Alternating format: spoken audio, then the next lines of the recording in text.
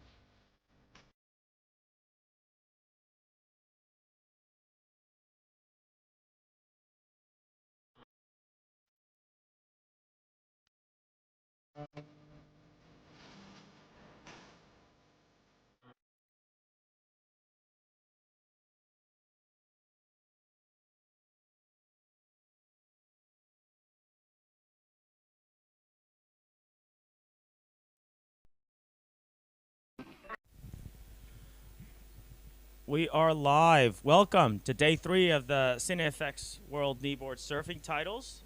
I'm sitting here with Heiken next to me. Good morning, Heiken. Good morning, Albert. Great to be here. One more day in paradise. One more day in paradise, indeed. Today we have a slightly different schedule than what we had discussed last night. We were projecting to have the open round of 32, but the people upstairs, the comp director upstairs, and in there must have consulted a few gurus in the cave for forecasting information, and they decided to make a slight change. So we've got a few age divisions to go, and we're going to start with the veterans. So we're going to start with Kahunas round 1, heat 1.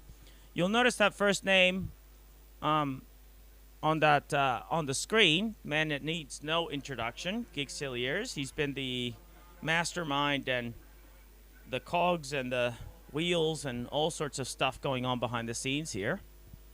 And he's got himself in the first wave of the heat here, and that's why we're doing the intro and not him. Looks like there's some really fun waves out there. I think the tide is certainly helping it. Definitely quite contestable and a lot of opportunities for Giggs to get a score.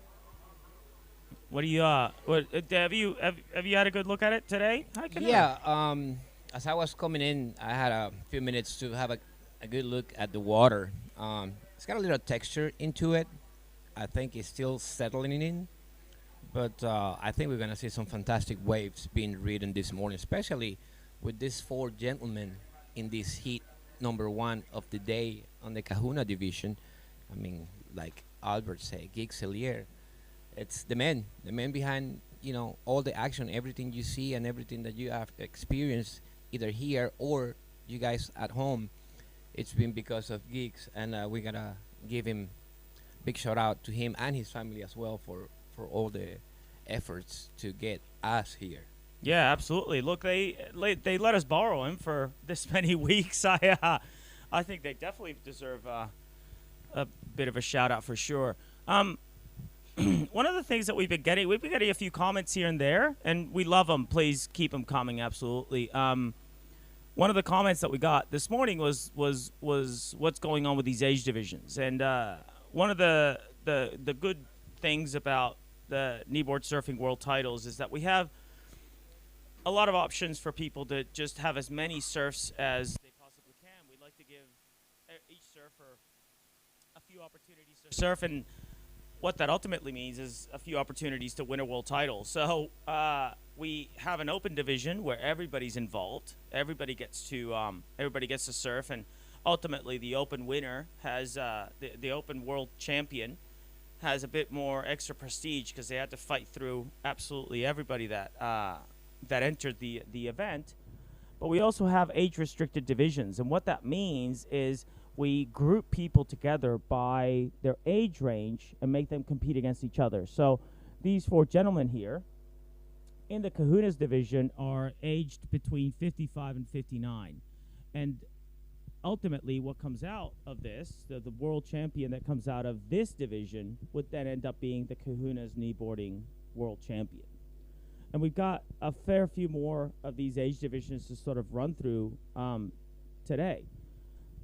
And we'll explain each one as they go. And I think one of the more interesting parts of these divisions is that we have these groups of people that have competed, that have gone through rising up through the ranks and competing together over and over and over again. So they become their own little mini community within the broader kneeboarding community. That's right.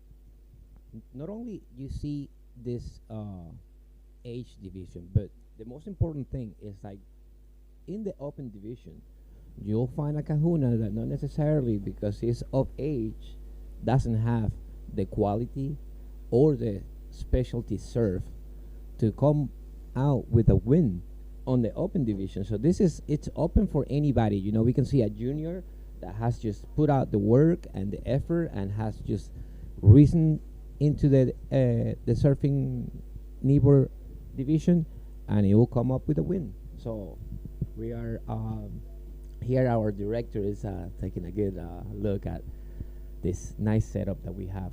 Yeah, keeping an eye on us, making That's sure, right. making Straight, making sit making sure straight. we're not going too rogue. Sit straight, look good. Yeah. All right. And so one of the things that I like to do is I'm looking at each of these age divisions. I like to sort of read out those names and see where, you know, I've got a lot of memories with a lot of these guys, and some of those are quite are definitely quite fond. I realize that some of the as I pull up live heats here, right? So we got Giggs Cier, Ant Anderson, Pete Fairweather, and Willie van der Linden.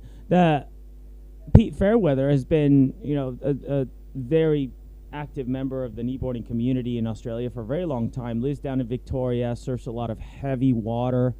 Owen can, his son is also here competing in this event, does the same thing.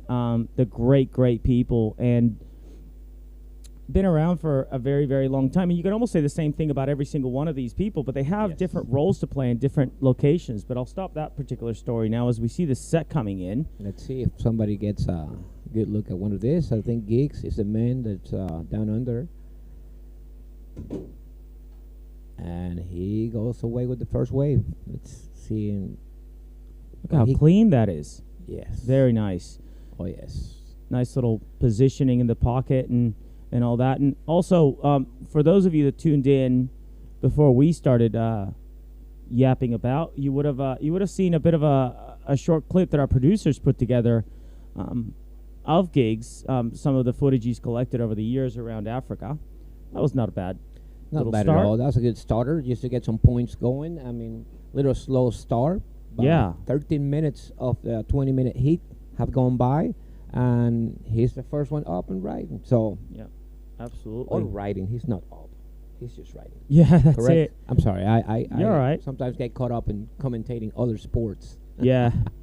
Yeah, well. So, riding up next here, we have the gentleman in blue. Yeah, that's Pete Fairweather. I could have told that as Oh, soon yeah. as I saw those feet kicking like that. I would have told it was him. Pete I had him on my has. heat yesterday, man. What a great surfer. Oh, he is. He's a great surfer, and he's almost developed this very unique style driven off of his boards. I am so keen to get him talking about his boards at some point. I might get him. I'll figure out a way of getting him in the booth or moving him around or sort of cornering him somewhere, because you see his stance, you see how he's leaning forward and using his hands and all that sort of stuff, and it's all pretty stock standard, as he doesn't quite get the most out of that wave when he doesn't ride out of it. But one of the things that he does is he runs like it's just something about how he pulls those turns and he moves those boards around. There's a synergy about how it is that he uses that board in those waves that I find fascinating, because the design of those boards is actually, it's almost its own little unique, unique set of designs that he's developed and honed over the years in his home breaks. Look at us hiking. Man, we're looking good. We are. Stage is looking good. Everything's looking good around here. Sun's coming out. Yeah. As you can see on the background here. Absolutely. It's just the beautiful, most amazing stage I've ever been. Yep. I can hear my voice deepening from all the talking I've been doing over the last few days. Well, I'll tell you what, it happens to every World Titles, though, whether I'm commentating or not. You just end up connecting with all these people, having all these conversations, all of these chats, and you just go out to dinner. And we had 15 people around the dinner table last night when three of us decided to go out to dinner. Next thing you know, you just run into all these people. You just gather up all these people and end up having these really loud conversations across the table, and great time. yeah. Speaking of hospitality, I was invited by a couple, a South African couple, for dinner yesterday at the Mexican restaurant, and we had a couple of drinks there and dinner, and it was so nice as we see yellow up here and Anderson. And Anderson. This nice trimming up and down. We've also, I think we've got Willie Vanderlinde paddling in at the back, but we'll stay. We'll try to stay with. We'll try to stay with Ant, and it's nice how you just see it sort of reforming, and you know what's coming. Fortunately coming in stock there. Yeah. Well, big shout out also to our Willie. director here to staying on cue with every single wave being written. Yes, As we absolutely. see White coming down the lane here, a much open face. A couple of those sets at the back. Surely there's got to be somebody at the back to. I'm pretty sure Giggs is capitalize. already back there, eyeballing what's incoming, and maybe he will have his second wave pretty shortly. Well, yeah, Look like at we that. were. What a beauty! I know. Well, we Wow. were watching Willie's wave, and we saw a couple of lines behind Willie's wave, and then we didn't even see the other two lines that are coming into the lineup now. Yes. So there's So plenty of beautiful. opportunity out there. It's pretty rare to be commentating on a kneeboard event in general. It's even rarer to be commentating on a kneeboarding event with waves of this quality, and it's even rarer to be commentating on a kneeboarding event with so many legends of the sport. At In, JB. I know. I'm frothing. I mean- Giggs has absolutely ripped the top off that wave with those first few turns. Oh yeah, the first part of this wave has already been damaged, and we see also on the Pete picture Fairweather Pete up on the back his as second well. wave as well. A little cover up right there. I've never seen that section barreling in that part of the point, and you just found Hey, it. he just found that, as you were saying, very experienced surfer, very involved with his board design and development. So you already know that he knows also surfing very, very well. Yep. It's very Also- important.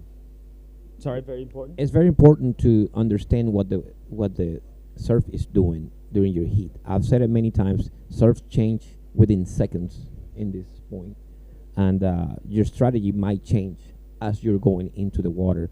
So we can tell that Pete and Giggs have it dialed down, and they're looking at the proper waves to ride. Yeah, I think there's something else to be said here. How sometimes we're looking at the waves and we're looking at the ocean, and I'm finding. Oh, here we go. Here's Look at Giggs' this recap. replay. We needed to watch this. Sorry if I get too excited here, hiking. Yeah. Sorry if I get too. Oh, this is This is the first ride. That's right. That's his first ride. Right. We can pull up his scores too. They gave him a 6.33 for this wave. Nice little tap off the top there. There was a lot of flow. I'm very much on board with that. With that score, but I'll be really keen to see his second wave when our kind producers over here can tee up that replay, because that's the one I'm really waiting for. But until then, who do we have up and riding here? I think that's our man in yellow, I believe. I think that was Anderson. Okay, right. No, it wasn't a terribly consequential wave by the looks of it. So right now we've got a pretty tight race between first and second here, and developing, and third and white and yellow seem to have a fair bit of work to do. We've got wondering if we could tee up that. There it is. Oh, here we go. Oh no, this That's is blue. Blue's first ride. This is Pete Fairweather's first ride of the day. Earned himself a 7.17 for this wave. That barrel probably had a little bit to do with it. And that carve as well, and yeah, no, we're definitely off and running here. Oh yeah. See how he just carries momentum. He just carries momentum through that fat section, and there's not a lot to him. He's not a particularly heavy That's swift, heavy guy. man. That was a swift, well surfed Yeah, wave. yeah, absolutely. So Pete Fairweather at the moment is sitting on a heat total of 12.34. That comes from a 7.17 for his first wave and a 5.17 for his second wave. And then Giggs Cier is doing his thing.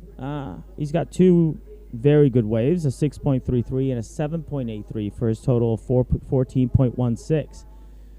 Starting to shape up very much a race between Giggs and Pete. I don't necessarily know. I'd love to know a little bit of the history as to whether Giggs and Pete have come across each other a few times. Here we go. This is the replay of Giggs's wave. This is the second wave. Look at this. Look at that. Wow. Oh my God, this is too early in the morning. Oh, one more time. I know. Too Look early at in the that. morning for me to be this excited. I want to see the picture of that first Yeah. crack at it yeah. because I'm pretty sure that's going into a frame. Absolutely. Wow. Absolutely.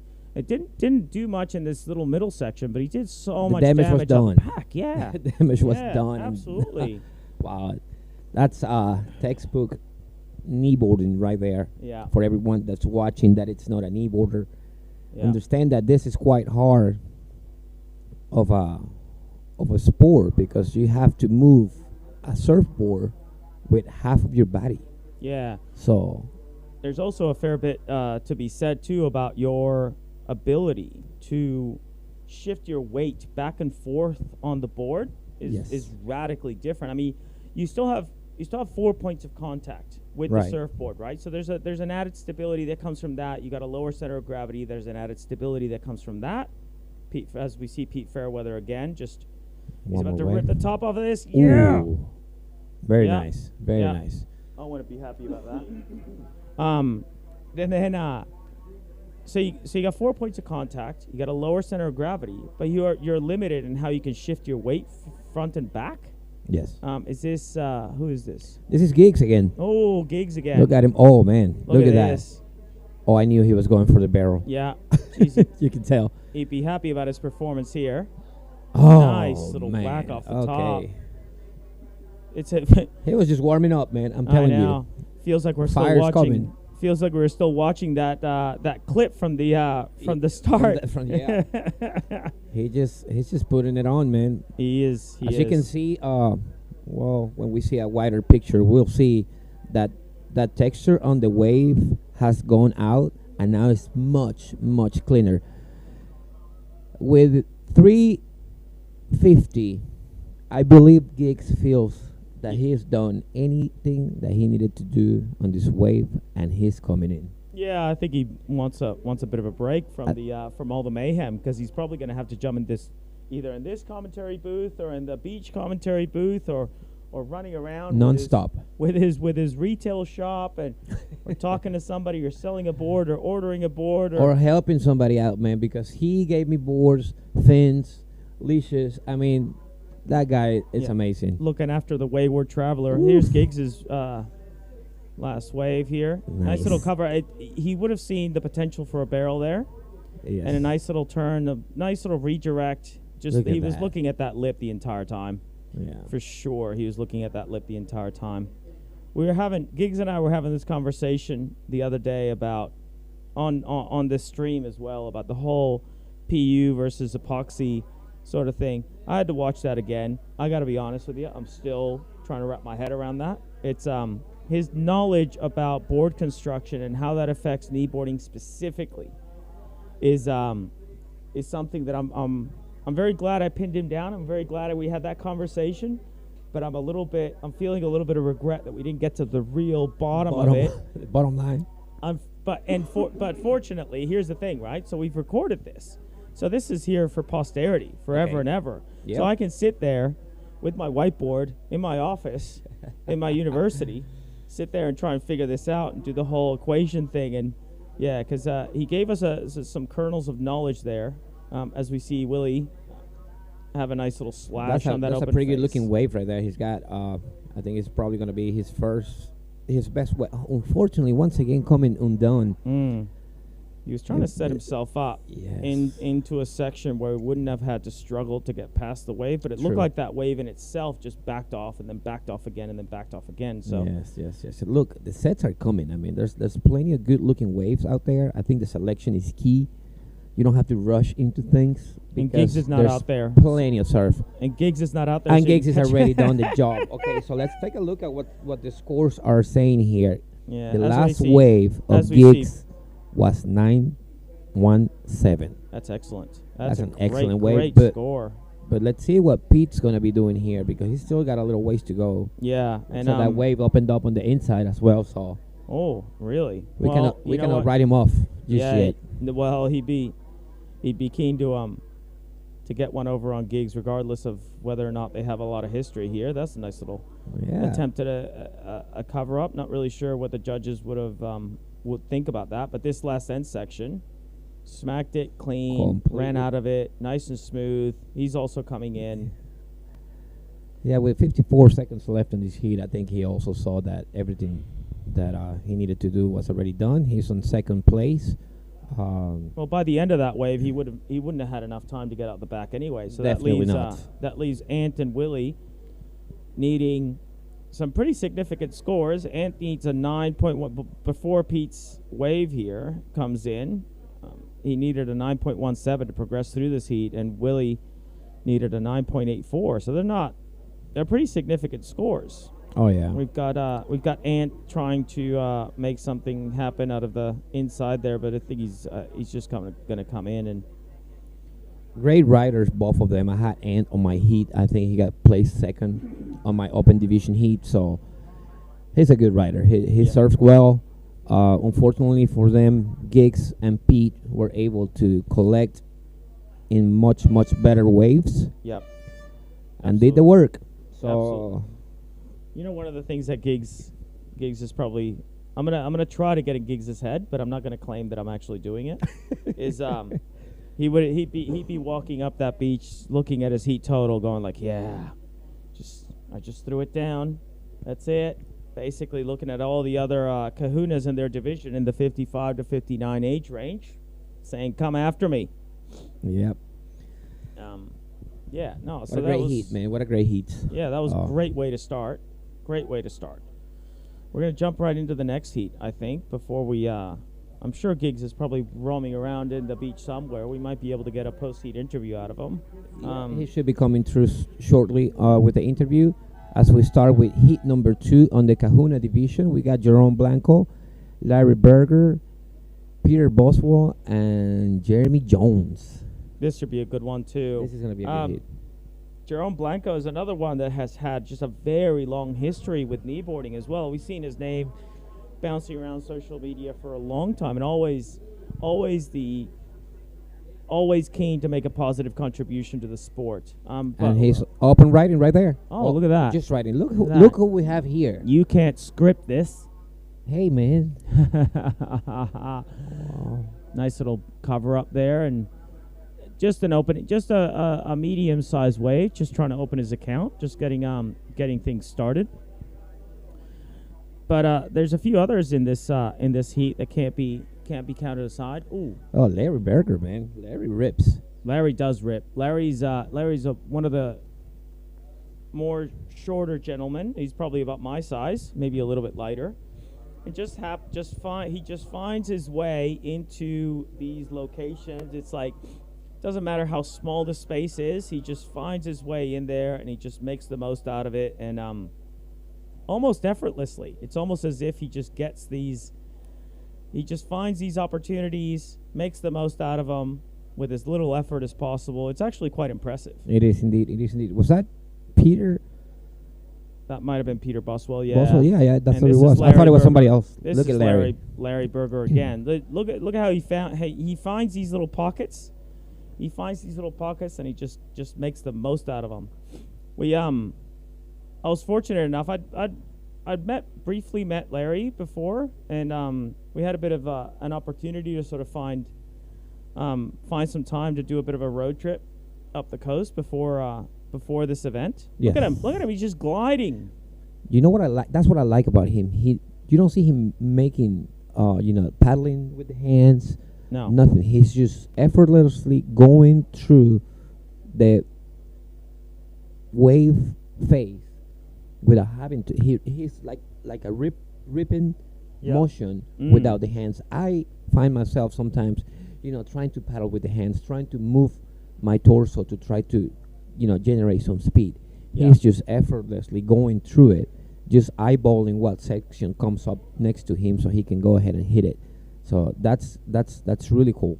And you know what that is? That sort of that's to me that exemplifies that mastery over how it is that you distribute your weight. right? But because we have that limitation of how it is that we shift our weight forward or backward on the board, to be able to glide like that without needing to do anything else, Yes. just really shows that experience about it. 100%. And 100%. He's earned himself a 4.83 or 4.83. Is that the right number? 483. Yeah, that's his only written wave. Yeah, he found himself a 4.83 for finding himself on a wave and really making the most out of it. So anyway, so back to the in the weeks before this event, we were Up the coast. Yeah, we were up the coast, and we spotted the possibility for this one swell in this one place called Elands Bay. It's very famous left-hand point break. Right. And probably 2 hours away. It was probably a 2-hour road trip from where we were staying. Anyway, Larry finds his way into our car, and we're in a pretty sort of small car. We're pretty cramped, but I'm a pretty small individual. I can fit in a number of different places. Anyway, Larry just pokes his head in. He goes, "Yeah, I can fit in there. Can I get a lift?" And bam, he was off. He just found his place. Bam, that was it. Had a great Road time. tripping.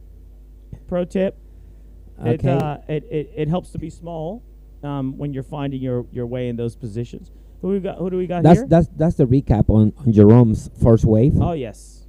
No, that was The very man good. from France just put in the work. Yeah, got As you himself were a 3.5 for that wave. Yeah, as you were saying, Jerome's been around for a long time. Obviously, he's on the Kahuna division, but if you see him out the water, he looks like a kid. He does. He looks really young. I mean, never knew how old he was until obviously we saw the age division. But he's a young spirit, man.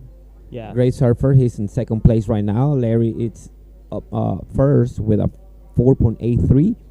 Peter Boswell is in the third position with 2.5.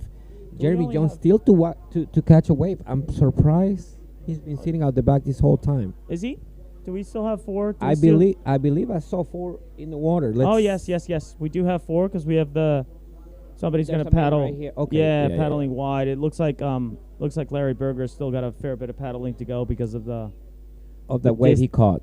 distance he traveled on that wave. Indeed. So he's going to probably find himself in the last place of priority by the time he gets out the back. But by then, who knows? There may be nobody at the back. Especially since we're still seeing some bumps sort of coming through, and a lot of these Kahunas are not sitting there patiently waiting for waves. They're getting into it. They're getting amongst it. They're getting into it, and they're really making the most out of everything that comes their way, whether it's the bigger sets or the smaller sets. We saw that at times, given the time restrictions that we have, and given that you've only got 20 minutes and you catch 2 waves, you can find yourself in a position where maybe you might be sitting there for 7, 8, 9 minutes. Oh yes, 100%. And despite these gentlemen's more sort of aged status, they may not necessarily have that patience, especially if you're a grommet at heart like Jerome. You're frothing around out there to catch anything that moves. Well, as you can see, he's out the back again, ready to see what comes up with this little set that's rolling in, and we still have Jeremy to catch a wave. So, your time management, it's key in a 20-minute heat. 12:39, and you still don't have a wave. I think you're in a pretty steep position to try to climb up the ladder. Although scoring it's quite low, Yes. it's still with a single wave you could probably get yourself up there. Absolutely. So And- let's not count anybody out. Yes, Shit. and even though there hasn't, even though if we take Jeremy Jones as an example, even though those 7 minutes have gone by and he hasn't caught a wave yet, it doesn't necessarily mean he can't overcome that. And if he hasn't caught a wave, that means that he's in first priority. So he gets first pick of any wave that comes in. I think that's him, because we can kind of see with the glare, without the glare. Sometimes if we look at the monitor and we look at what's happening at the back, I think I see Jeremy Jones sitting out the back. He's the furthest one out, so he would be the one to the left of the screen. There we go. There he is. There we go. He's Getting just organized. He's trying to sort of get a little bit of balance practice. There we go. I do that from time to time, trying to keep warm. Although it's quite warm out there. It is super nice, man. I'm from Yeah. we're from the real south of America, so we don't are fancy to the cold waters. No, that's but right. I feel comfortable here, man. Yes. I've been surfing with a 2mm wetsuit, which is very comfortable. Yep. You know, I thought that we would have to use like a 3 or a 4. You know, given that here usually it's quite cold. Yes. But with the adrenaline running through my veins as I go into a heat, a 2mm will do. Yes. Well, I surfed my heat in a 2mm sort of short sleeve, long-legged wetsuit, and I was fine. I was fine. More importantly, though, I wasn't distracted by being hot or being cold. Yes. Which I think is huge. Yeah, right? it plays a role into the whole 20-minute heat strategy. Yeah, I mean, you want to eliminate distractions and you want to eliminate impediments too. That's correct. And I think finding the right wetsuit to suit your to suit the conditions is key. It's a small choice that can make a huge difference, because it eliminates the possibility of all these things getting in your head and I'm hot and so I slow down paddling and that sort of stuff. You see Larry Bigger sort of scratching around, trying to find a little nook or a corner somewhere on that inside. You see that texture has come back on the wave, and it's making it a little difficult for the riders. Blue is sort of like on the inside, trying to look at it, as we see white and red on top. Yeah, absolutely. So I think there's still the possibility. Yeah, we still have a little bit of wave. Nice wave here that we want to stick with before we cut to the beach interview. Look at Jerome. Was that Jerome? That's him. That was a grommet turn all the way, there wasn't it it? is. Yeah, look at absolutely. Very nice. So he's cutting back. He kind of capitalized on that outside section straight away. Now he's sort of just joining the dots, trying to show the judges, look, I can flow with this. I can move this the whole way through. And a couple of more waves. The damage was done, man, out there. Absolutely. But, to demonstrate to the judges, look, it's not a one maneuver wave, I think is quite important. He completed the ride. As it's going a little bit quiet out there, we might cut to the interview with the man himself. Giggs Cier is the winner of the first heat of the Kahunas.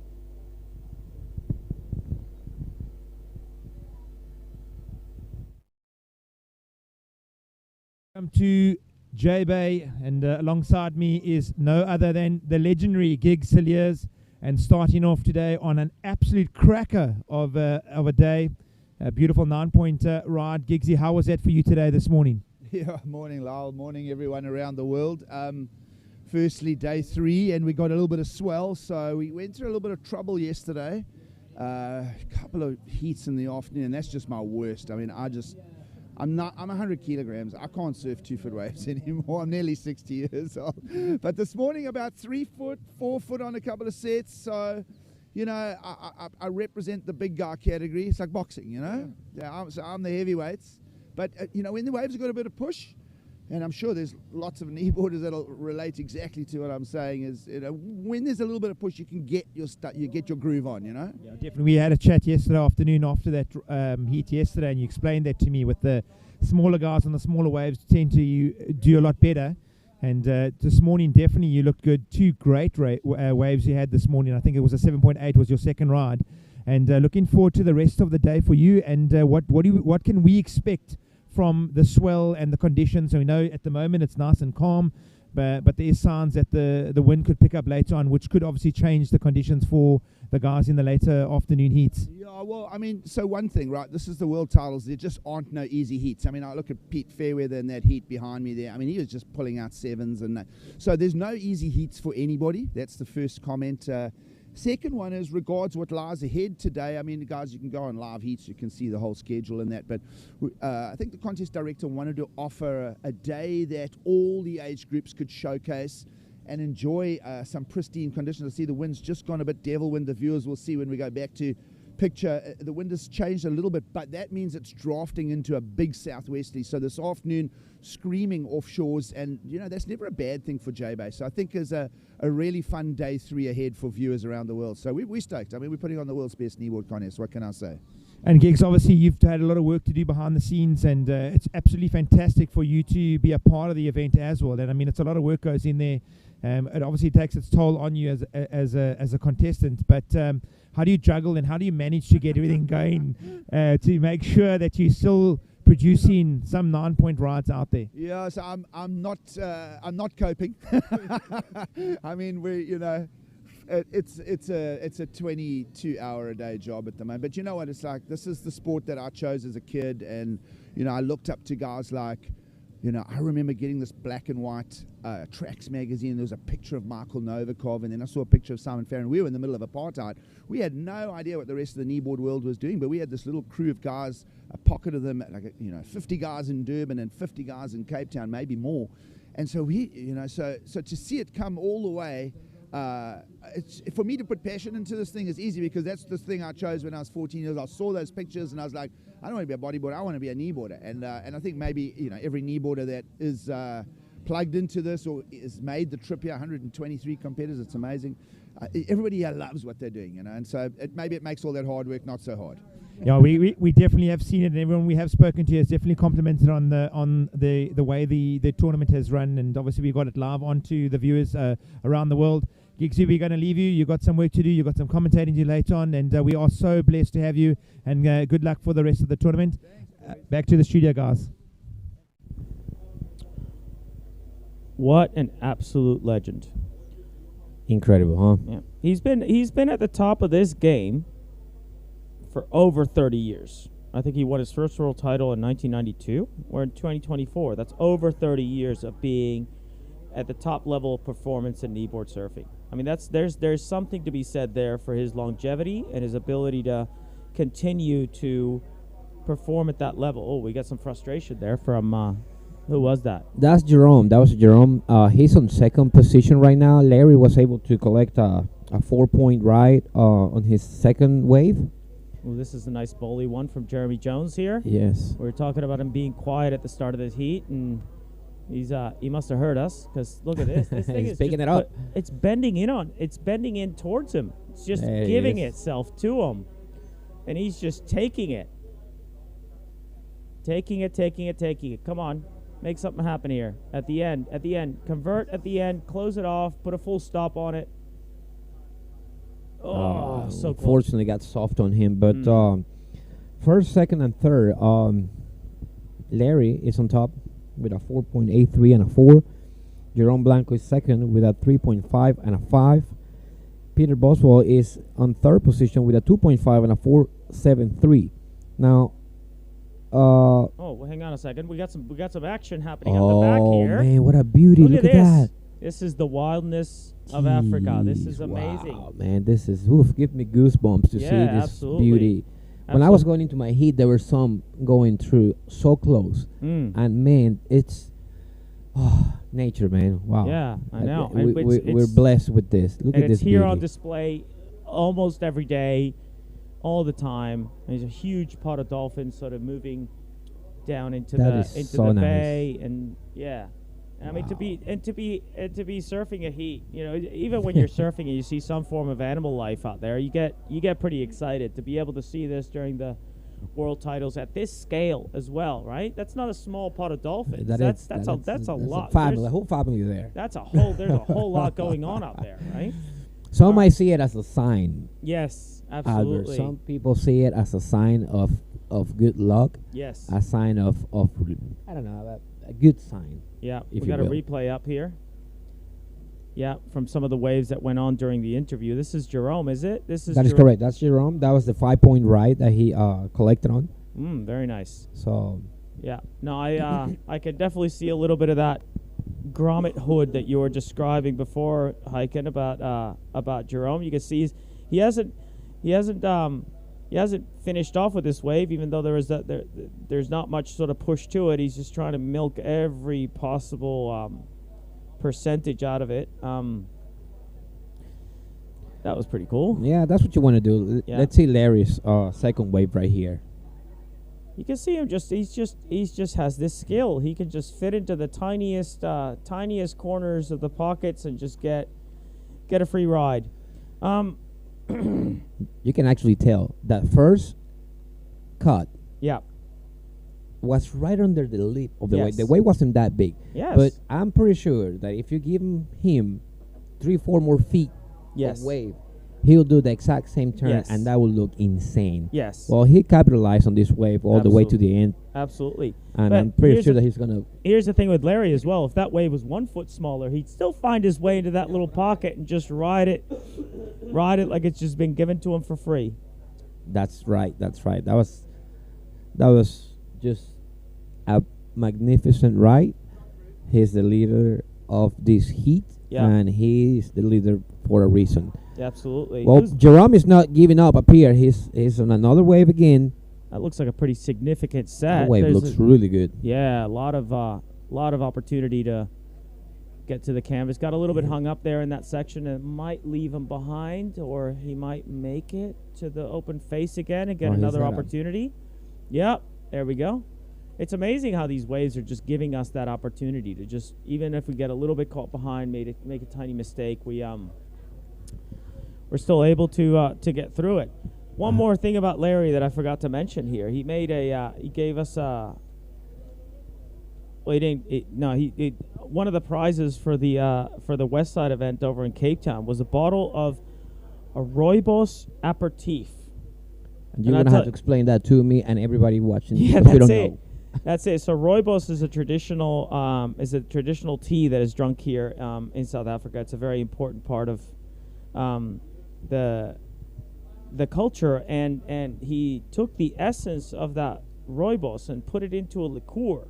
Oh. That is an aperitif that you have before a meal. Now, I'm not very much a person that's into that sort of aperitif, digestif sort of thing, as we see Larry again. This is his ride during the interview. I'm not Okay, a- this is the one that we didn't see. Right. So Yeah. Yeah. there it is. He's just tucking his way around, tucking and weaving, and yeah, you can see a little bit of texture on there. It doesn't seem to be bothering him. Despite his small stature, he's still able to sort of plow through all that, and without having to do a lot of those movements that you were talking about before, Haken, to keep going on the wave. So anyway, back to the Rooibos, and it becomes this aperitif, this little drink that you have before a big meal that helps with the the digestion and stuff. Yeah, and we've had it a few times. I'm not very much of a fancy sort of aperitif digestif sort of person, but we've I've strapped in. I've come along for the ride. It's quite lovely. It's another way in which we're seeing the South African hospitality just on display, and we're here to embrace it. We're That's here right. to sort of get the most out of this experience. 100%. I'm still yet to go to a safari, and that's the one thing that I'm gonna do before I leave, because I don't know if I'm gonna get a chance to come back to South Africa soon, Sure. but I have to do it. Let's take a look at the ride on blue. This is Boswell. This is the man in third position. He was able to collect on this little insider here. Tried to keep his momentum. Unfortunately, the wave left him behind. Yeah, He kind of flattened out on him, and he was still in the battle. He needed to replace a 2.5 with something better. Yep. Unfortunately, that was the end of that heat, and Larry Berger ended up picking up the win with a 9.46. Jerome Blanco was second with an 8.87. Peter was third with 7.23, and Jeremy Jones fourth with a 5.97. yeah. So we're on to round one, heat number 3 of the Kahunas. We've got Roger Hughes in red, Chris Diplo, a stalwart of the United Kingdom kneeboarding scene for decades and decades and decades. We've got Bobby Bobcat Rousseau in blue, the man, the myth, the legend. And I don't want to say he's a myth because he's very much real. Yes. And we've all experienced a little bit of that Bobby Bobcat magic throughout this event. And I'm looking forward to a lot more. And Johnny Kessel also from South Africa in white. I haven't had any Pretty good heat then. Yeah, pretty good heat. Yeah, and we've been seeing a few waves coming through, but the first couple of minutes of this, there hasn't been any waves ridden just yet. Well, they're taking their time. They're having a good look at it. And they've also seen those first couple of heats come through, so they've got a bit more of a feel for how it is that competitors are navigating their way around that lineup. As we see the next heat going into the water, we see even Rossi Yeah, We got somebody up and riding. This is Jeremy Kessel was he had trying to get into that wave. Yeah, no, he there's a little bit of a bottom turn there, but I don't know what else sort of happened. Who's this? This is Red. This is Red. This is Roger Hughes. Roger has a what I've noticed in these few weeks of my time here, we've had a few interactions with Roger. Roger has a very keen sense of awareness of what the ocean is doing, and he's one of these people that, you know, he's a very nice guy. I've had some lovely conversations with him. We were having a lovely conversation with him here, and he's very complimentary about the commentary and the work that we've been doing here while we're sitting down in these chairs. But he's one of these really annoying people that gets all the good waves. He just gets all the good waves. He just reads the ocean so well that he can just get all the good waves and just he's connected. Absolutely. He's Absolutely. connected. Yeah, so this is the white. first, the replay of the first of white. Yeah, unfortunately, he couldn't go through, and the wave after that was the wave that Rogers got on.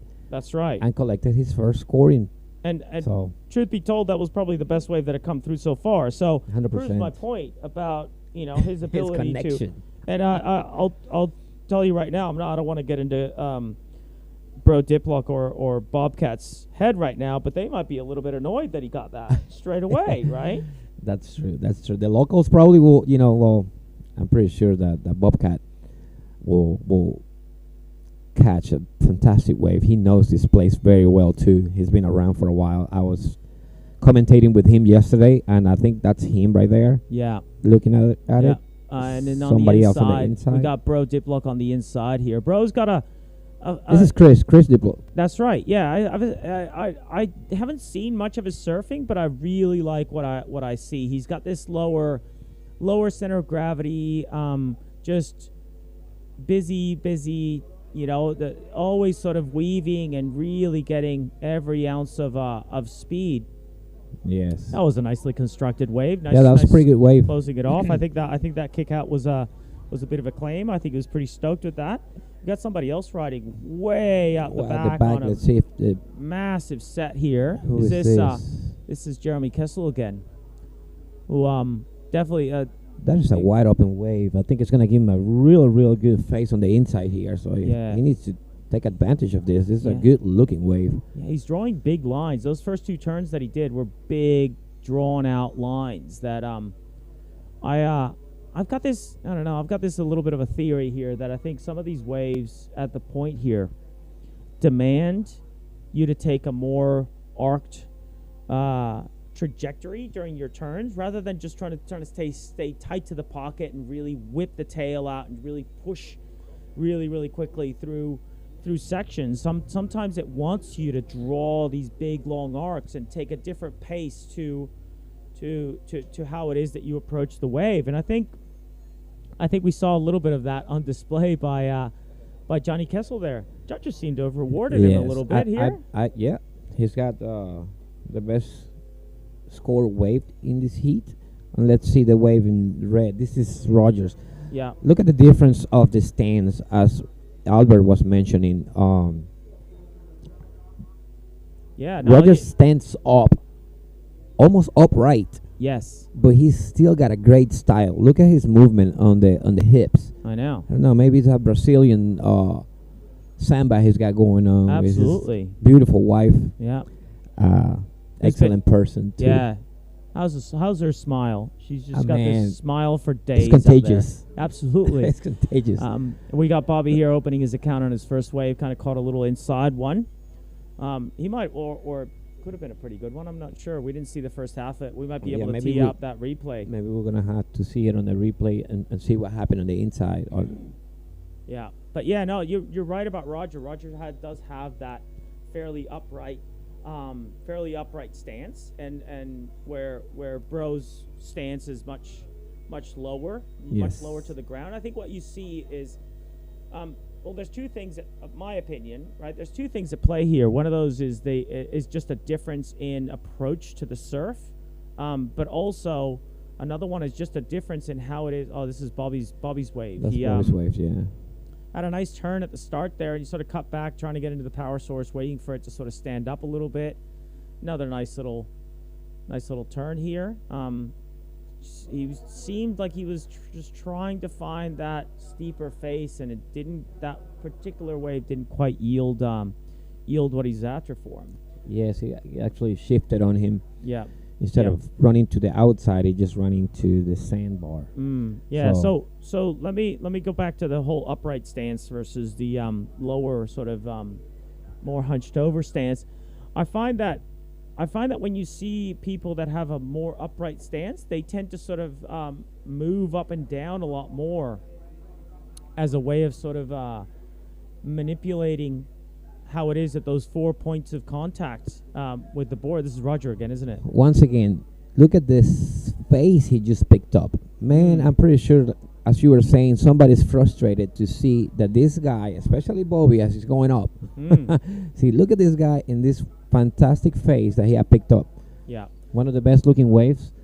So got a really good looking inside from what we can see out the window here, and he's gonna have to hit it one more time. There it is. There we go. Flow. Excellent. Excellent flow through there too. So going back to what I was saying before, I think when we see people like Roger surfing, you see that a lot of the time they're using those 4 points of contact onto the board, but he's also sort of shifting his hips around and also moving his sort of torso forward and backward. So he's spending a lot more time shifting his weight forward and backward in order to ride the wave, in order to make the most out of every opportunity that comes his way. Whereas Bro is oftentimes, and I can sort of be guilty of this from time to time, where the further back you kneel, the more you have to sort of push your torso sort of forward in order to balance your weight on the board, sort of moving that center of gravity or center of weight a little bit further forward, which allows you to not need to shift your weight back and forth so much. In order to sort of then capitalize on the waves. But, that's the thing about kneeboarding, is it's just so much, there's no right or wrong way to do it. And different strokes for different folks, as they say. That's right. And we all have different bodies, and we have different heights, and we have different weight distributions, and we have different ways in which we want to get the most out of a wave too. That's right. This is Roger's let's take replay a look at this again. replay. What did he get on this wave? I believe he's got a 6.83. That's very Puts nice. him on the first place. Chris Diplo, it's on second, and he has the second best score with a 6.17. So he's got a little bit of time, and he just needs a backup to put himself back into the first place. And we still have Johnny Castle and Bobby to capitalize. Both of them great surfers. So see a bit of movement up the back here. Yeah, this is this Bro is a again. man in yellow. See, look at how he's got that chest sort of leaning forward. It's almost like his torso is more horizontal, and he's using that to help his sort of weaving through the wave. That wave we didn't see him go all the way through on that wave, but you could see the difference is part of, to me at least, and I might get a little bit overly romantic, and it's a bit early in the morning for me to do that, but I think this is why that's part of what makes kneeboarding so beautiful, is that there is no one set stance, there is no one set way of doing it, and there is no one set way of riding a wave, even within the same discipline, and to see that variety is very, it's very entertaining. It's certainly keeping me entertained. 100%, and that's the reason why you're sitting here commenting on this, because you're very analytic. From what I heard on my heat, from you commenting on what I was doing, I was able to collect some information to try to better my surfing. So we thank you, and I'm pretty sure the people watching on the screens will also thank you for giving a very specific explanation to the reason why surfers stand or kneel in one way or another to get their surfing going. So we highly appreciative of all these comments, Albert, because you've been around for a while too, and you know this sport better than most, and definitely you're part up there with the legends of this sport. So thank you for that. Fortunately, I've still got a few years before I'm in the Legends division too. I so- don't know. You know what I'm saying. Speaking of which, the Legends. So we're still in the third heat of the Kahunas. So we still got another few heats of the Kahunas to go. We got 6 heats of the Kahunas to go, and that's going to be followed by the Legends. So the way we're going as far as age divisions go, right? So we've got the Kahunas in the 55 to 59 age bracket. After this, we're going to get the 50 to 54s in the veterans division.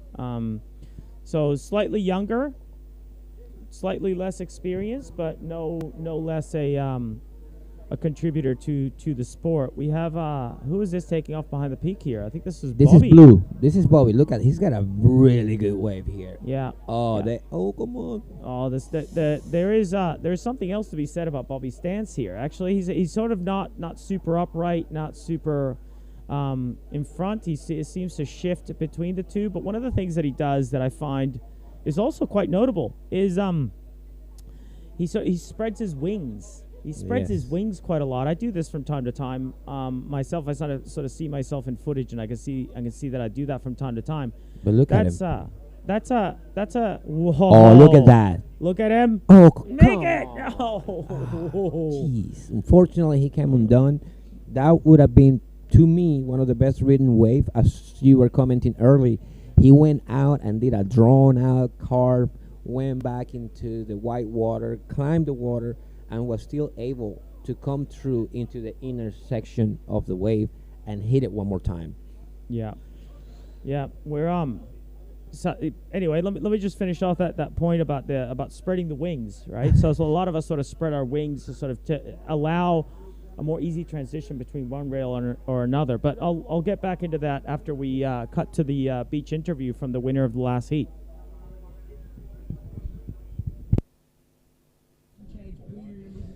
And good morning, and I'm here with Larry from Cape Town, winner of Heat 2 this morning. Beautiful conditions here in J-Bay. Larry, how was that for you out there this morning? It's always a pleasure to surf in warm water. It was early morning heat number 2. It was good to be in the water. I had a couple of waves. I had 3 and 2 good ones right to the beach. A couple of turns, flows out, bang. It was a good session. Larry, obviously it's quite competitive out there, being pushed hard by your competitors. Does that make you have to concentrate more on getting the perfect wave to get the right score, or how do you go about your strategy wise when you're in the water? What do you do? You know, there's four of us in the water, so there weren't a lot of waves coming through. Literally, when you got to the back, if a wave came through, you had to get it. And I just managed to squeeze in 3. I don't think I could have done another one. Okay. So I think I used the time pretty constructively. It was a good session. Jerome Blanca was also in that session. He's I think the French champion. Yeah. And I've surfed against him twice before in New Zealand veterans, yes, and also in the Portuguese Worlds 2 years ago. So it's good to surf against him for the 3rd time. He got me the last time. This one I got ahead of him. Tell us a little bit about your equipment, your board that you've got here, a little bit of history behind it. You know, what board you're using. I said it's a built board, so let us know, the viewers at home, how it works for you and what size and what weight it is. This is an EPS. It's built. It's my competition go-to board, and when it surfs pretty much between 2 to 4 feet, this is the board I use. Very light, very snappy, fun board, easy to turn. And it gives you a good opportunity to kick the tail out. It's really light, so it was a good board to use for the conditions today. Well, great, folks. So you have it there. We are finished here, Heat 2. We're busy with Heat 3 at the moment. If you're in and around the area, pop down and come and watch these guys do what they love best. And we'll be back to the studio right now. Right, we're back. We're back, and we're seeing. That's the man in yellow. This is Bro again. You see, one of the things as well too is.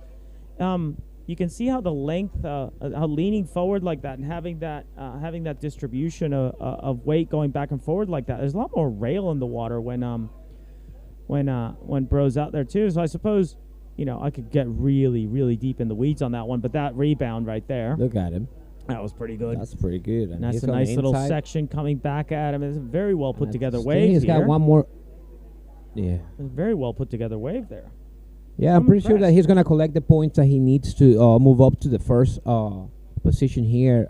Albert Rogers being quiet out back, probably waiting for something much better.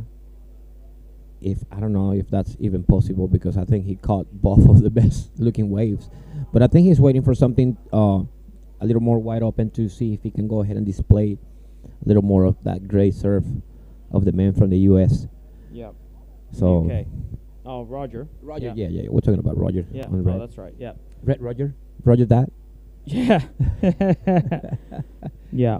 I So- think Bobby, like, Bobby's a pretty good surfer. Bobby's done his time. He's pretty good. He's demonstrated some skill here. He just doesn't seem to have really caught the better waves of the of the heat so far, but he's definitely potential there. Even with a 100%. minute 45 seconds to go. I don't know, Hyken, do you see any of those sets coming out the back? Well, there's a little set rolling in, but I don't think it's gonna get here on time to get the boys' attention. Yeah, Bobby's we- sitting on the inside. Obviously, white and red are with priority on top.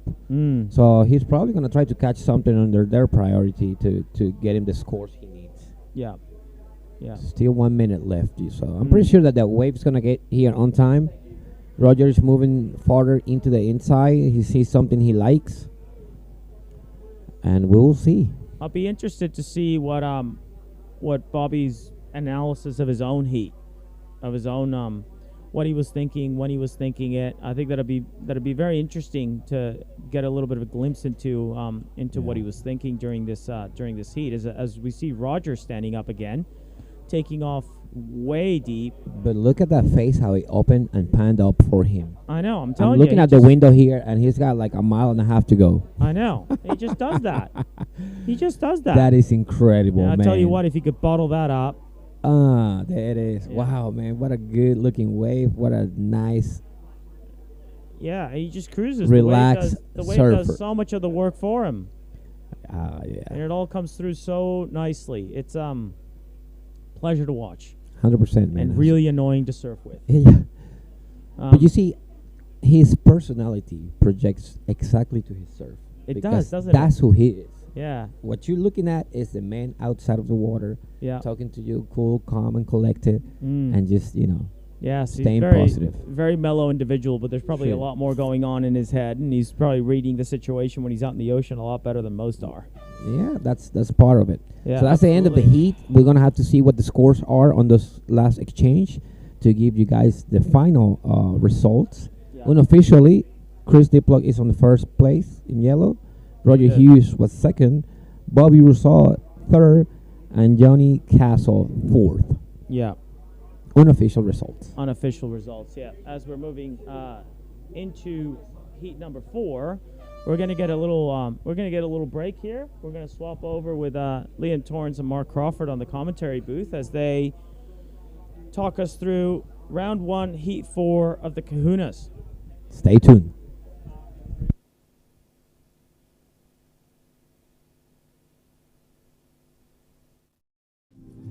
Alright, let's move on and introduce our surfers in the 4th heat of the morning for the Kahunas.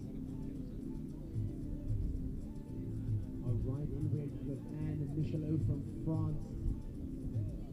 In yellow we've got Jack Barisford from the United States of America. He's an 8-time US champ, the Blacks regular, and the current KSUSA president.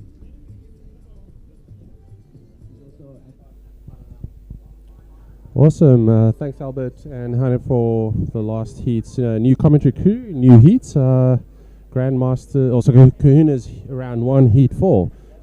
Yeah, so we've got they're just kicking off here another day at the CineFX World Titles for J-Bay 2024. Another great morning here. Nice, clean offshore conditions for now. 2 to 3 foot sets on the way through, and we're just really enjoying the time here. Mark, it's been epic so far, and hopefully that continues throughout the rest of the day. So yeah, looking forward to seeing how the day progresses. Yeah, look, absolutely. What an event, what another day. Beautiful sunshine in J-Bay. clean offshore conditions. Yeah, competitors having a blast. Looking forward to see how the day unfolds. Yes, a little bit of a quiet period here to start this heat. We've got the surfer in red and Miloshau from France, Jack Barisford in yellow from the USA, Ewan Rosie in blue representing South Africa, and as he's affectionately known around town and bits of Cape Town, the mayor of Melkbos, Johan Rademan in white. So quite a tough heat here for this age group to start us off this morning as we see Johan paddling into one, having a look. Oh, no, that's just the surfer from the heat before coming in. But, you know, we'll wait and see where these guys kick off. Looks like there's a little bit of action out there in the water. And, yeah, bit of some swell rolling through, a bit of paddle movement out there. And we'll see what this one unfolds. Right, we have a competitor having a look. Oh, unfortunately, just a little too far out. A few sets looming, so hopefully somebody picks up on one of these. Let's have a little look-see here. Been a bit of a tricky game here as far as positioning goes, especially at the start of heats before we get that priority system kicking off. It's a bit of a free-for-all, and you know the general surf rules apply if whoever's on the inside gets the wave. But a little bit of gamesmanship we might see playing out here as we're 17 minutes remaining left in this heat, so still plenty of time left on the clock for these guys to get some waves under their belts and hopefully some decent scores. Yeah, look, there are points opportunities from the very first heat of the day. We saw Giggs get a couple. I mean, he racked up a 17 points heat total. So look, the points are out there, the waves are out there. It's just about putting it together and finding those opportunities. So let's see, have the other surfers are having a look on the left. As we look out the window and see this beautiful lineup, you know, nice clean conditions and some paddle movement out the back here. Johan having a look, but not quite getting there, and Jack Barisford taking off on the inside here. Oh, sorry, and Miloshau from France. Nice cut back to start off, keeping it in the power source as this one doubles up on the inside for her, keeping it moving, and a nice little float on the end section there to run it through and see where the judges place that one. Yeah, Liam, I mean, look, very interesting point there. The rest of the serve is slightly out of position and position yourself on the inside of everyone. And so it's not always sitting the deepest and widest that counts. So, yeah, it'd be interesting to see where this goes. Look, I'm no betting man. I'm seeing that as sort of in the mid-threes, you know, somewhere around there. You know, competitive age group this. So let's see where they take it. You see Jack Barisford taking a look on the inside here as this one just slips under Ewan and Johan sitting a little bit deeper than the rest of the crew out there. So here we go, taking off and making his way through. Nice little swooping top turn there and cuts it back.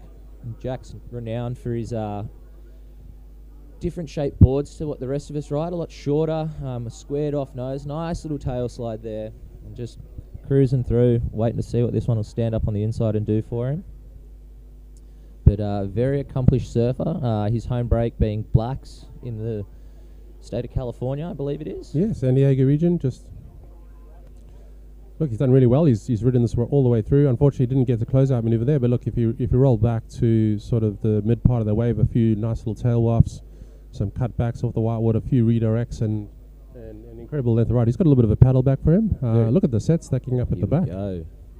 And here we have Johan Rademan taking off. Nice clean set wave, big opening carve there. Just bring it back to the power, and based off what we've seen earlier in the judging, you know, they are rewarding those bigger set waves, so we'll wait and see where these scores drop in, but making some nice work out the back. Just slowing down a little bit on the inside for him as he'll make his way through, and we've also seen Ewan Rosie out the back, but we'll jump to a replay of that after. Yeah, so Ewan also doing some big cutback, got caught behind the initial part of the wave, but keeping the business done. So for those that don't know, Ewan, many years ago, he was in Durban. Apparently still plays a good musician. Do you know what musician? Look at him charging down the line here, setting up for the section, and banking it off the top. Let's see if he sticks this. Unfortunately, just bounces. In the land of Albert Manoz's comments, Otherwise, a very competitive start to this heat as we see the competitors making their way back out to the peak. A little bit of a paddle battle unfolding here as we look out the window. So that priority playing a key factor. We'll just see on the left here as they're making their way back out. Obviously that surfer further out, and then We can see them making the moves on the inside on the left-hand side of the screen there, just staying in front to keep that priority situation under control, given, you know, the sometimes sleepy waves. But here we see the replay of Ewan's wave. Nice big drop off the bottom. Just coming around the section and gets into his work here with the first opening cutback. Bounces it off the foam. Just smooth surfing from Ewan. Linking it through to the inside, waiting to see what it stands up on the inside for him to do. And just lining up this end section that we saw the finish on. It just unfortunately clips him at the end as he gets a nice big tail throw release and just that little bit of whitewash bounce there. So be interesting to see where that one comes in, seeing as it's incomplete, Mark. Yeah, look, I mean, the judges still rewarded him. I think the manoeuvres out of the back on the bigger set wave, that score coming in at a 5.93, so he got the best exchange out of that. Jack's wave just early on from their first set 4.83, and Johan's on his second set wave 4.63. And as mentioned earlier, if I was a betting man, say mid threes for Anne, I hit it spot on. I might need to change professions here. Mark hit the nail on the head there, Mark. I think, you know, that's one of the benefits of, you know, this setup that we've got, and seeing the wide range of surfing that's going down, just to see how we're converting those scores. So we'll just jump across here to the winner of the previous heat there for their on-beach interview whilst we've got a bit of a lull here. So take it away, guys. Welcome, everyone. Here we are with the winner of the previous heat from the UK, Chris Diplo. Chris, you got a win in the last minute of the heat. You got the last wave. It looked really good. Talk us through it.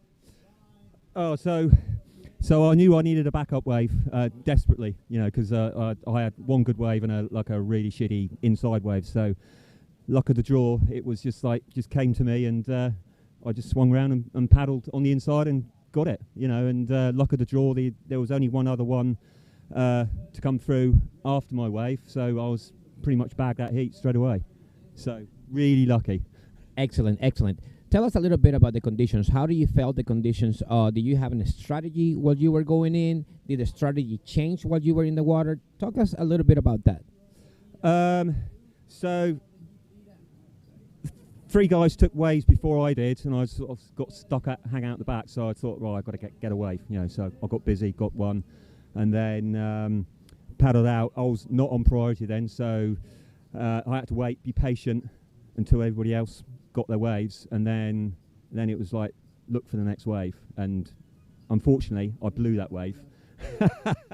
so I had to sort of like sit in a priority list and wait my turn, and it was just luck of the draw, basically. I'm not a contest surfer. I'm here for the fun, but the contest is part of the package, you know. That's right. But you did great.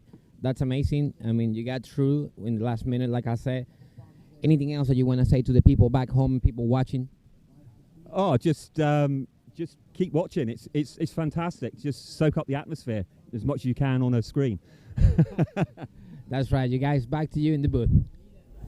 Thanks for that, Haken, and congratulations, Chris, on taking out that heat. So just in that break there, we saw Anne Millerschau from France taking off on a nice big set wave out the back. I'm sure we'll queue up a replay and we can talk you guys through it, watching along at home. Just beautiful surfing there from Anne, linked it the whole way through and got a nice little finish on the end section. I dare say that is probably going to replace her 3.5 as her highest scoring wave of the heat and potentially change the situation, Mark.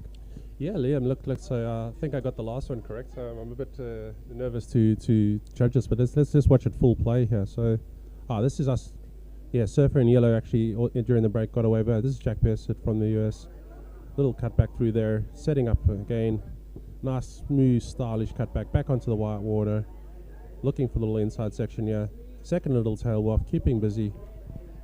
Wave slightly smaller than the sets that we've seen this morning. But nonetheless, getting a few maneuver opportunities here. Looking for the inside section. Let's see what he gets through. Third, sort of cut back into the white water. Still going, let the right. Hopefully it gives him an opportunity on the end here.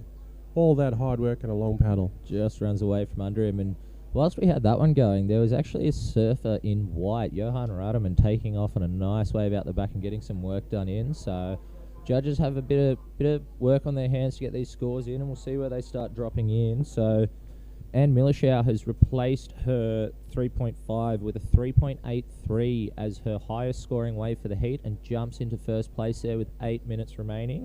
We've still got some scores to drop in for the update of the heat, with 3 surfers having 2 waves ridden. You and Rosie now will be sitting out at the peak there with priority, I believe, just based off the order of waves. But yeah, interesting situation to unfold ahead of us here. So we'll wait and see where these scores drop in as we see a little bit of movement out the back there. I think all surfers definitely improving their current situations, and as we saw on Jack's wave there, there we go, jumping up with a 5.53 for his second wave. You know, very smooth, stylish surfing there from Jack, and getting in a good combination of maneuvers. Just getting that point of difference is being a real factor in these higher scoring rides. Just getting that variation in your turns. The judges are really rewarding that, wouldn't you say, Mark? Yeah, look, absolutely, Liam. I think here we go. So we kind of came back to replay. So this was this is Anne's wave. Yep. So this was her second wave that came in at a 3.83s. 2 decent cutbacks through the back there. You know, one of our lady competitors really pushing hard, setting up the sections, keeping busy, keeping into the power source there. Nice little section through here. So a third cutback, and she actually got a closure off on this maneuver, keeping through the section again. This is definitely an arm burner after the paddle. Oh yeah, that's a long paddle back from there, but she does well here, just convert on the inside. Nice little float on the end section. Didn't overpower it, and Anne was pretty stoked with that one, and rightfully so. You know, her highest scoring ride. It's got her seated in second place behind Jack Barisford there. But still a very competitive heat. Still plenty of time on the clock for these guys to lock in some scoring rides. A little bit of a slower period as we look out the window here in the booth. Might be waiting for these scores to drop in and give a bit of an update. Yeah, so look, it's a good point there, Liam. You know, both Ewan and Johan had strong first waves. So just to put a situation for everyone there, for Ewan to advance, he needs a 1.4. One would assume that's relatively easy if the opportunity presents itself. Johan as well needs a 2.66, currently sitting in fourth. So look, the heat is wide open. Yeah, so here we see... This is surfing yellow, is it? Jack's second wave, I believe this one is. So we just see nice cutback, big rebound off the foam. They're going deep into the pocket just to take up that time in that middle section of the wave where it's slowing down a little bit. As he brings it round again, just that nice swooping cutback, banking it high into the foam. It's a, you know, you time that wave well, and it really just pushes you through the section. He just gets a little slow section there, little head cover up there just to run it through the inside. Oh, he's happy with that one. A little claim, little shampoo claim. We're going to have a little word with Jack about that, I think. I actually think that's his third wave because I don't recall. Someone else in the back here. Let's have a look. Oh, nice big cutback. Oh, was that a reverse there that we saw? That was a little bit of... Jack Barisford getting creative on his cutbacks there. That, you know, it'll be interesting to see how that's rewarded as the point of difference. Oh, nice little tail slide jam there. Brings it through. Big cutback that we've seen so many times already in this heat. Just, the 360 off the lip and rides out of it nice and smooth. So it'll be interesting to see where the judges score that one. And I think by the looks of it, Jack's pretty happy with that one. It might be coming in with 4.5 minutes remaining on the heat. He's comfortable with that lead, I believe. Thinking maybe that might be his best ride of the heat so far, Mark. I think somebody needs to fix his fins. He's spinning out quite a few times there. But no, look, good progressive surfing. Look, from the previous wave, I think that was his third wave, got the little shampoo, done the claim, feeling that energy, took out that energy on the very next wave, and that was on the paddle out. So, yeah, a little progression, a little bit of innovation in the surfing there. Some reverse 360s, cutbacks into 360, and then the last close off. So I think, personally, this should go into his top two. Well, it's interesting to see how, you know, you get comfortable through your heat. You know, Jack's obviously had a couple of waves under his belt so far, and just building on that score and throwing in a little bit of innovation and a little bit of risk factor into his surfing there. Instead of just keeping those cutbacks the same, he's really just throwing in that variation to try and pick up a few extra points and just improve his position in this heat. So... yeah, Liam. Oh, and there we go. There we go. Jack Barisford converting that last wave into a 7.5. So really taking a commanding position in this heat. So bumping the requirements for Anne Millerschau in second place to needing a 9.2 to overtake Jack for first place. So I think understandable that he's jumped in early here, save himself the paddle back for that extra couple of minutes. This is our surfer, Ewan, in blue. Didn't see the beginning part of the wave, but definitely trying to milk it. Look, with 3 minutes left on the clock, only one wave under the belt, getting slightly desperate. Ewan needed a 1.4. Not sure how it started. Can't really comment on that. Let's the judges might queue up a replay. Sorry, the production crew might queue up a replay. Let's see how that wave started. Well, it'll be interesting to see how this final bit of the heat plays out here.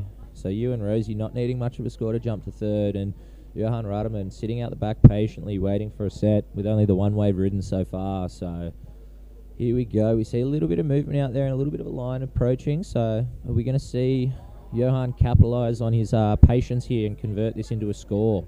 Looks He's like having he's- a look, yeah. and he's gonna take this one. Yeah, interesting That's- thing to note. Johan needs a 3.34 off this wave. There we go, a nice little top turn to start. Looks like this one's going to bowl up nicely for him. Oh, a big top turn there. Wraps it around again and just keeping it in that power source so it doesn't run away from him. Just swooping back around again. I think this is going to be an interesting heat finisher here. Yeah. As Johan brings it through, nice high line through that inside bowl and a big swoop to finish it off. I don't see much more opportunity there. So a nicely surfed wave for Johan, and we saw you and Rosie taking off on an inside, and Millerschau now straight out the back on this second wave of the set. Nice little float on the end section. So I'm sure we'll be able to get a couple of replays up there and walk you guys through what's transpired here at the back end of this heat, as we see 90 seconds remaining on the clock. So the judges got a little bit of time to sort this one out before the heat ends, and hopefully we can keep you in the loop as those scores drop in for us, Mark. Yeah, look, here we go. So we've got a replay of a few waves to go. So this was blue, Ewan Swave. This actually put him through into second place at this point in time. So he got a 207. Currently still waiting for a few scores to come through. Done a little workout at the back. He only needed in the mid ones before this wave took off.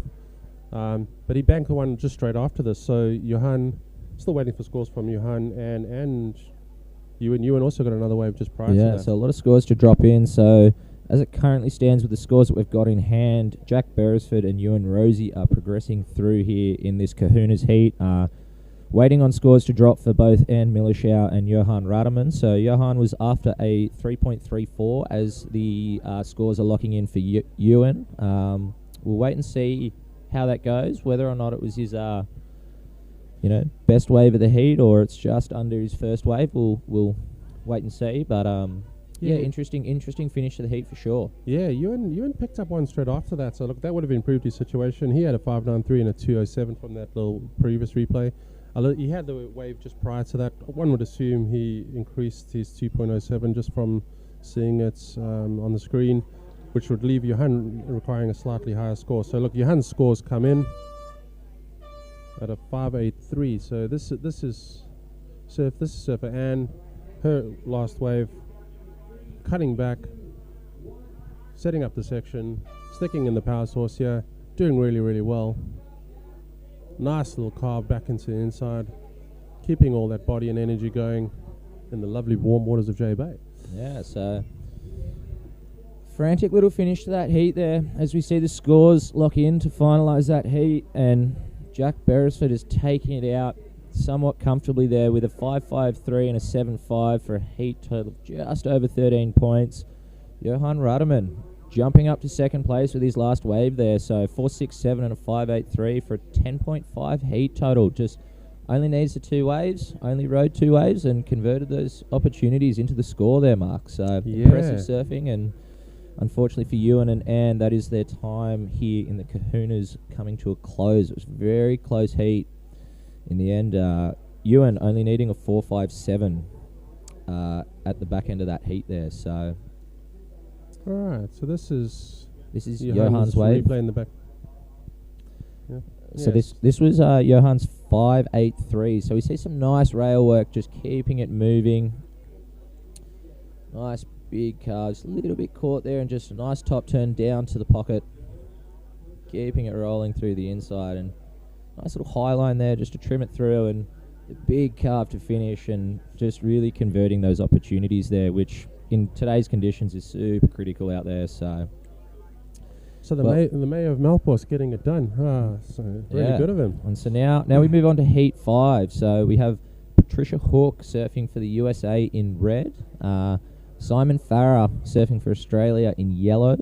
Craig Seal, the resident Nilo local here at J Bay, in blue, and Richard Firth in white, as we see Simon taking off on the first wave of the heat, opening it with a nice cutback just to get back in that section, bringing it round. And we saw yesterday in his heat, so many of these similar swoops, just getting through this rail work early on the outside to, see it stand up on the inside for him to really put in the work and make that point of difference. So good 5 or 6 turns in there, keeping that rail busy in the water, and lines up the inside, nice off the top.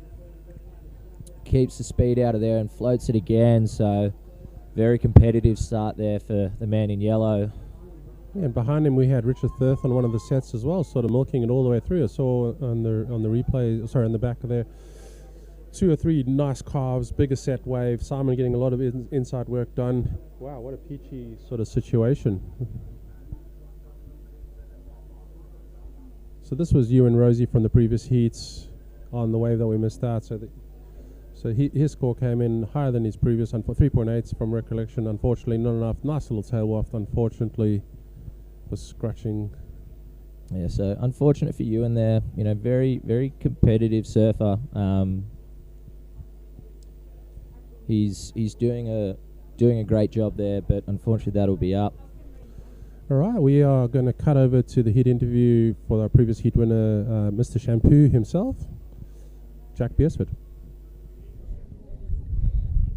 All right, so we're standing here with Jack Barisford, the winner of heat number 4 in the Kahunas division. That's right, yeah. So from the USA, I've known Jack for a very long time, too long for me to admit the actual numbers there. And I was curious to see, because I saw how you were traversing those, traversing a lot of that water in those waves on what looks like a very short board. Can you tell us a bit about the dimensions of this board, maybe? It's a 5'4", 22 1/4, 4 fin, obviously. It's got a little bit of nose channel here, which I'm not sure how that works exactly, but but it goes fast. I'll tell you what, for a little board, it scoots. It's kind of loving these conditions out here. Sorry about that. Oh, it's loving these conditions out here with this kind of just enough push to get it going, and then it's just kind of wrapping around. So I'm not quite sure exactly why, but it's digging these conditions right now. Yeah. So for a 5'4", it's a fair bit shorter than a lot of the boards that we're seeing as we're walking around, and hopefully I'll get a chance to be able to sort of walk around and do a bit more sort of board detail sort of stuff. Is there any adjustment that you would think, if I were to ride this board, for example, what kind of adjustments do you think I would have to do? Well, I think having flippers is an advantage for a thin little board like this, because it helps getting into the waves and such. So, you guys are used to riding a little bit more volume on your boards, obviously without flippers, and so that might be the biggest adjustment, is just getting it going, as far as catching the waves. But no, these boards have evolved a little bit. I was riding kind of more of a traditional Kneeboard for a while, and then hooked up with James Mangano of K58, and he wanted to try some different things. It took about 3 or 4 boards before we finally got it figured out, but I've been loving it ever since. And the nice thing with these, they'll go really well in hollow blacks, like up to double overhead, but it's going real well in the small stuff too. So it's a good combo. You can ride it pretty much all the way up to double overhead, and then I've got a couple 2 or 3 inch bigger boards that I could ride for the bigger stuff. But last week at Supers was a challenge for sure. I don't think these boards were quite designed for those kinds of conditions. So maybe a few more evolutions to get it to that level of super. It'll grow a real nose here. It'll be a 5'8". Just a little bit more right there. Excellent. Well, we've been loving seeing all these different boards all over the place. I'd love to dig into it a little bit more, but I'll let you get dry, and best of luck for the rest of your heats, man. Hey, thanks a bunch. Appreciate it. Hello, everybody back home. Still in it. Still rolling. Thanks. Thanks. Back to you guys. Thank you, Albert. And just whilst we were in that break there, we saw a nice wave roll through for the surfer in blue in this current heat. Just taking off nicely, getting a nice cut back in there. It was a bigger set wave, just bouncing it off the foam, nice and deep there for that slower section. Just really capitalizing where, you know, he's going to get his points from here on this inside section, working it through. We'll just wait and see what this one stands up on the inside here. Bouncing, trying to just squeeze it through. This wave not presenting much opportunity here, but, you know, we'll see what he can get done on the inside. Oh, and a nice big float. You see him duck out of that one, so really just maximising that scoring potential there for Giggs Cier. And we see an 8-5 drop in there for Simon Farah for his first wave, going into the excellent range there. Richard Firth locking in a 6 for his first ride. Giggs Cier with a 4.83 and Patricia Hook with a 3.67 as we're 12.5 minutes remaining in this heat. So, you know, again, very competitive start. But yeah, Simon Farah just definitely taking the most out of that first exchange as we see Richard Firth have a look at that one and kick out of there. It's not for him. So there'll be a change in the situation of priority out there and put the heat control back into the hands of Simon Farah. So it'll be interesting to see what he can convert that opportunity into. Hey, Mark? Yeah, look, I love the judges. So hopefully this is a replay of Simon's wave. Let's see. No, this... All right, this is a... Yeah, so during the interview, we had Surf in red catching a wave, sort of setting up into the intersection here, keeping real busy, waiting for it. A little fatter wave, unfortunately. Not as wally as the rest, but looking for the inside section. Yeah, so Patricia really putting in the work here, getting it through to the inside and just keeping that board moving nicely, rail to rail, just keeping it flowing through there. Not really a huge scoring opportunity on this one just yet, but banks it off the lip, and I think she's pretty happy with that one, Mark. Nice little claim there. It seems to be the theme of the morning in these Kahuna heats. They're getting pretty stoked on some of these scoring rides, and you know, you love to see the passion out there in the water because it means so much to so many people here to be, you know, taking part in the CineFX World Titles here at Lower Point, Jeffreys Bay. So really just enjoying the conditions out there and the opportunity that we've been presented here. Yeah, look, and Patricia's wave came in there at 3.67, so she'll be stoked with that. You know, got the little jitters out the belt. For a few of the competitors, you know, they've only had a few opportunities in the water in the last few days. So, look, yeah, the more waves you're getting, 4 people out of J Bay, amazing times. Yeah, so we can see here low tide this morning. That inside rock shelf present at the bottom half of the screen there, just really, you know, highlighting the variation that we have here across the day. You know, we saw surfers late yesterday afternoon basically riding their waves all the way into the beach, not worried about that rock shelf there because it was well and truly covered by water. So just the variation in the conditions here, just really presenting a challenge for the surfers in these heats day in, day out. Yeah, and while we got a little lull moment here, look, so Richard's, the surfer in white, Richard from the earlier wave, caught a 6.0 and I got a little something on the outside, was 0.3, so he currently sits in second on a 6.3. Simon's first wave 8.5, so really in a commanding position without a second wave yet. Richard would need a 2.51 as it currently stands with 10 minutes to go to move into second. If we focus on surfer in blue, Giggs Cier, with his 4.83, he only needs a 1.48 to advance as it currently stands. So look, the heat's wide open. My opinion, second spot is going to be a little juggling going on here. Liam, what do you think? Absolutely. I mean, look, it's hard to see, you know, the surfer in yellow, Simon Farah, sitting out the back there, holding that priority position with an 8.5 under the belt for his first wave. You know, it's a very comfortable position to be sitting there in the heat, knowing you've got that first wave under your belt. So, yeah, always nice to start a heat and open up like that. So, be interesting to see where this the remainder of this heat takes us. You know, that close fight for that second progression spot. You know, the key here really, I mean, given the conditions and what we're seeing out there, Mark, I'd find it surprising if we saw someone go past an 8.5 or, you know, Simon's position there at the top of this heat. Yeah, look, I'll never say never.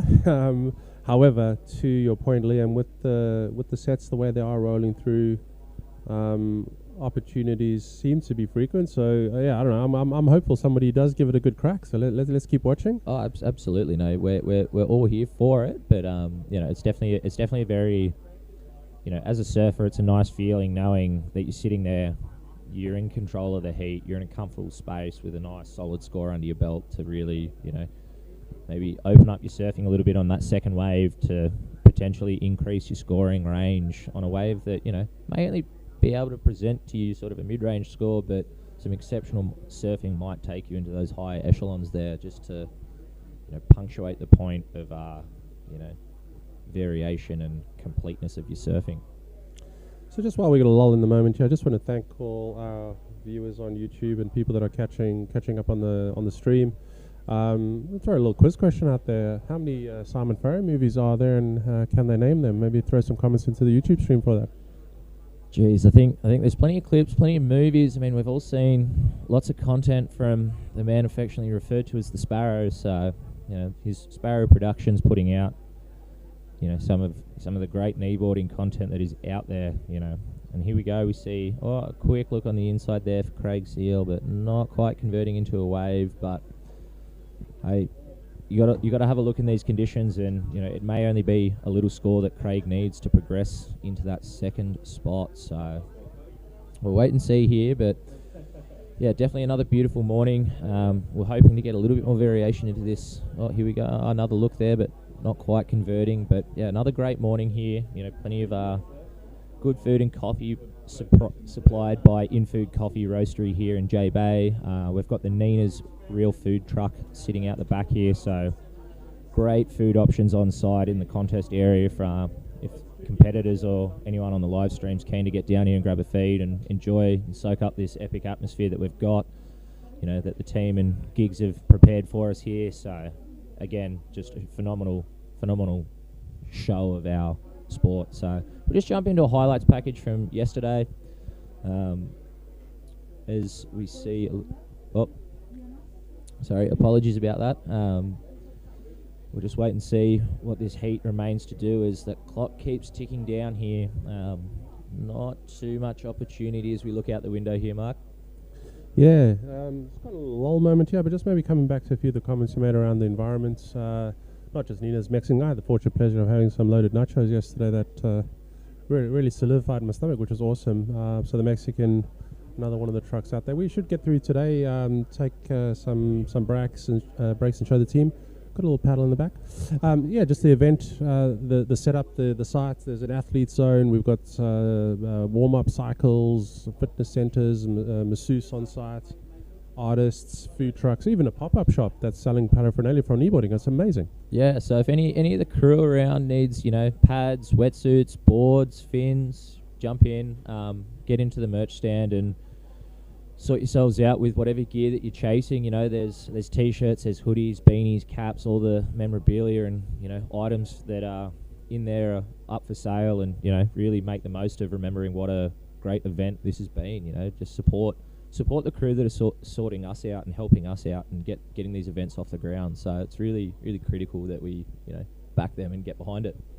Yeah, absolutely. And look, I think a few comments were flying around in the first few days saying, is this the best world kneeboard titles ever? Look, everybody can have their own opinions. I'm firmly of that camp so far. Look, webcasts, facilities, waves, weather. I mean, there's a lot of reasons why we can say that it is. But so being part of that memory, picking up some memorabilia, it's just amazing to do. Yeah. Yeah, I know we've touched on it a few times throughout the broadcast, but yeah, it's honestly, seriously, pretty cool to be able to be sitting at home, having your breakfast, having your coffee, and watching the first few heats of the morning on the live stream and commentary by some of the great team down here. Albert putting in some big stints, Haken providing that different perspective on the surfing world, and Giggs with his phenomenal knowledge and just ability on the broadcast, just really giving across that professional aspect to our sport here, and really solidifying how great this event has been. It's been super special to be a part of it, and just really enjoying our time here in J Bay.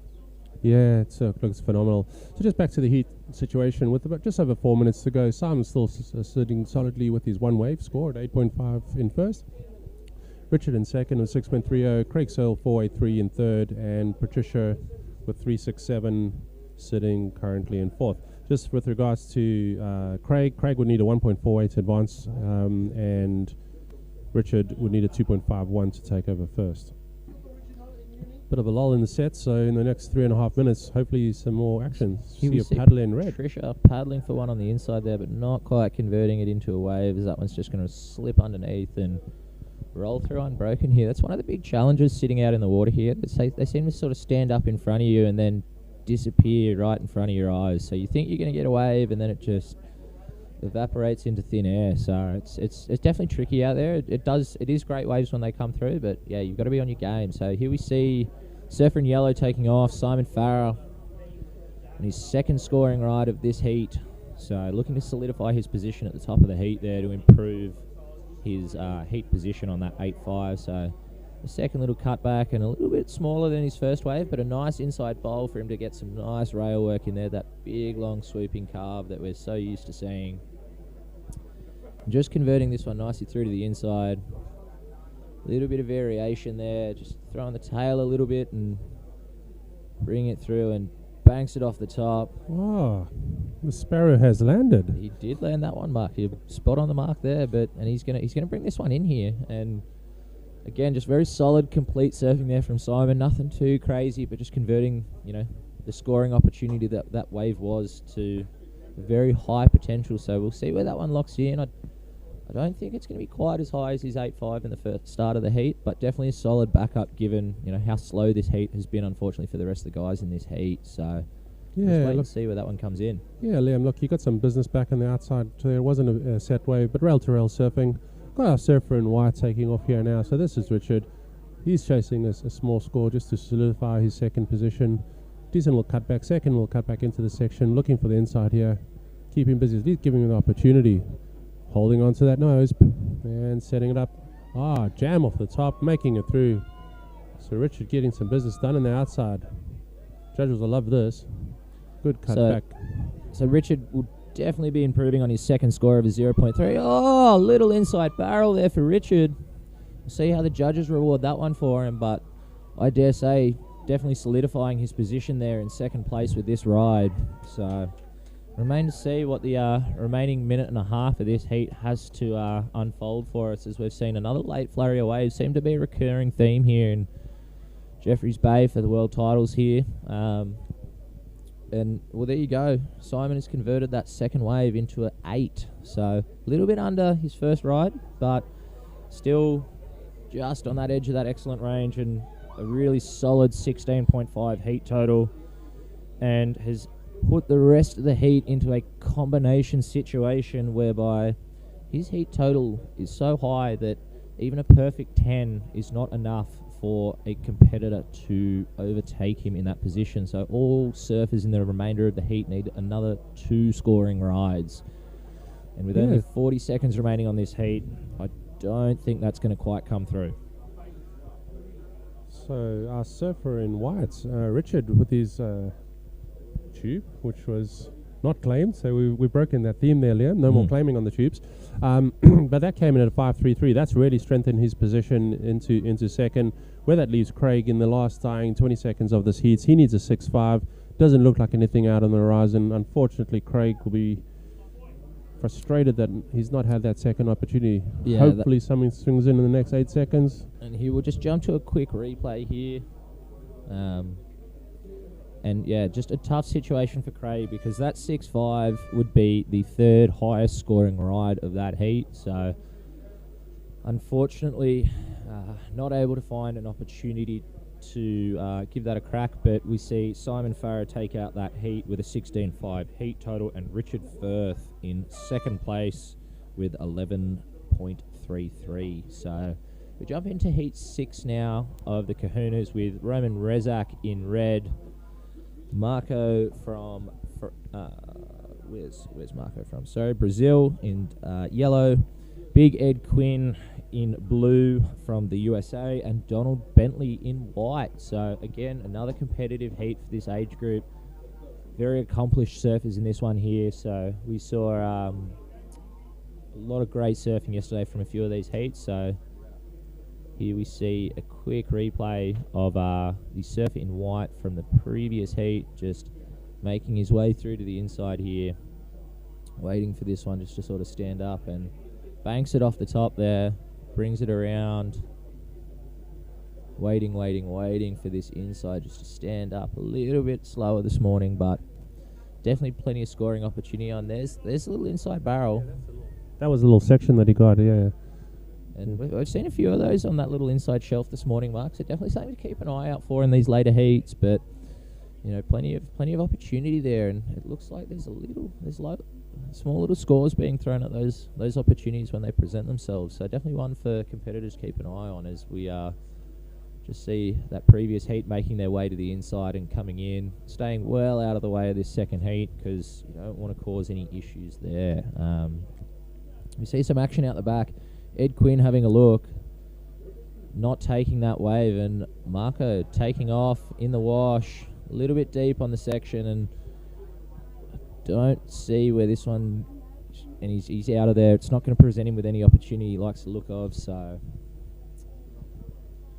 Yeah, so Marco has an interesting name from a South African context and me. So if we blend them two together, it's an O in South Africa is a man or a gentleman or a bloke in some terms, and Mark with my name, so Mark Man. There you go. A little bit of insight there from the former resident of South Africa here, who's now depending on who you asked, has jumped sides to represent Australia here. So 6 years, and they still haven't forgotten the Crawford over here in South Africa. So it just is a testament to the man's infectious personality that we get the pleasure of spending so much time with here. So, well, thank you. You are digressing a little. However, I thought I'd just bring it in, so a little flavour of the context, some of the lingo that is flying around in South Africa. So if you ever hear someone in the lineup, that O's got the wave, that's like that man's got the wave, or that bloke's got the wave. That's sort of a slang lingo within Africa.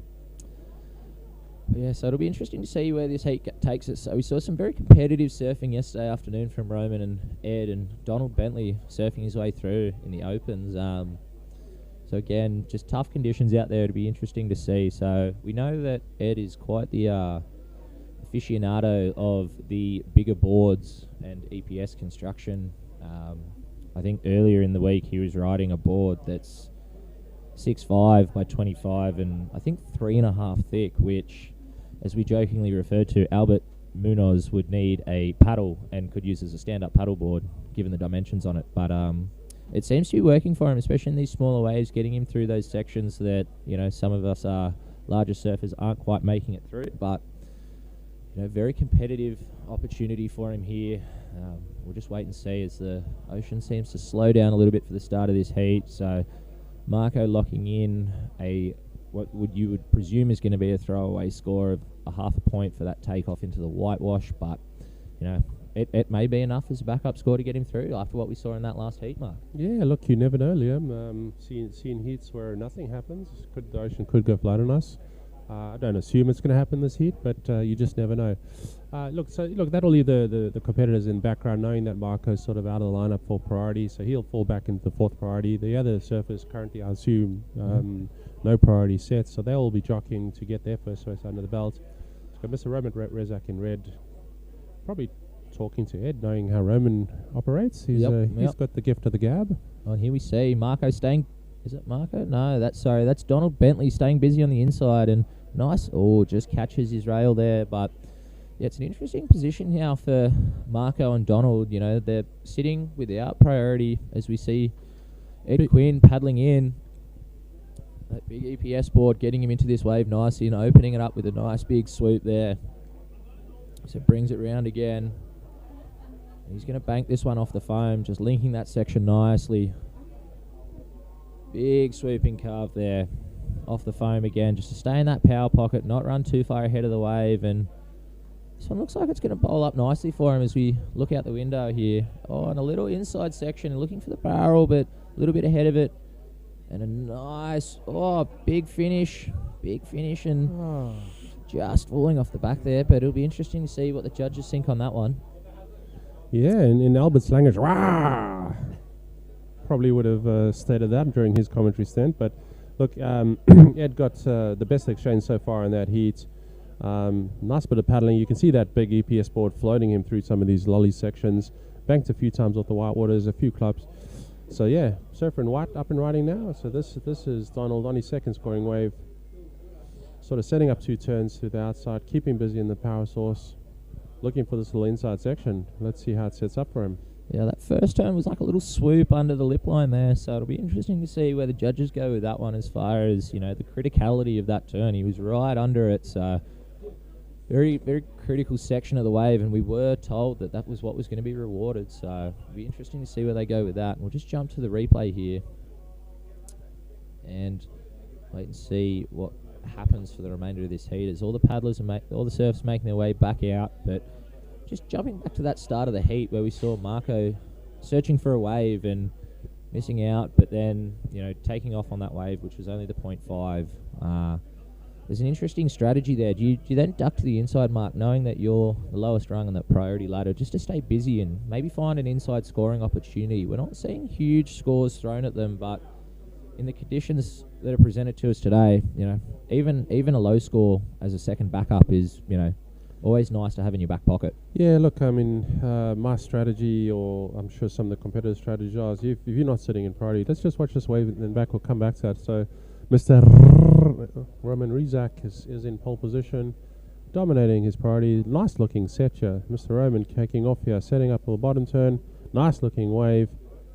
Sweeping cutback. Nice. Roman's got that stylish arc. Does prefer lefts. However, that's why he does those long turns. Yep. We saw that first turn, nice and smooth, just driving it through, and that second section running away from a little bit, but he's going to do the work on the inside here to see what this one is going to stand up and present for him on the inside. Just making his way through. Yeah, keeping real busy here. Unfortunately, just pulling back rightly into the corner here, but that's not such a bad thing. Setting up here, Mr. You see this little inside. Oh, the little 360 in the pocket. That was a rotate. A bit of a rotation there, so not much opportunity on the inside there for Roman, but it'll be interesting to see where he threw in that big last turn out the back there on that first section of the wave. Nice, bowly, powerful part of the wave. So just jump to the replay here of the surfer in blue, Ed Quinn. So his wave here, just a nice opening carve. That big EPS board just moving nicely underneath him, staying busy. Brings it round, nice long arc to bank it off the foam. Just swooping around again. Nice smooth surfing. He's not really throwing too much at this one, just to get it through this inside here, and just cuts back into the pocket. Looking for the little barrel there possibly, but just in front of it, and then the big whack on the end there. Drifts the tail and just comes off the back of it with that offshore wind, just blowing him off the back there, Mark. Yeah, look, Mr. Ed Quinn, for those not familiar with him, Hollywood actor, loves his kneeboarding. It is his first passion.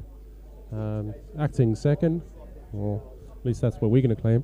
I might have to ask him for that one. Yeah, you can get an autographed kneeboard. It might be worth something.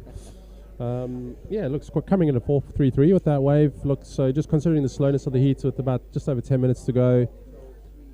Yeah, 2 waves under the belt. Roman's wave came in at a 3.57. This, you know, doing those long sweepy cutbacks. Unfortunately, the wave on the inside didn't give him anything, and judges deemed that 360 incomplete. Yeah, unfortunately, there we're just seeing, you know, that little final end piece not quite connecting. So this is Ed's. Yeah, this is Roman's one, yeah. Oh, sorry. Roman's first wave, that big cutback to start. Not presenting much on that second section there for him, so he just brings it through. Yeah, cut through back onto the inside. As you see, it's keeping really busy. Unfortunately, the set wave went a little flat considering what we've seen through morning. Yeah, that one seemed to just push a little bit wide of the bank there. You can see it sort of tailing off in the whitewash there, not presenting too much opportunity here for Roman, but... And if you saw that bouncing there, that's called single pat the dog, not double pat the dog. So one hand off to the side, just... And he has that... there, just falling off the back of it, unfortunately, so... Right. Here we see... Surfer in white. Yeah. Donald Bentley taking off on a nice bomb set here. Getting in some nice cutbacks early on, keeping it in that pocket. There's 3 or 4 little cutbacks in there and just slips off the back of it, unfortunately. Yeah, so unfortunately, that wave had a lot of scoring opportunity. If he's sort of stuck with it, that would have allowed him an opportunity to come through to that inside. This one definitely looks like it's lining up. Donald only needed a 0.91 to move into second in the current stage with about 9 minutes to go. Yeah, so some scores still to come, but we'll see how this heat progresses as we see some more waves rolling through. Might be some more scoring opportunities for these surfers in this heat. So we'll wait and see what presents itself. Indeed. So back to Ed's signed kneeboard. What do you think? We're going to get it? Oh, look, if you ask him nicely, those built boards looking good under him. So here we see Ed having a look at this inside. On his way back out. Yes, looking Roman. like a great wave. Oh, sorry, Roman. Sorry. Yeah, cutting back all the way to PE. Beautiful little section through there. Off the white water, staying with it. Hopefully this one walls up more than his previous. This was out back on the pedal out. A nice section through here. Setting up. Boom. Roman hitting the lip there. Keeping busy. So look, Roman was currently sitting in third. He needed a 0.77 to advance into second.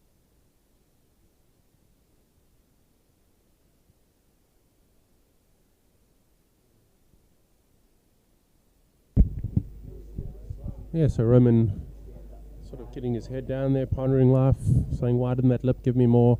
He needed a 0.77 and got a 3.83, which currently moves him into first place with just under 8 minutes to go. Donald's currently sitting in second place with 6.40. Ed with his one wave at 4.33 needs a 2.07 to move into second to advance, and Marco just with the original wave that he got caught behind the white water section at 0.5. A little dull moment in the waves there. People positioning. Marco's sitting pretty there for a little while. One assumes he has priority. He'll be waiting for a set to come through and say, hey boys, I've got this. You can't drop in on me.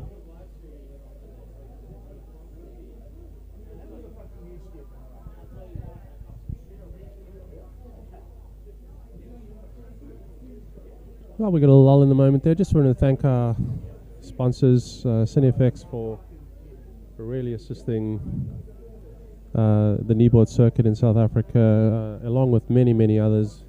Vuskus, the Mexican, Westside, Built. I'm sure I'm forgetting a few sponsors. But look, without all the hard work and dedication, the supporters of our sports, we really have such successful events. So look, it's a big shout out to everyone. Through the course of today, we also look at getting some roaming cameras in the events, showing not just some boards. So those that are tuned in, stay glued. I know a lot of people have been giving us some real positive comments that they unfortunately couldn't make it through to Jeffreys Bay. This webcast is actually going down really nicely, making them feel really welcomed, feeling the atmosphere, feeling the vibe. So yeah, we'll be doing more of that. Through the day, we'll be showcasing the event environment, all the setups, all the food trucks, the pop-up stores, etc. So stay tuned. Yeah, so we'll get Albert out there with his roaming microphone and see who we can pin down for some interrogation and questioning. So I think he's got a few people lined up, a few interesting characters of our sport, and some of the great supporters of our sport. So I think on the list is Paddy LaRoque of Paddy Pads fame, Jed McNeilage of Jedi Kneeboards. So some great content, no doubt, coming your way there. I dare say he'll even possibly try and pin down Steve-O for a bit of a conversation around his artwork and where he's taking that and what he's done for this event with his specialized custom shirts that he's done specially for us. So that'll be cool to see, and just see that different perspective of the sport and the environment that's going on down here. Yeah, no, look, definitely, Liam. It's such a great thing to see, all the characters in the sports. We all offer such diversity, unique characters. Kneeboarding is a unique sport, and fantastic to sort of feel those energies from the various different perspectives. Oh, absolutely. I mean, it's definitely one of the things that keeps bringing us all together to come to these events and put on as best a show that we can, just to get us all together. As we see Ed Quinn taking off on the outside here. Nice big cut back to start, but a little bit slower on this wave. So we'll see what he can manufacture on this inside here, as he's needing a little score there just to improve his position. So we've got Roman Rezak sitting in first, Donald Bentley in second, Ed Quinn in third, and then Marco in fourth. So yeah, look, I think Ed's opportunity, he needed a 2.07 to advance. So 2 swoops. Not a betting man. I'm not sure that it's there. However, with just over 4 minutes left to go, he's looking for that second score and only needs a 2.07. That wave unlikely. Liam, in your opinion? Look, I'd have to agree with you, Matt, there, Mark. Not quite going to convert that neat requirement on that one. Just didn't quite present the opportunity, but it'll be interesting to see where that leaves him. With this clock ticking down, 3.5 minutes remaining, fairly quiet seas out there by the looks of it, but no huge requirements required across the board to improve positions. So, Roman's in the lead with a 3.5 and a 3.8. So, and then we've got Donald chasing him with a 2.67 and a 3.73. So, very tight at the top of the heat there. Ed's actually sitting on the highest wave of the heat. He's just looking for that backup. So he's sitting on a 4.33 and a 2.00. So, again, not a huge requirement there, but that can be the nature of the beast here today at the CineFX World Titles at J Bay. So, just interesting to see. Yeah, look, big EQ, unfortunately not getting the score there, missing out by 0.07, so 2.0. Didn't offer him any opportunity. Got a few lines coming through here, so hopefully that's the surface can all jockey and sort of close off the heat in the next 2 minutes 50 left to go here. Now, these late flurries seem to be a theme here, with the lulls in between sort of falling in the middle of the set and late flurry at the end just to finish it off and, keep everyone on their toes. It's just goes to show that you can never be too, comfortable in your position. So we see a wide one coming through here. Donald Bentley making a big push to take off on the inside. Donald's brought it through. So Ed's done the right thing and stayed out of the way of that one. So we see Donald trying to convert this section into a scoring ride here, improve his position in that second place, potentially moving up again. And we'll stick with Donald for now as we see Ed paddling out the back, but Donald putting in some swoops through to the inside. Again, this is going to keep this end of the heat interesting, Mark. It'll be curious to see where these heat totals drop. Yeah, so look, just watching both surfers right in there, and the play looked for Donald to improve his situation. He needed to drop at 2.67. If he does do that, Ed's requirement needed to go up to over the 2.07. From what I saw on the replay there, it looks like he got the business done. Donald might not have improved, probably in that 3 range, in my opinion. Definitely got stuck behind on that first section. We got marker up in yellow in the back, so flurry of action at the end of the heat here. Yeah. Ed definitely looking like he got a bit of EQ going there. Yeah, it looked like a little claim there, so I think he might be pretty stoked on that one, but again, we'll just wait and see, because Donald Bentley was looking at a 3.68 to improve his position. He was sitting on a 2.67 and a 3.73. So, curious to see where those scores drop in, and then Ed needing a 2.07 to improve his position. So I dare say he's probably converted that too, but we'll wait and see how high it actually goes, as we leave that one up to the judges. We're here just to talk the talk. The judges here walk the walk. So yeah, we're not going to put you under pressure and get you to score it. No, I don't think that'd be a good idea, Mark. I'm not the most accomplished scoring individual here, so we'll just wait and see where these scores come in. So yeah, Ed Quinn has dropped a 4.83 on this heat to jump up into first place. So doing so in the last 2 minutes of the heat, and the previous wave nearly dropping in there if he didn't see Donald's, and might have got interference, but played patient, sat back, and fortunately for him, a wave came behind that and be able to get the best wave of the heat at a 4.83. So we were talking about that gamesmanship aspect a little bit earlier there, Mark. Do you reckon Donald took that wave just to keep Ed off it? Knowing he had the higher priority, he may have seen that Ed was outside him and just thought, nah, I'm going to take this and just get around this section as that heat comes to a close. And we see Ed Quinn and Roman Rezak progressing on in that second last heat of the Kahunas. So, well, thanks, team, for allowing us the opportunity to present. We're going to pass over through to Mark McLeod and Albert Manoz for some more commentary. Be aware for the little short stint from Albert over here. Thank you, guys, and enjoy the remainder of the day's surfing and the expert commentary provided by the crew here. Love it when he ends with a short joke.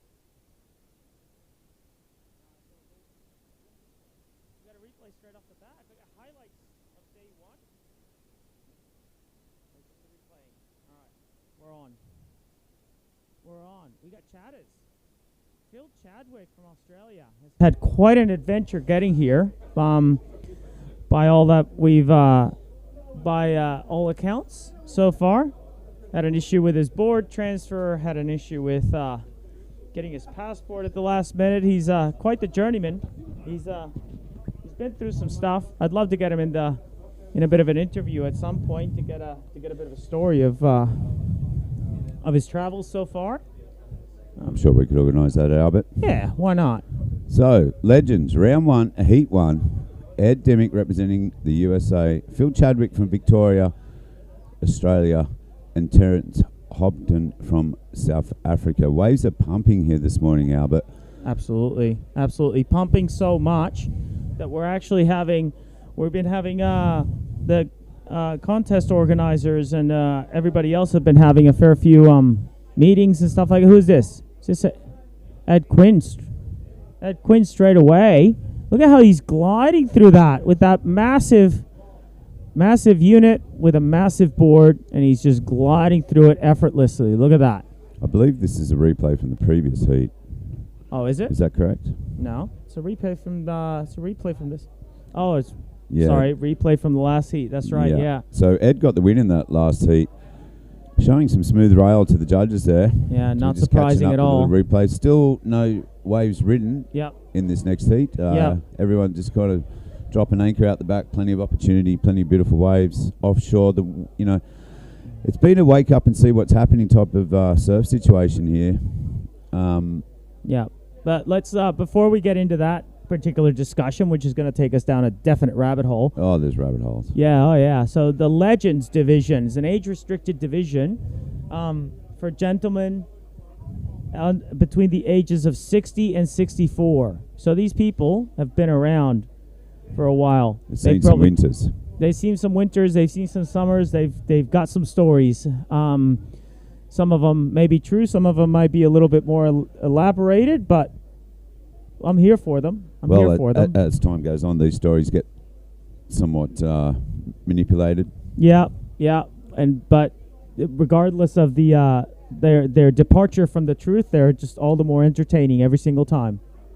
As we see Surfer in red making his way over the rocks there. So you can see the tide this morning. It's almost at the bottom of the tide. We've got a 10:39 low of 0.06. That is a huge tide, Albert. Previously, we've been seeing about a 0.1, 0.2. Today, it's a 0.06. And that's not happening for another hour and 10 minutes. So we're going to see... Basically, you'll be finishing on the sand out there. The sand's filled in this section of the point. You can see where that Surfer in red is coming in. Yesterday afternoon, that would have been 6 foot of water. Yeah. So, interesting, massive tide coefficient today. It's going to be interesting this afternoon when it turns. Just There'll be a lot of water coming in.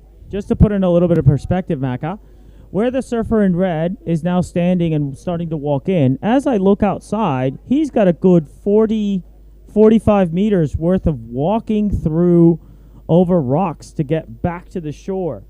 When we first showed up this morning, when I was first commentating the first heat of the day, we had the water was lapping on the sand. It was actually covering all of that water. We got Ed Dimmick up now, taking off a little bit deep on a wave, but I think that was the smart thing to do, given that we're starting to see the first hints of that offshore coming in. And Ed Dimmick is actually he's impressed me quite a bit with how he's flowing around with the on those EPS boards. Did a few turns in there. It's certainly a nice way to start the heat. Waited 4 minutes for that wave. 15 minutes remaining. These guys, I don't know, maybe they've just seen something that instead of just getting busy, they've dropped anchor right out the back there. You can see Phil Chadwick in yellow. Yep. Terence Hopton in white sitting out there. There are some pretty special waves this morning, so didn't expect it to be this good this morning. The wind was forecast to be a little funky and there or thereabouts, but it seems to be every morning you just got to wake up, stick your head out the window, see what's in front of you, because forecast out, it doesn't mean that they're going to run true.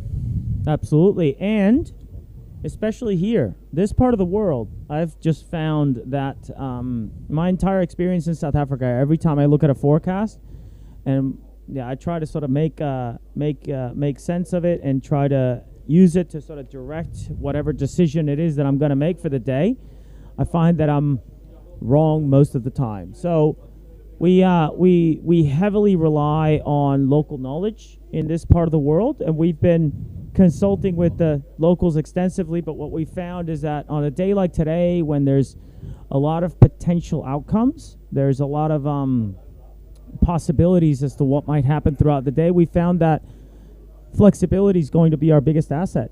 You know what happens, Albert? It makes it hard to make a plan.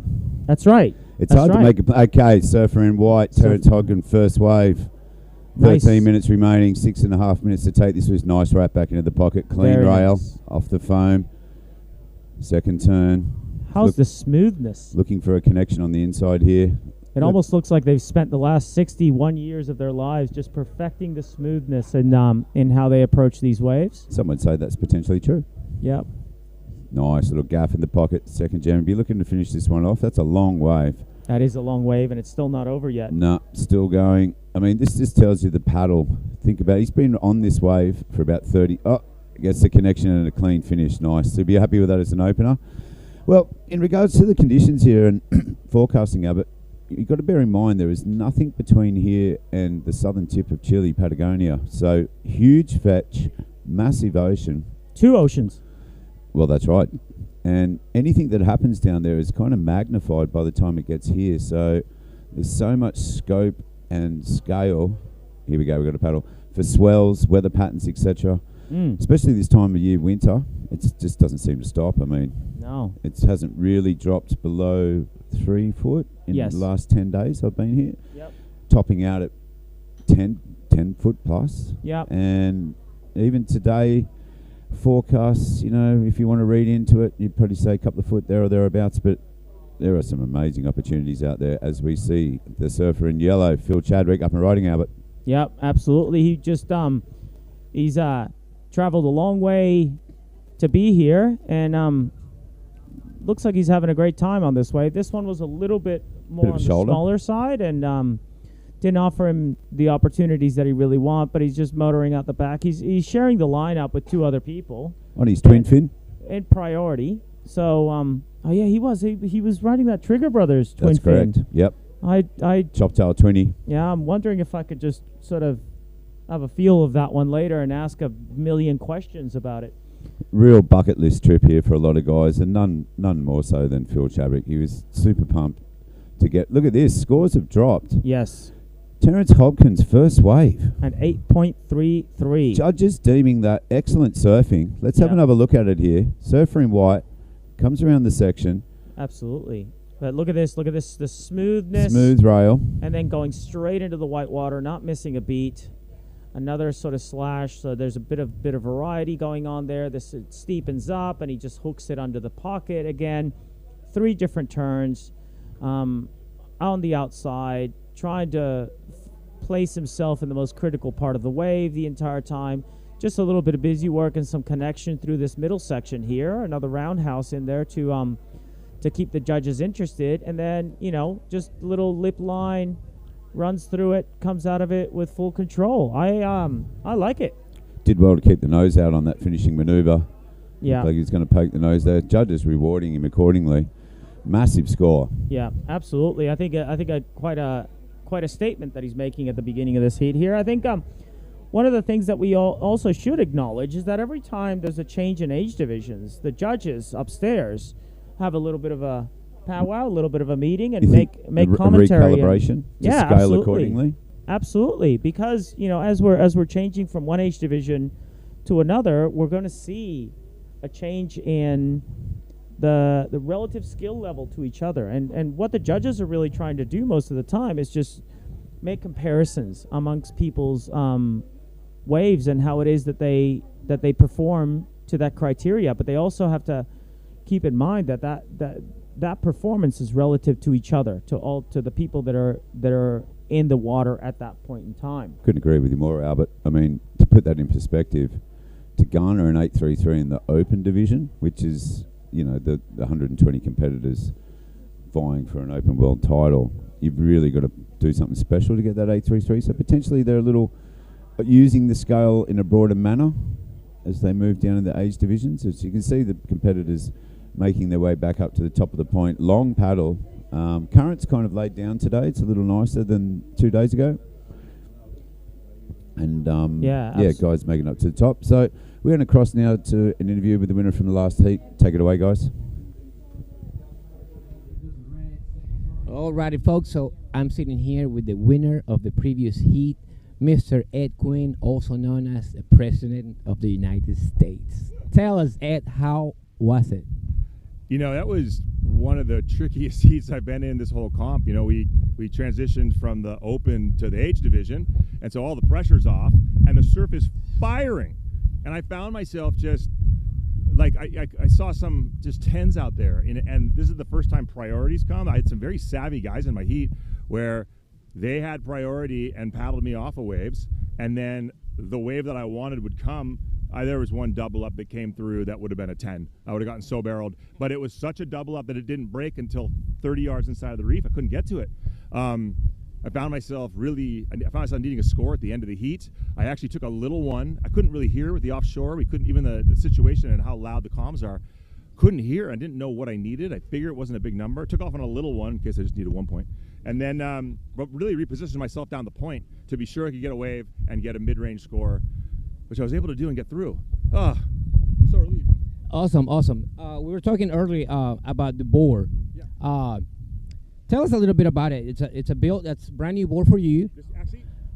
Actually, ironically, this is not. This is my standby. This is the one I won't let go of.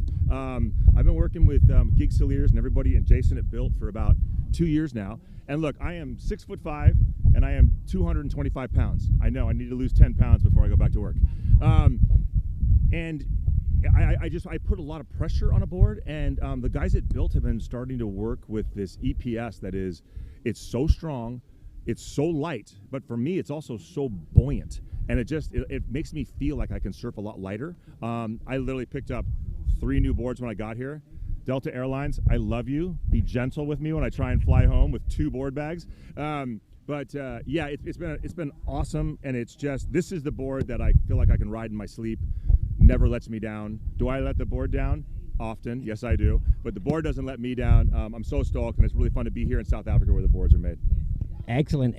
For those of you that don't know, not only Ed is a pro surfer, he's also a working actor. And while he's here in South Africa, he's been having to juggle some work. Tell us a little bit about that, because it's been quite a week for you, huh? It's been 3 weeks, and it's been the greatest trip of my life. And it was such a joy. You know, my show plays, it's Tyler Perry's The Oval. You know, Tyler Perry Studios, BET is the network.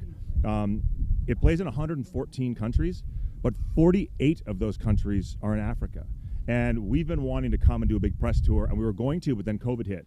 And then the show was a hit. So all of a sudden, we didn't really need to go and promote it. And so this was less promotion for the show and more of a thank you tour. So I could go, like, you know, yes, I did the Espresso Morning Show and sat down with 5 FM, and there's gonna be a great show, the Beats and Rhymes show. That's, I think, a collaboration between BET Africa and MTV. And you know, just a bunch of great stuff. And it was more to say thank you for all the support from the continent of Africa, because if it wasn't for all that support, we'd be canceled. I've been on a lot of canceled TV shows. Check my resume. So, you know, we're not canceled. I'm going right back into work. The show is really healthy. The networks, the ratings are through the roof, not only in America, but around the world. So this has been just a dream trip. Awesome. There you have it, guys. The winner, Ed Quinn, Mr. President. Back to you guys.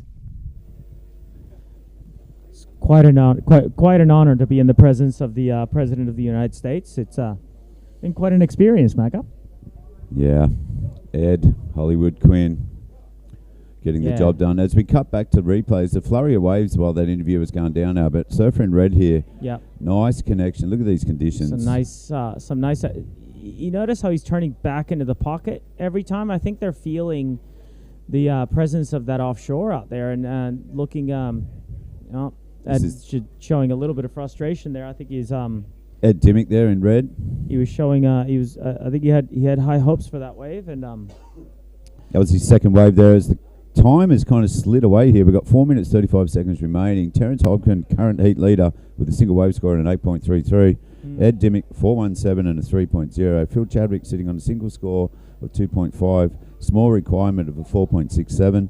Ed Dimmick requiring a 4.17 to move into that first place advancing position. But Terence Hopton really holding down this heat with that first wave of an 8.33. Put something alongside that, and he's looking very solid for the advancement here. He's only had one wave. Single score of 8.33, Albert. Wow. Yeah, really great start to the heat. We'd be hoping to put something next to that and consolidate his lead. He's dropped anchor quite a long way out the back here. There's a little bit of chatter kind of coming around the back of the point. This wind, it's going to be one of those days, I think. See, a little bit of texture out the back there now.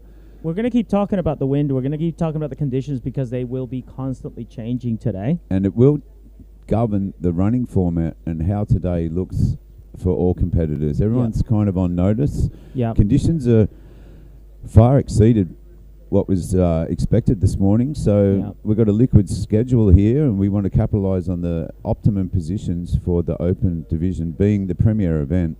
Yes. So we want to put the best surfers in the world in so the best conditions we can cherry pick out of this week-long period. So Giggs and the crew here got eyes on it. Very experienced. Here we go, surfer in white, up and riding. Yeah.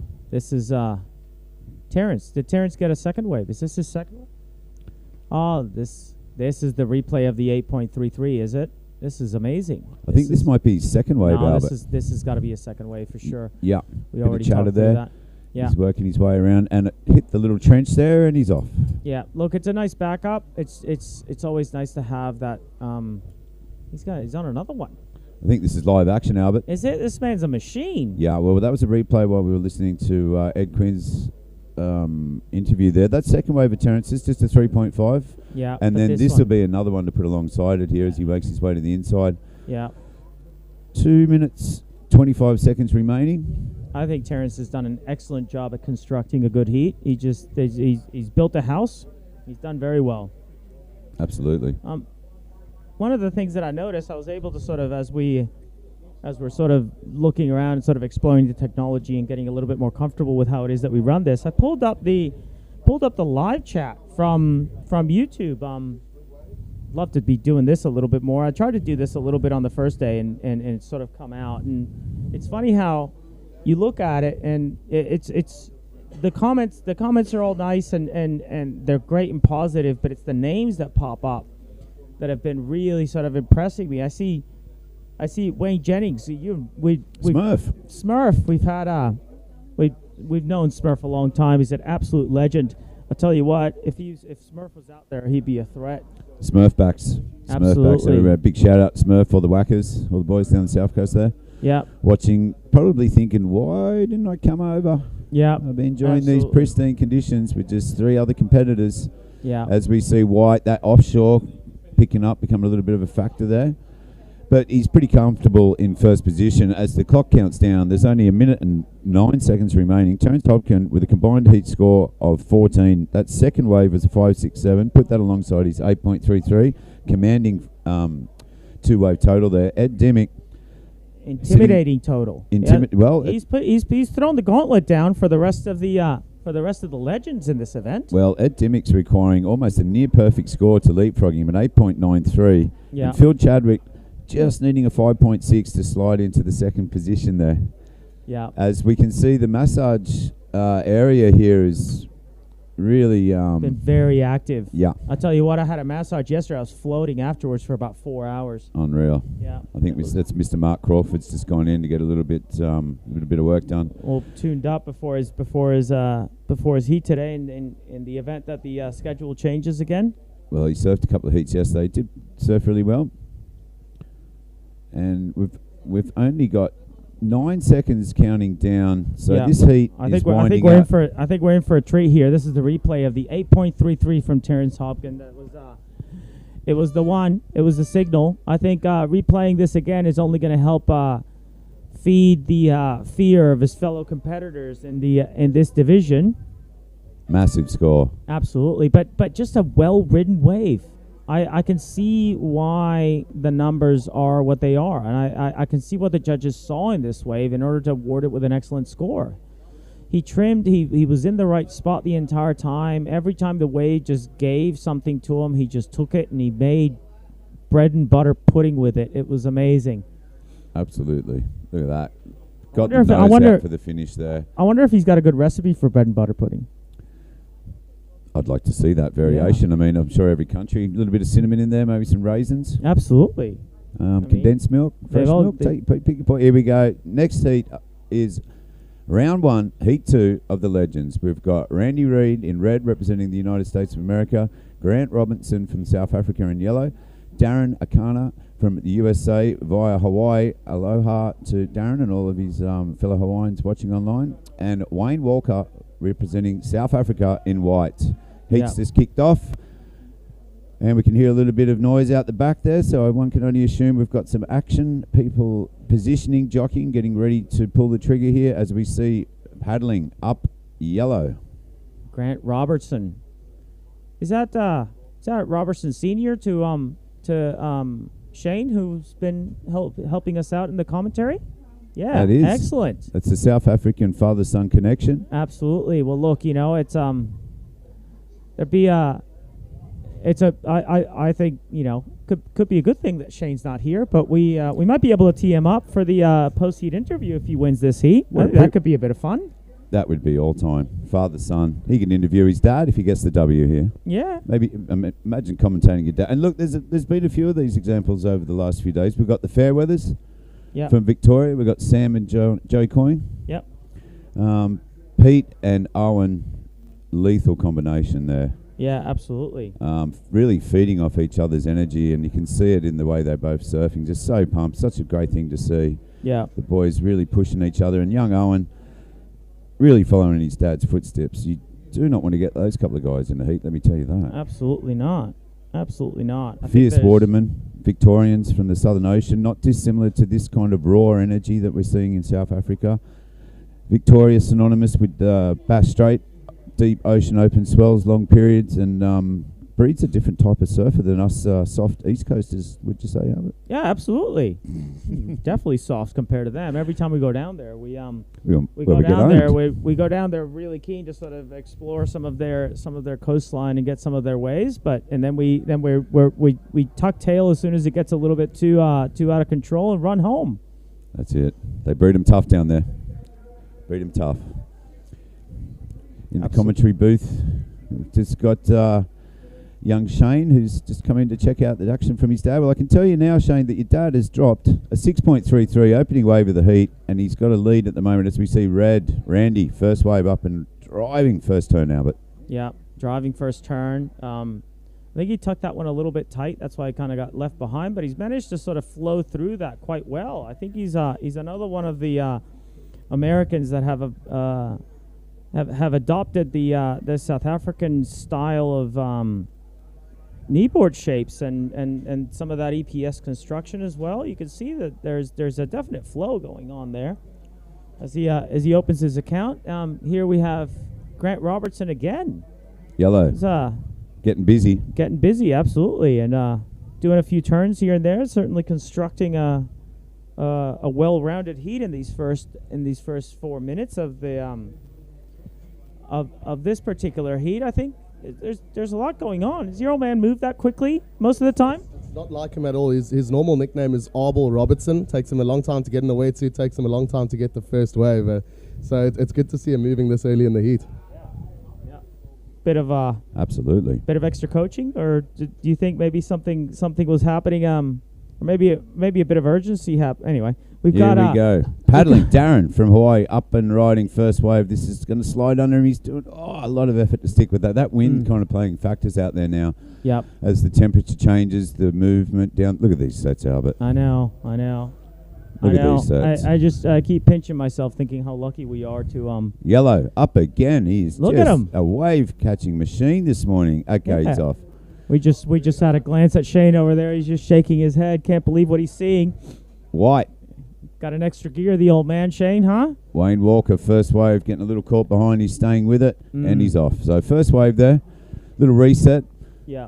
I think for a lot of these legends, the next sort of few heats, I think I have a bit of a feeling that what we're going to see is a few times people the offshore sort of pushing people off the wave if they're taking off, if they're trying to take off a little bit or do turns a little bit too far on the face, and at the same time we're probably going to see that wind play a role in those of them that are sort of taking off a little bit too deep and trying to get around a section, a little bit of extra turbulence that gets caused by the wind that makes it a little bit harder to stay stable. Absolutely. You got to be very aware of what you're putting yourself on these waves. There's little pockets that you can commit and go high and give it some weight, but you've also got to be very aware not to go up and, like we just saw then, not get blown off the wave, but you got to stick with the power source of the wave. Otherwise, it's very easy to lose your tempo and drift off the back here. As we see everybody flippering back out to the lineup, they'll be doing so with priority being established to whoever's in the deemed takeoff position. We can't see the priority board, but I would hazard a guess that they are close to the correct takeoff spot. The two competitors on the right of screen, as you can see them scratching to get over this little first, and he's spun. He's on. White, second wave up. White. On his second wave, his first wave was a bit not terribly consequential, but this next one's certainly got some potential in there. Look at that slash. Nice. Absolutely. Wayne Walker, South Africa. Absolutely. No, he's found himself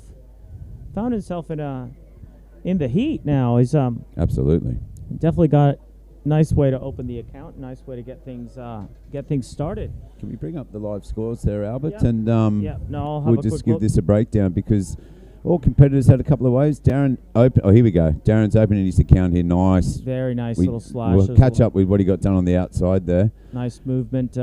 Nice flow. Opposite kick out. Maybe just a little get one under the belt, being mindful of the length of paddle out. I mean, it can take 5, 6, 7 minutes to paddle out if you do surf one down to the bottom left of screen and opt for the closeout option. Yep. Probably thinking, well, I got 12 minutes left. That's going to be a little score. Get out there and put another score alongside it. Got a bit of an update. I think while our graphics are sort of catching up, we got a bit of an update on this heat. And Terence Hopton has got himself an 8 point. Oh, sorry, that's the wrong heat. Last heat, Albert. Oops, sorry. Sorry, we just got a little update there. here. We've got Grant Robinson in yellow. He's got himself a 6.33 and a 2.33, and we're going to get a treat. We're going to get to see the replay of the first wave of Grant Robertson. Okay, this was a 6.33. Yes. So you can see the wind there. Connects, nice little jag. He's had 3 waves thus far in this heat, opting to get busy. Very good, and he kicked out early. So, I mean, 6.33, he potentially carried that one on down the end. Maybe could have had a little couple of decimal points to that, but still a great opening score. Absolutely. And Randy Reed got a 7.33 on his first wave. He still only has 1 wave to his score line, but a pretty significant one. It's the best wave of the heat so far. Massive number there. He'd be really happy with that. Now we can just kind of get out there, sit out with 11 minutes 36 seconds remaining, and just wait for one that's is going to give him another high score to put along that, maybe into an advancing position. And Darren's got a 5.5 as well. We're also going to have a quick look at Randy Reed's 7.33. Okay, here we go. This is the highest scoring wave of the heat thus far. Nice gaff stuff. there. I think. Look, he managed to work his way through that first section and really just paid off. Absolutely. Got busy, linked it to the inside. Plenty of slashing maneuvers. I think that first turn he allowed him to sort of identify where he could and could not go on the wave and still maintain his speed, power, and flow. Put him in a good tempo, really. I mean, he didn't even finish it and still going at a 7.33. Well, he did finish it, but I mean, a lot of competitors been opting to get in there and tag that end section just to milk every scoring potential out of it, but not required there. It's still got a 7.33. So we can see competitors sat out the back, taking in a bit of oxygen. Phil Chadwick walking through the competitors area, surfed in the last heat. He's got the Trigger Brothers twin fin there. Big smile ear to ear. I mean, massive effort for everyone that's travelled from around the globe here. 11 countries represented, Albert. As far as field as Venezuela, New Zealand, Canada, Ireland. All sorts. International field. England represented, France. America with a very robust team in Australia, and of course our brothers from across the district, Kiwis, are always there with a strong showing as well. So great field. We've got a couple of Hawaiians, Greg Holtzman and Darren. As you can see, the setup here today, beautiful day, plenty of options for everyone to get in and out of the sun. Food trucks at the rear of the setup, PA system, unbelievable. We've got massages on site if you need. If you're a little stiff from all this paddling up and down the point, get on down to the competitors area and book yourself in. We've got Steve-O Vandervoort, local South African artist, has a bunch of amazing designs, T-shirts. Grab yourself a souvenir. As we see Red going left at Jeffreys Bay, Albert. I think there was the basic idea there was for him trying to reposition himself into the crux of the wave. But that was Randy, and that he could have nearly been a strategic manoeuvre there, like you said, Albert. Just a little chip shot to the left to get in, because he is sitting on the highest single wave of the heat, a 7.33. So with 8 minutes 57 seconds remaining, plenty of time left in this one as the waves continue to pump through.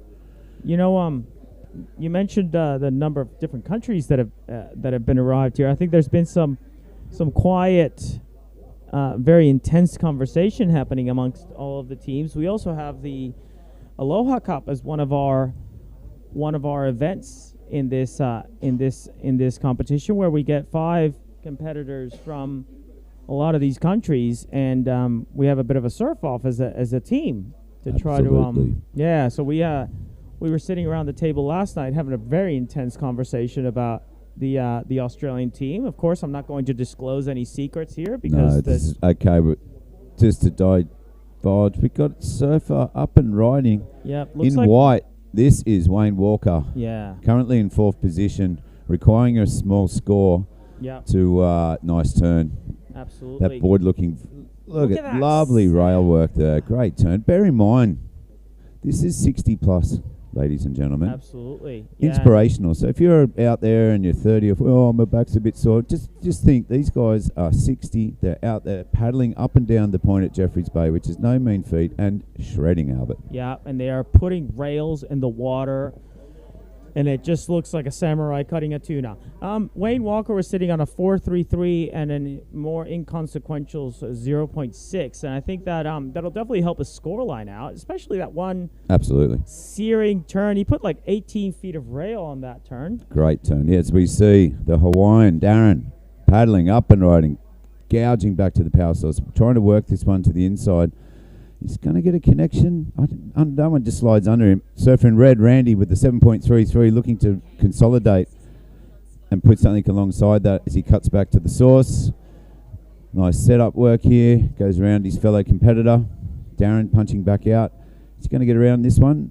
No, he gets caught up in the whitewash. So he probably would have been looking to put a little bit more manoeuvre work on that. The 7.33, a very good single score.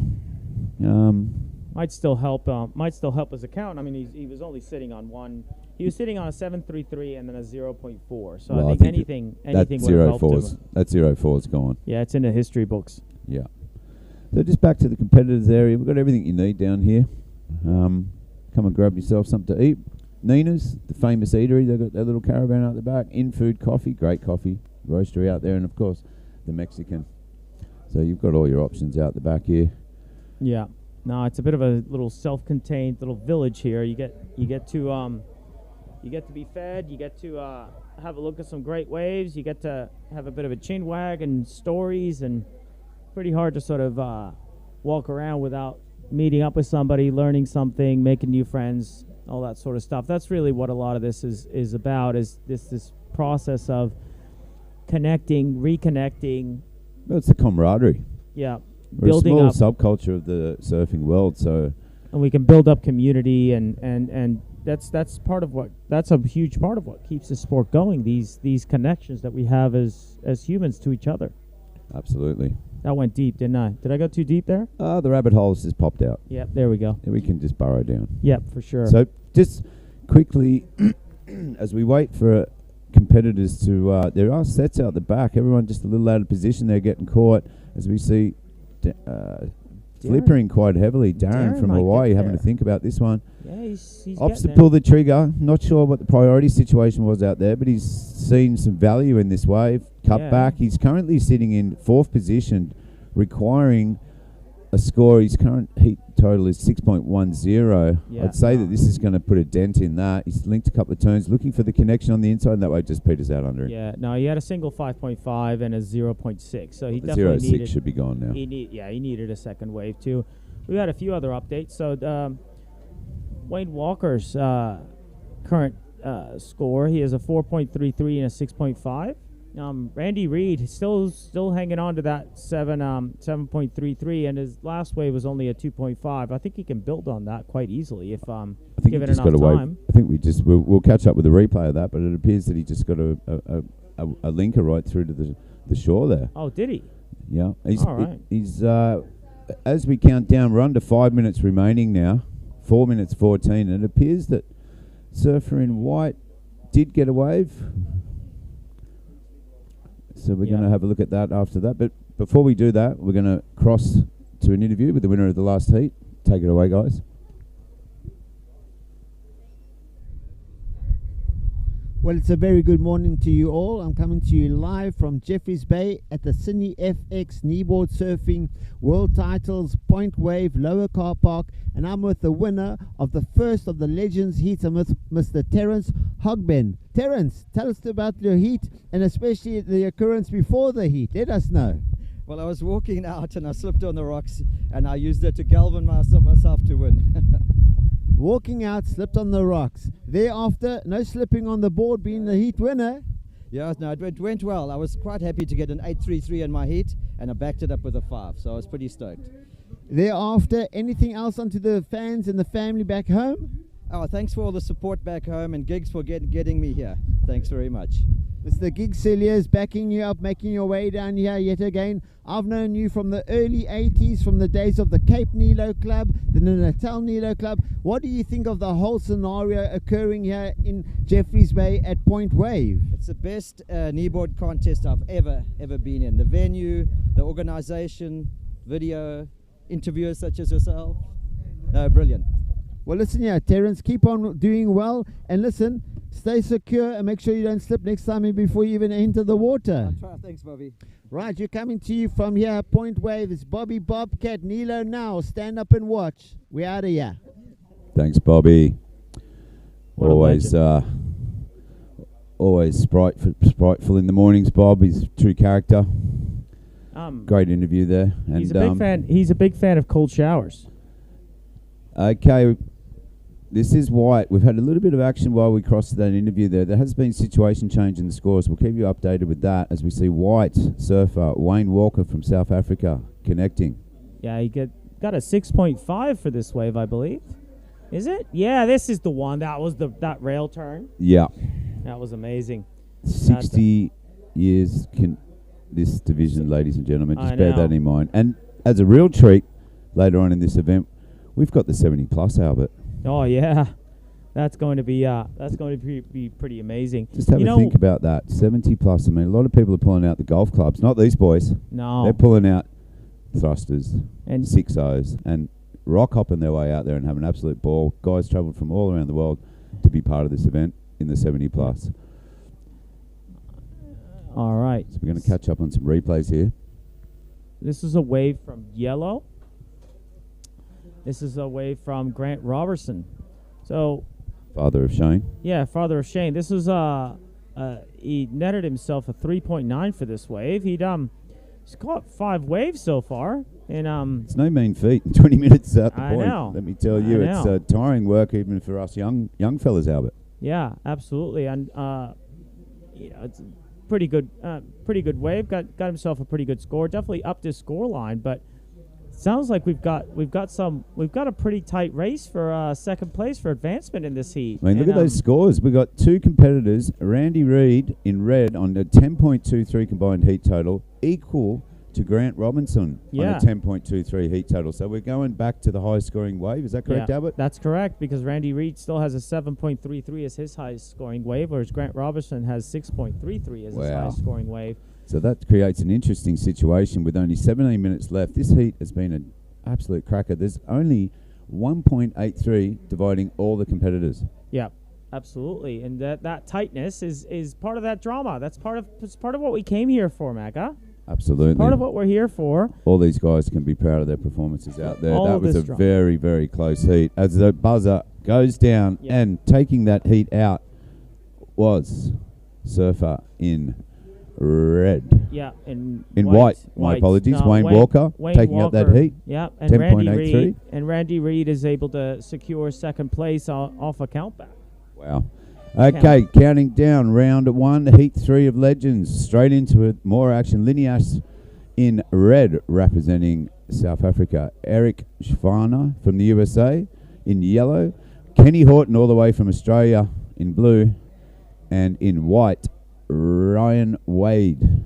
Yeah, you know, one of the things I want to go back to one of the things that that Terence Hopton said in his post-heat interview when Bobby asked him, you know, what do you think of this, and he said this is the best kneeboarding event that I've ever seen. I think there's something to be said there because these guys have seen a lot of events.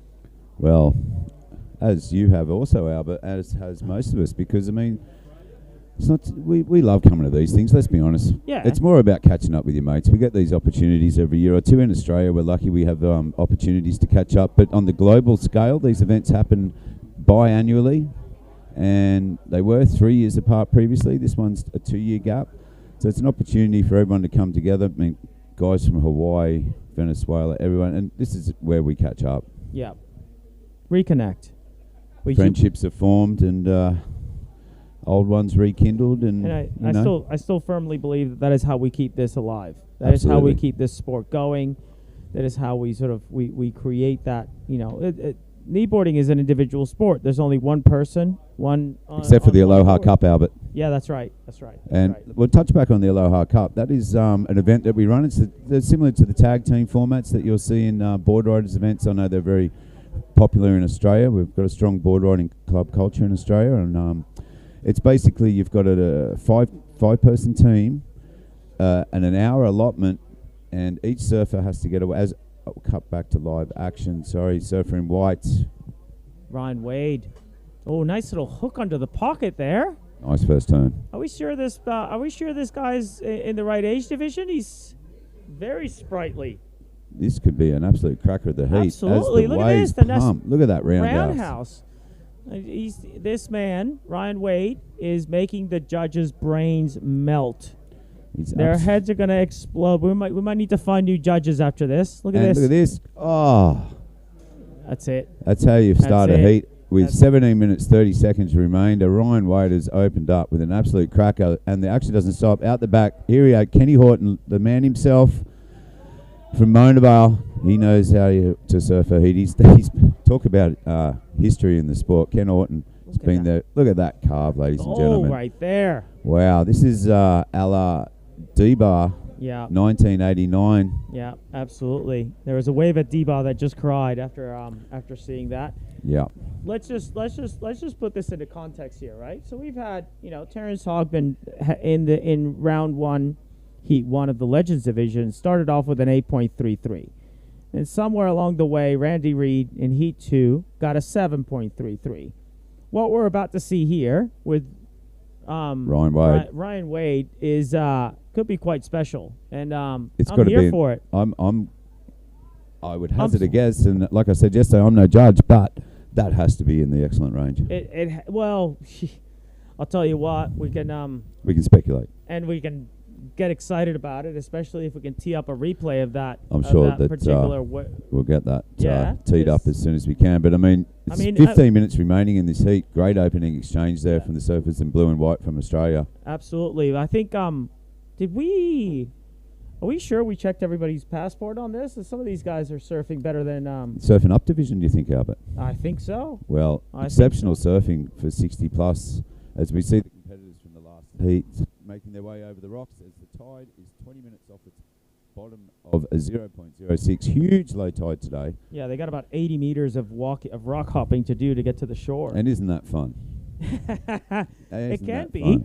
It can be. Look at this, at 9.33. Wow. for Ryan Wade's wave. I That think is only second to Carl Ward's wave in the opening round of the highest single wave score of the whole event. If I'll be open to be corrected if I am wrong, but huge opening wave for Ryan Wade. somebody check this man's passport. Make sure he's in the right age division, please. Yeah, as we see flippers flipping out the back, the boys have seen something on the horizon and they are scratching, sets approaching. There's definitely some Kenny stuff Horton out scores dropped in blue from Australia. He's opened his account with a 4.83 as we have a paddle out the back red. Lenny Ash. Lenny Lenny's Ash. an absolute legend of the South African kneeboarding scene. You can tell just from the hoots on the beach is lighting up here. She's a real crowd favourite and local legend of the sport here. Listen to the crowd going wild out there. She is shredding this wave, Albert. Yeah, they're louder than we are. The crowd on the beach. There's definitely a lot of supporters for Lenny here. She's absolutely lovely person and is just absolutely tearing this wave to shreds. World champion. Got the W in Portugal. Your current Open Women's World Champion and in the over 60s division. So just have a think about that. This is over 60s. And they are putting on a show. The conditions are pumping. They've absolutely got what they, what you dream of to come to J-Bo and surf a heat with that. With just 4 of them. I mean, insane. You know what? I can't help but thinking that. Here we go. Let's recap this 9 hour, but let's have a look at this surfing. You got to pull me back if I get too excited here, Macca. Well, Nice look at little that searing. first top turn. Incredible rail work. Bear in mind. Bang. Bang. Boom. Look at this. This is how you get. This is how you start a heat. I know. And then another one. Just going, Bang. boom. Really read this wave. Speed, power, flow. Tempo, Albert. Not missing Tempo. a beat. All about the tempo. He Yeah. read this well. Had to deal with this little flat section. Skipped But across. did it so well. And then just got the finish. Got 3/4 of the wave of the board out of the water. I think a lot of the score on that was from the rail work done out the back. Absolutely. And smooth rails shown as we see the competitors. Lenny Ash, a long paddle. Let's keep an eye. Let's be mindful of how long this paddle takes. There's 13 minutes, 32 seconds remaining. Well, I know I had one the other day. It took me 7 minutes. Did you time it? Did you? Some of the boys timed it when I came in. They said, well done on the 7-minute paddle. I said, thanks. Wow. Yeah. Well. Yeah. I did actually time it as well. Yeah, that's good. Yeah. That's good. It's good to know these things. There's a little pieces of information like that can add up as far as informing your strategy throughout. Yeah, the strategy was don't do that again. I was absolutely gassed, sucking in the big ones. And then you got to spin and stay active. So these guys in their 60s, Let's remember that. Okay, so we're going to have a look at Lenny Ash's opening wave. The crowd loved this on the beach. Super vocal as she takes a bottom turn. Nice top turn first wrap. Got herself a 6.5 for this particular wave. Current ladies world champion here on a yellow board. Good optics there. Gives the judges a little flash of colour. Look at this rail work. Yeah, absolutely. Unbelievable shredding. Just searing. And the flow and just the finding her way through the pocket. I think she was maybe even looking for a barrel on that inside section. I think she's no stranger to this wave. This really has a good read on this spot, and I can. And that's reflected in the scores. I mean, this is a battle right here. Eric's got a 2.17. Kenny Horton with a 4.83. I know he'll be looking to put something alongside. He was a little bit disappointed in his performance the other day in the Open Men's. I believe he was hoping for a little more. I'll be honest with you, Macca. I had a little bit of a strategy session with Kenny before his heat. Not sure if the advice I gave him was going to be. So you're to blame for this conundrum. I potentially could be, and if I am, I will gladly buy him a beer later. And did you confuse him? Profusely apologize. I tried not to. I asked him if he had any questions. Brought the whiteboard out and everything. Did you have a laser pointer? No, I did not have a laser pointer. Could have been the problem. Just a whiteboard. I actually didn't even have any whiteboard markers. Just a whiteboard. Just waving whiteboard in front of him. Pointing at it. Yeah. So that couldn't have been any clearer, surely.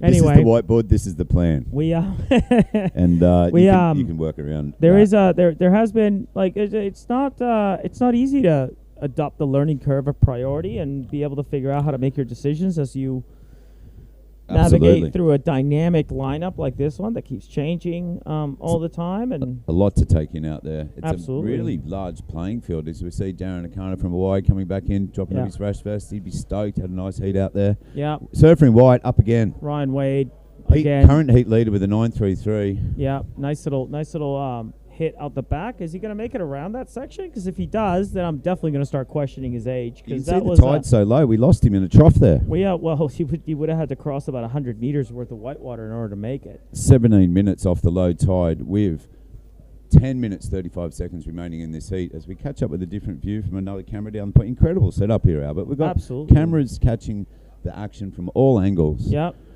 Good, the bad, and the ugly.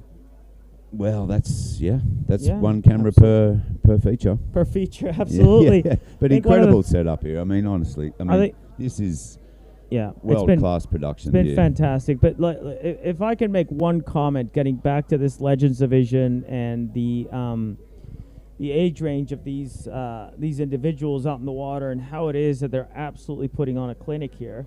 I'll be honest with you. If I'm surfing half as good as everybody out in the water when I'm that age, I'll be absolutely stoked. Maybe there's something in that. I mean, kneeboarding could be the fountain of youth. Absolutely. I always thought it was a fountain of youth. It's a matter of me keeping my body together so I can still keep jumping in there. We're all held together with duct tape and dental floss and cortisone out here. Absolutely. I mean, been a few little niggling injuries. Well, we've gone pretty hard. We're an aging demographic. We've gone in.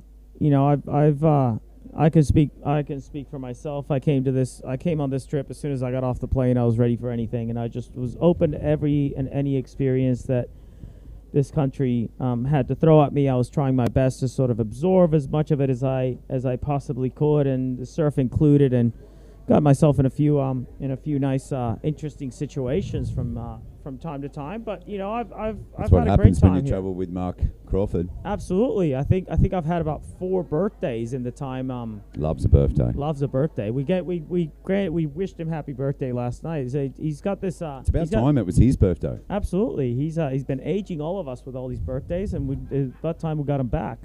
We're Practical referring joker. to. Yeah, we're referring to Mark Crawford's a bit of a practical joker. Loves going up to the back of a restaurant and asking the staff to sing happy birthday to somebody sitting at his table, and he does that quite a bit. And you should lend him your phone one time, and when he wants to make a phone call, that always works out well as well. Oh, I mean, yes, no. It's always jokes aplenty and laughs aplenty when the boys are on the road. That's part of the reason why, you know, we keep coming back to these things. We've mentioned about the brotherhood. As this heat is counting down, there's been a lot of action for 12 minutes. This heat, it's like time standing still out there. Well, we got Ryan Wade with a 9.33 and a 3. So I think it won't be if he shows us even half of what he's shown us in that 9.33. He's likely to definitely increase his lead here. Lenny Ashford, that 6.5 is just as a single score. Kenny Horton with a 4.83 and Eric Skvarna with a 2.17. There hasn't been many more waves coming in, but surely there's plenty of time for another set to come through. Absolutely, this line's approaching. Is that another father-son combination, Eric Farmer and young Open competitor Albert? I think so. There can't be that many Skvarnas We'll get around. someone to confirm. There can't be that that one for many. us. Both representing America. We'll get someone to Confirm that clarify one for us. Absolutely, We'll get yeah. back to you. Yeah. Do you think he's got the same mo as Kevin? Using the same tactics as trying to intimidate his Caterpillar. Yeah. Potentially, it's in Look the. at Here that. we go, White. White is just trying to solidify his scores and extend his lead a little bit. Quite a not poor able weight choice there. Not able to do a whole lot. And Lenny Ash in red spinning. She knows where the takeoff zone is. Look at that. She's got a Timing. magnet on her board there. Look Beautiful at this. Is gonna first be, carve. Oh my God! Crowds erupting outside. I'm not sure if you can hear that, but it's an I can't- absolute crowd favourite here.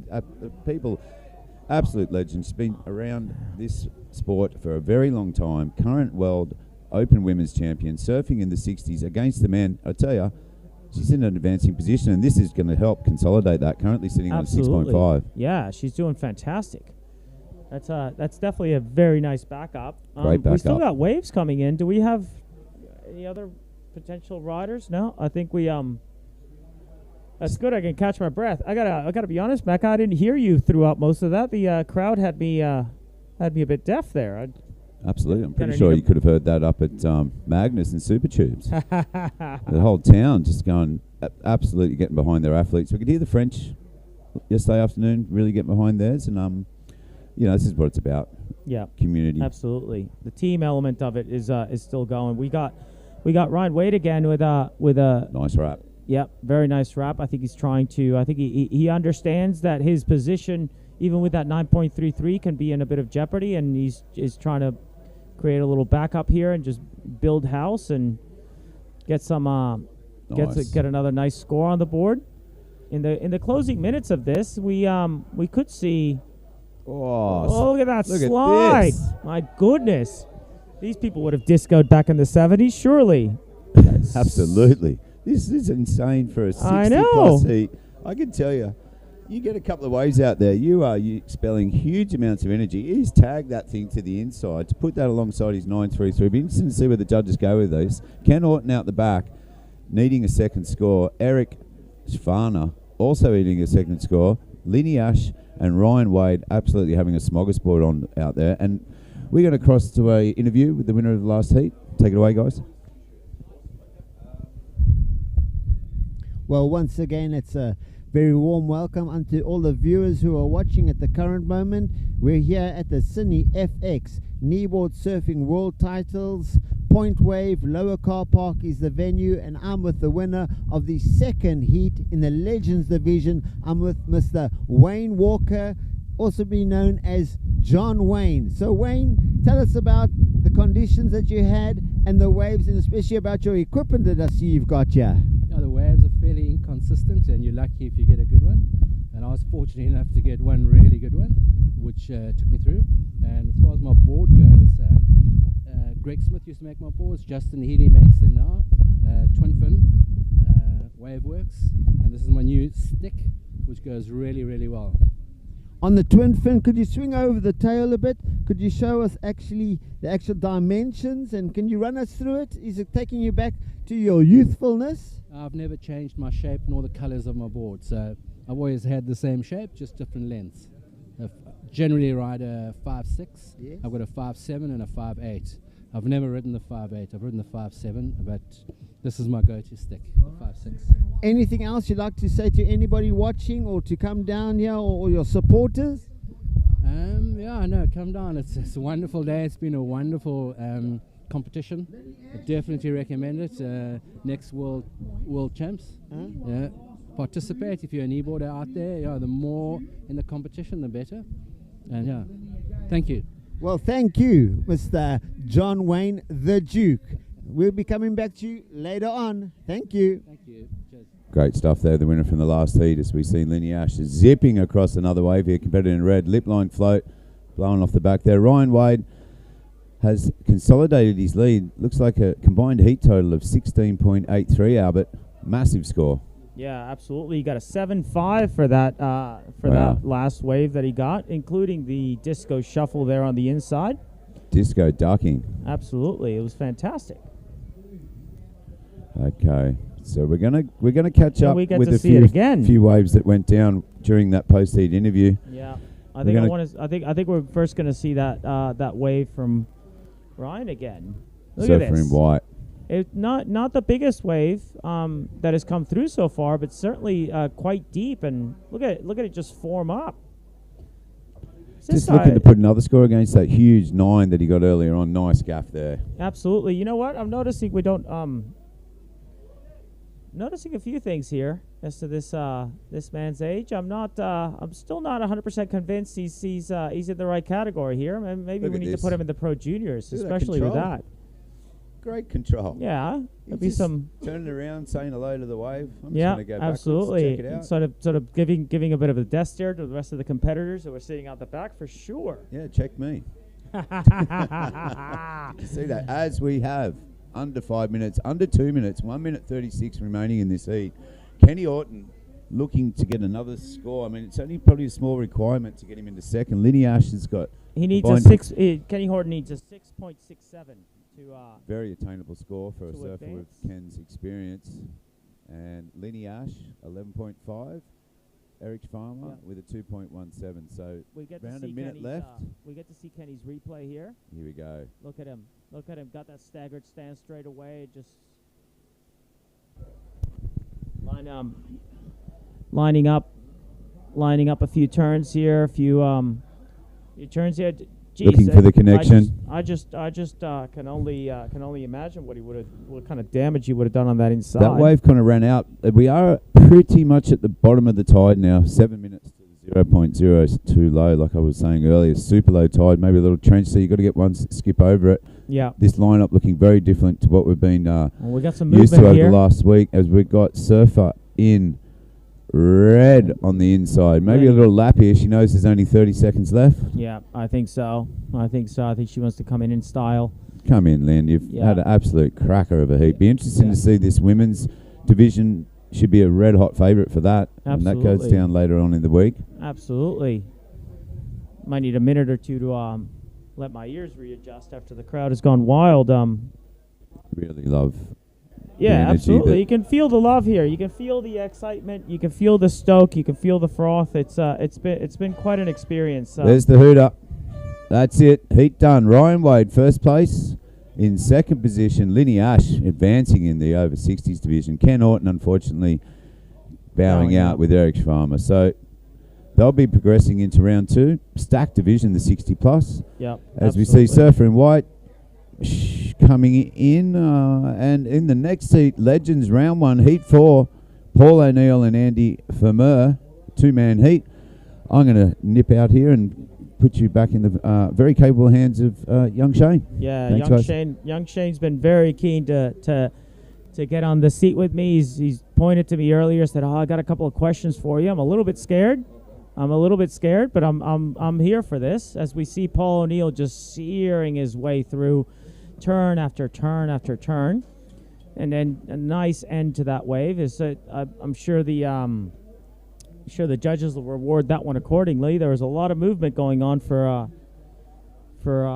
Paul O'Neill. Paul O'Neill, of course, was very closely involved in the conversation over strategy over the Australian team's Aloha Cup. Of course, I'm not going to give away any more of that, but it was very intense, Shane. Very, very intense. Well, that was in fact going to be my very first question, exactly what the strategy was behind there. I noticed the Aussies have been pretty sneaky.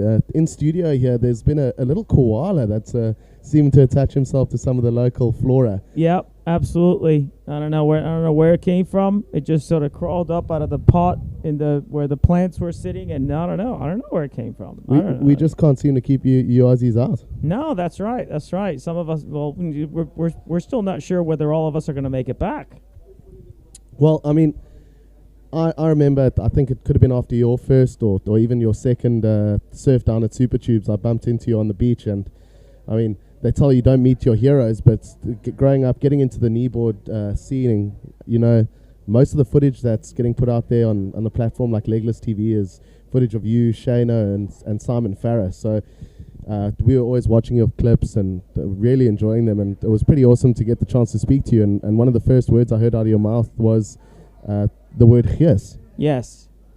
I wanted to know if you could just give us another go at that word. Oh, yes. There we go. It's really not bad. I was pleasantly surprised. It's good not to hear G's. I could do worse. Yeah, yes works, and it really is a kind of indescribable vibe that we have down here in South Africa. And yeah, I mean, you can feel it at an event like this. Yeah, the direct translation is spirit, but it means so much more than that. It's this welcoming vibe, this froth, this excitement to have us here that we've experienced everywhere throughout our trip, and I have to confess it's been overwhelming from time to time because it's just so much more than what we expected, right? We had high expectations. We got off the plane, we're thinking, okay, we're going to have a look at this place, we're going to meet all these people, we're going to do all these different things, but then when you get so much more than that out of the experience, it can be quite quite shocking and quite exciting, and in the most possible way. I mean, it's a love that we feel from everybody that we've encountered here that has just been so amazing. I think one of the words you used was overwhelming, and I can certainly see where that comes from, and I think it also quite cleanly applies to most people, their first experience of surfing Super Tubes. It really is an overwhelming wave. Personally, myself, I've never surfed anywhere that you heading down the line with such speed, and there is so much on the line when it starts getting to around 4 to 6 foot and becomes a real wave of consequence. And I remember you saying your first couple of paddle ends, it was quite an overwhelming moment seeing this big wall stretch out in front of you. And going a million miles an hour while I was doing it too. I mean, the speed that the wave gives you and how it generates, how it thrusts you down the line is it's quite a unique feeling. Actually, I loved it. It's yeah. I wish I could have been able to get more waves out of the crowd, as there was like 20 or 30 frothing Nilos just going all over the place.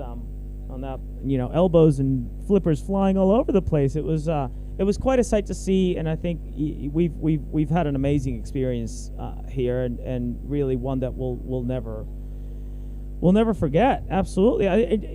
Here's the thing, Shane. We've also got all of this documentation that's just going to stay and live on the internet, and we'll be able to revisit it over and over and over again. And I think that's part of what we've had in this is this opportunity to really make a huge leap forward and a huge step forward in how in the contribution that we're making to kneeboarding, and ultimately what I think is what we're doing in here every second, as we're looking, as we're talking, as we're seeing, hi everyone, is I think part of what we're doing is we're giving life to this sport in the future.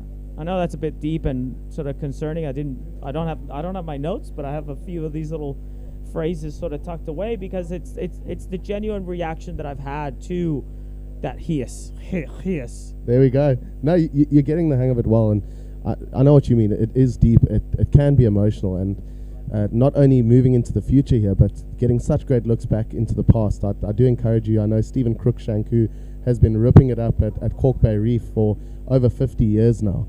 And the kneeboarding memorabilia, the newspaper snippets, the magazine snippets that he's collected over the years, it fills up 3 full volumes of books, and he's been kind enough to bring them down today. We're going to try to get them into the studio a little bit later, but I encourage you to look through them. It covers tours of SA Nilos across to Australia in the post-apartheid years. Adam Shapiro as well of Musenberg, he's managed to digitize hundreds of old photos from the 70s, 80s, and 90s that really does a good job documenting kneeboard history. And I know we always get T-shirts out of these comps, and I know even my girlfriend asks me to throw them away sometimes. They start getting a bit ratty and old, but Adam's managed to keep all of his intact and in really good shape. So it's amazing sitting with a guy like him with so much knowledge of the sport and seeing the history that he's got stored up at home. Yeah, I think that I was thinking as you were talking, and you're telling me all these clippings, all this memorabilia, all this content.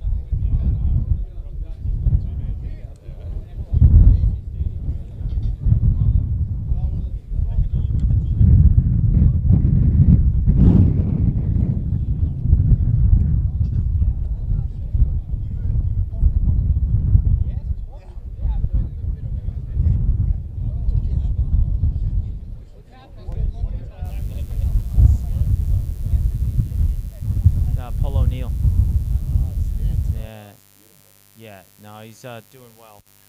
Doing well. Only a two-man heat, so it's pretty. It's a pretty good time to sort of go off. I think we're doing pretty well with that. That's why I brought this whole thing along. We're back on. Sorry about that, folks. We have a bit of a technical difficulty here. We just saw that final end. Paul O'Neill got a pretty good wave there. I think him and Andy Firmer have had quite an interesting exchange going on while we rattle off on stories and tangents. It's a two-man. It's only a two-man heat in this particular heat, and we're sort of seeing the bottom of the tide, and there's still a lot of possibilities as far as what we do when we do it and what heats we go to next. I believe we'll get an update on that shortly, but we'll definitely close out this round until the end. Yeah, I mean, welcome to South Africa.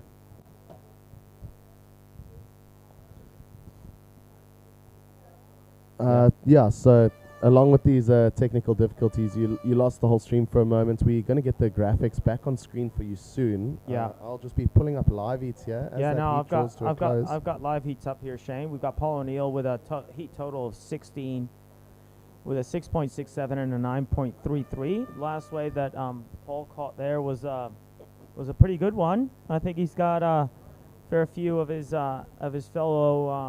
fellow compatriots over in Fish Creek in Victoria rooting for him, and I think he's done himself pretty good. He's got a pretty comfortable lead over Andy Ferber, who's got a 5.0 and a 4.83.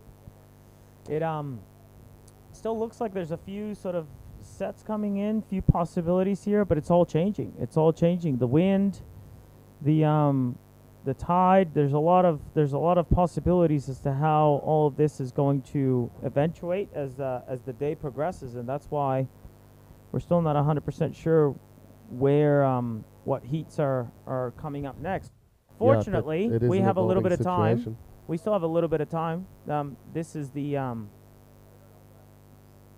I believe they just completed that heat. And it looks like we're starting the next heat. Round 1, heat 5 of the Legends. Joe Coyne, Steve Crookshanks, and Sean Noon. Should be an interesting one. I reckon we should get Crookshanks in this seat. He'd have a few stories.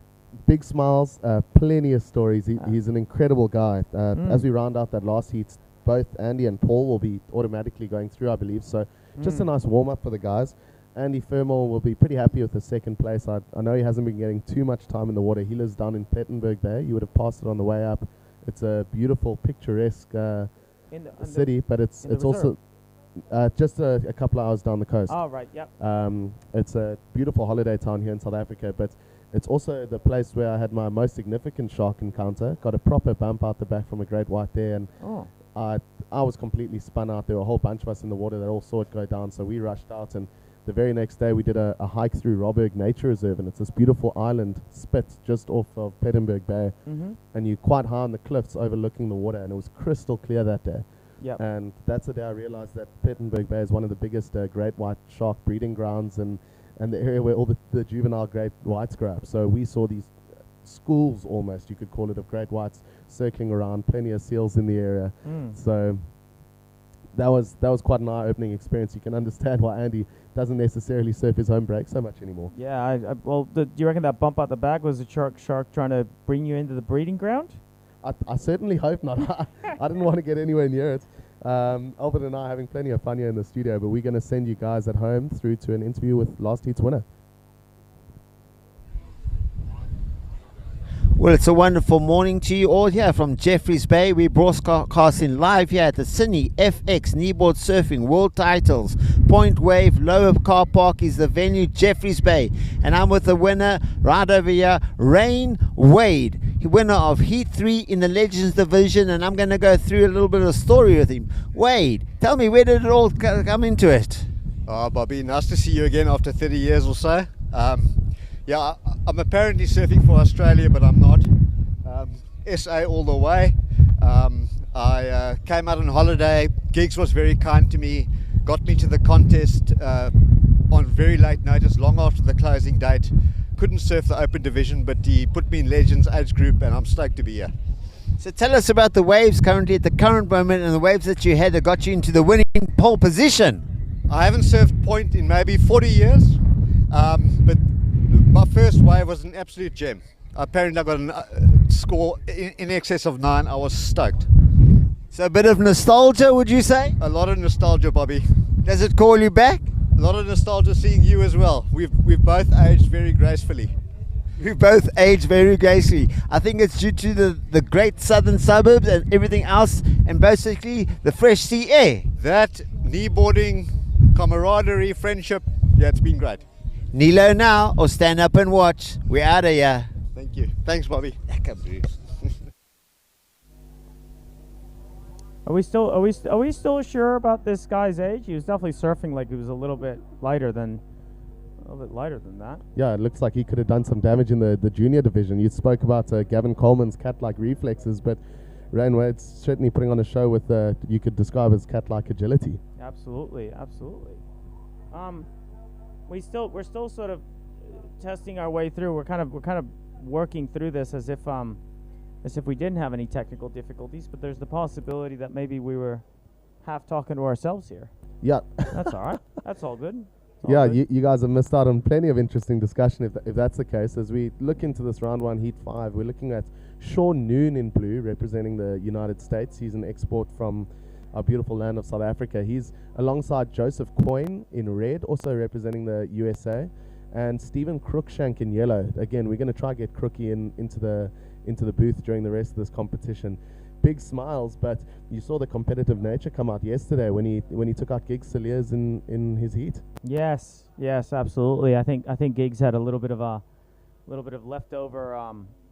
leftover pent up emotion after that, because you could see him sort of expressing that in his heat performance this morning. Yeah, Giggs putting out some fantastic high scoring rides in what can really be described as occasionally substandard conditions. It's really a luck of the draw with which heat gets solid set waves and which kind of flounder out the back and need to just kind of scoop up what they get on offer. As we see Joseph Coyne in red, he just had a quick look into that wave and kicked off. We can see the offshore is really starting to puff here. It's a strong southwesterly swell that's going to be coming up to J-Bay as well, so we're expecting the swell to climb steadily as the tide fills in, but this offshore could wreak a bit of havoc on the competitors. Absolutely, and as Stephen Crookshank here is just absolutely decimating this wave. We keep hearing that there's the possibility that the swell may come this afternoon, it may come later on tonight, it may come overnight. So we're still sort of playing everything by ear and just remaining flexible and really trying to maximize what we can. But at the moment, we're still seeing these over 60s that are having a great time out there. Yeah, well, I think an important thing to remember is old Sean Noon. Again, he was representing South Africa back in the day, and the last time he competed at this event was the 1986 Surfing South Africa titles. That's when kneeboard surfing was still attached to Surfing South Africa, and he took out Giggs Cier in the semi-finals. Surfed that one with Steve Crookshank as well, and eventually went on to take the kneeboarding South Africa title at Super Tubes. Wow. Almost 40 years ago. So he'll be happy. He's leading this heat with a score of 6.5. I hope we can get a replay of that high-scoring wave. Yeah, absolutely, because I think at the very least we can get another replay of it, and Giggs might have a bit of a memory flashback from getting beaten by Sean Noon. And still, we're 12 minutes and 20 seconds left to go. We're got plenty of waves coming through. Looks like a one of the bigger sets is coming out from deep in the bay, and we've got Sean Noon up and riding. Yeah, Sean, he's riding his Brew surfboards. That's his surf brand over there in the United States. He's very proud of him. Also riding EPS construction. I know you and Giggs have been getting into some rabbit holes around that one, but it seems to be working for him here. Yeah, we're seeing a claim. We love to see it. He automatically got seeded through, so he was possibly getting a bit stiff over the last couple of days. So it's good for him to shake out the cobwebs and get that arm pumping. Absolutely. Oh, yeah. Well, you never know. You never know where where a little bit of that excitement is going to be expressed. I think it's just, yeah, I'm just amazed at what we have, and considering how much the tide has changed and the wind has changed, and the wind is every once in a while you hear this gust that is just ripping through. But we still have very contestable waves, and these guys, these over 60s, are really really making the most out of it. I think I still have this feeling, this idea that we are being a part of the best kneeboard competition that's ever been made, and I think I feel very privileged and very proud to be a part of it. Yeah, I couldn't agree with you more. Unfortunately, I picked up a rugby injury in the weeks leading up to this World Champs, so it's been pretty heartbreaking to have to sit out a World Champs that's happening right at your doorstep at one of your favorite waves. But it's truly special to be able to get in the commentary box over here and be able to help out in one way or another. And I believe after the Portugal World Championships in 2022, they actually decided at the event where the next World Champs would be held. So it's certainly going to be a tough act to follow for the next hosts of Kneeboard World Titles. Absolutely, and I think, but I think one of the things that we're still getting out of all this, and I keep sort of harping on about how special this is, because there's a record of it as well. And I think so far we've been sort of focusing on the surfing and focusing on the action and stuff, but we're going to do our best to sort of involve a little bit more of all that is going on. And we're even getting notifications now that the judges and the contest directors are making decisions sort of as we speak about what it is that we're going to do. I just had a little notification on my Apple Watch here saying that there were reviewing conditions current. Live heat schedule remains intact, but we're going to make a call. We're going to make a call as to whether we're going to run the open round of 32. So you thought you had the day off, and there's a possibility you could be back in the water pretty soon then? Pretty soon. As we do concentrate on the action once again, Stephen Crookshank, the Wiley competitor, he'll be smiling out there. And let me tell you, he knows how to play mind games. We had a friendly Nilo gathering at Victoria Bay, which I believe you had the luck of surfing. Yes. And I was a much younger kneeboarder, and it was my very first competition, and we had no priority system back then, and he did a really good job of sending me on these promised golden nugget waves that turned out to not go anywhere. And every time I turn around and Stephen Crookshank flying down the reef on an absolute screamer. Yeah, he's a bit of a salesman, is he? Top-notch salesman, and it's working out for him so far. He's dropped a 6-point ride there, so the highest single wave score of the heat thus far. He's sitting in second place, but he only needs a 2.51 to catapult himself into first, as Sean Noon drops a nice 5-point ride on his last wave. Excellent. So it's shaping up to be an exciting heat. Joseph Coyne I'm not too familiar with. I've spoken to him briefly at this champs, but he's sitting down in third place, but only needing a 4.01 to progress through this round. And in these kind of conditions, that's certainly an attainable score. Yeah, I got a story about Joe Coyne. I saved his life once. Please, yeah. I saved his life once. So about 3 or 4 days ago, before the contest had started, we're surfing out the point and just sort of figuring it out. And much like Joe, who's just finding himself into a wave here, and we're figuring it out, and it was still quite sizable. It was one of the bigger days and that we've had since we've been here. We're sitting out the back, me and Joe, and I know Sam. I know Sam, his son quite well, and I know Joe a little bit, sort of here and there. We've had a few chats from time to time. And I sit out the back, and I see this massive set coming through supers as we see Sean Noon again, just doing this amazing little turn there, and just weaving his way through the rest of this wave. Is he going to connect it to that inside? Looks like there's a possibility that there might be something popping up on this end section here. Is he going to get there? He got there. Just unfortunately, that offshore wind sort of blew him away. Look at this. Crookie. Look at this. Used car salesman and notes. Absolutely. Somebody check this man's identification. I'm not sure he should be surfing that way as an over 60. Anyway, getting back to Joe Coyne here. So we're sitting out the back, and I see this massive set coming through supers, and supers is a pretty good indicator at times as to when the sets are going to come through the point. As you see Joe just hooking and weaving through this Bowley section. We're sitting at the back, and we see the set coming, and I just sort of say to Joe, "Now, Joe, we're a little bit too far inside. Maybe we should run out the back and start paddling like crazy. He sort of looks at me and he goes, "Oh yeah, all right." Maybe he's looking at me thinking, "Oh yeah, cool story, bro. Stop trying to sell me something." Start paddling frantically out the back, knowing that I was way too far inside and about to wear a 6-foot set square on the head. And once he saw me really paddling frantically, he started chasing after me. Barely made it underneath it. But yeah, that's the story of how I saved Joe Coyne's life. You Now made we're it gonna- sound like it happened ages ago. I didn't realize it was such a recent. He owes you a couple of waves out there. Absolutely. I'd hazard to say. Definitely. That'll lead us into an interview with last heat's winner as we wait for a couple of more sets to come through the lineup. Thank you so much, guys. Morning, guys. We're here with Paul O'Neill, the winner of the last heat. So absolutely ripping out there, Paul, dropping a 9-3 and putting your competitors in a combo situation. You know, what can you give us from the water out there? What's it like? Oh, it's definitely picking up, Liam. There's no doubt about it. The waves are a hell of a lot better than yesterday afternoon. A lot more potential to score, big open faces, and yeah, very similar to the waves at home, actually. Yeah, nice. So all the way from Fish Creek, and as we heard yesterday, Albert sort of throwing you under the bus, and we heard that your family wasn't super stoked that he was mentioning potential farmer wants a wife. So what can you give us on an update on that one? Yes, well, Kath rang me this morning, and hello, Kath, if you're watching, and all the boys at Fish Creek, up the creek. Yeah, she heard that there might be a rumour that I might be joining South African Farmer Wants a Wife, so I better get home. Yeah, no, we'll make sure Paul stays in safe hands. But you know, ripping out there, mate. Are you know, what are you looking forward to most? What have you enjoyed most about this trip and the experience over here in South Africa?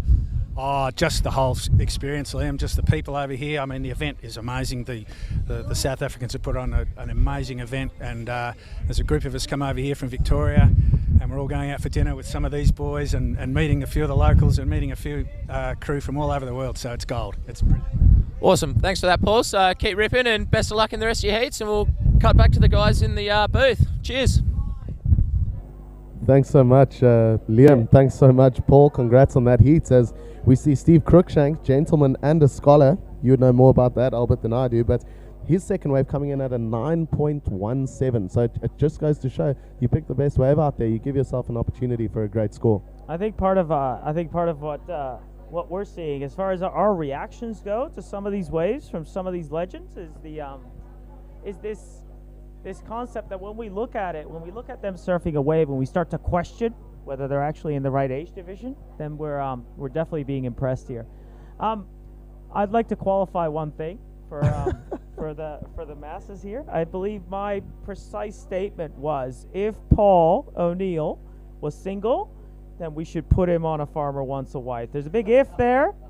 I might have mumbled my words a little bit, but there's certainly an if there. I was not proposing to simply just throw him in there and, you know, advocate for polygamy. That's not my particular political stance, and we're going to try to minimize the political talk in this webcast. But just to make sure that I'm not excluded from the O'Neill household for a passing comment, I thought it was quite good. Look, if he was single, it would be a fantastic idea. He's not single, so it's not that great of an idea. And But if he was, if he was, that's right. Big if.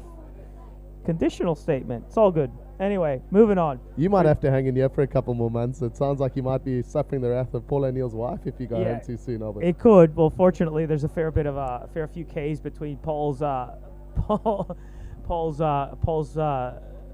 very beloved town of Fish Creek and my own. So we went there one time. We were hosted by Paul and his wife, and it was a lovely day that we had coming back from the Phillip Island contest. It was myself, Macca, and Shane Simpson. We had some amazing waves in a place where I do not remember where it was.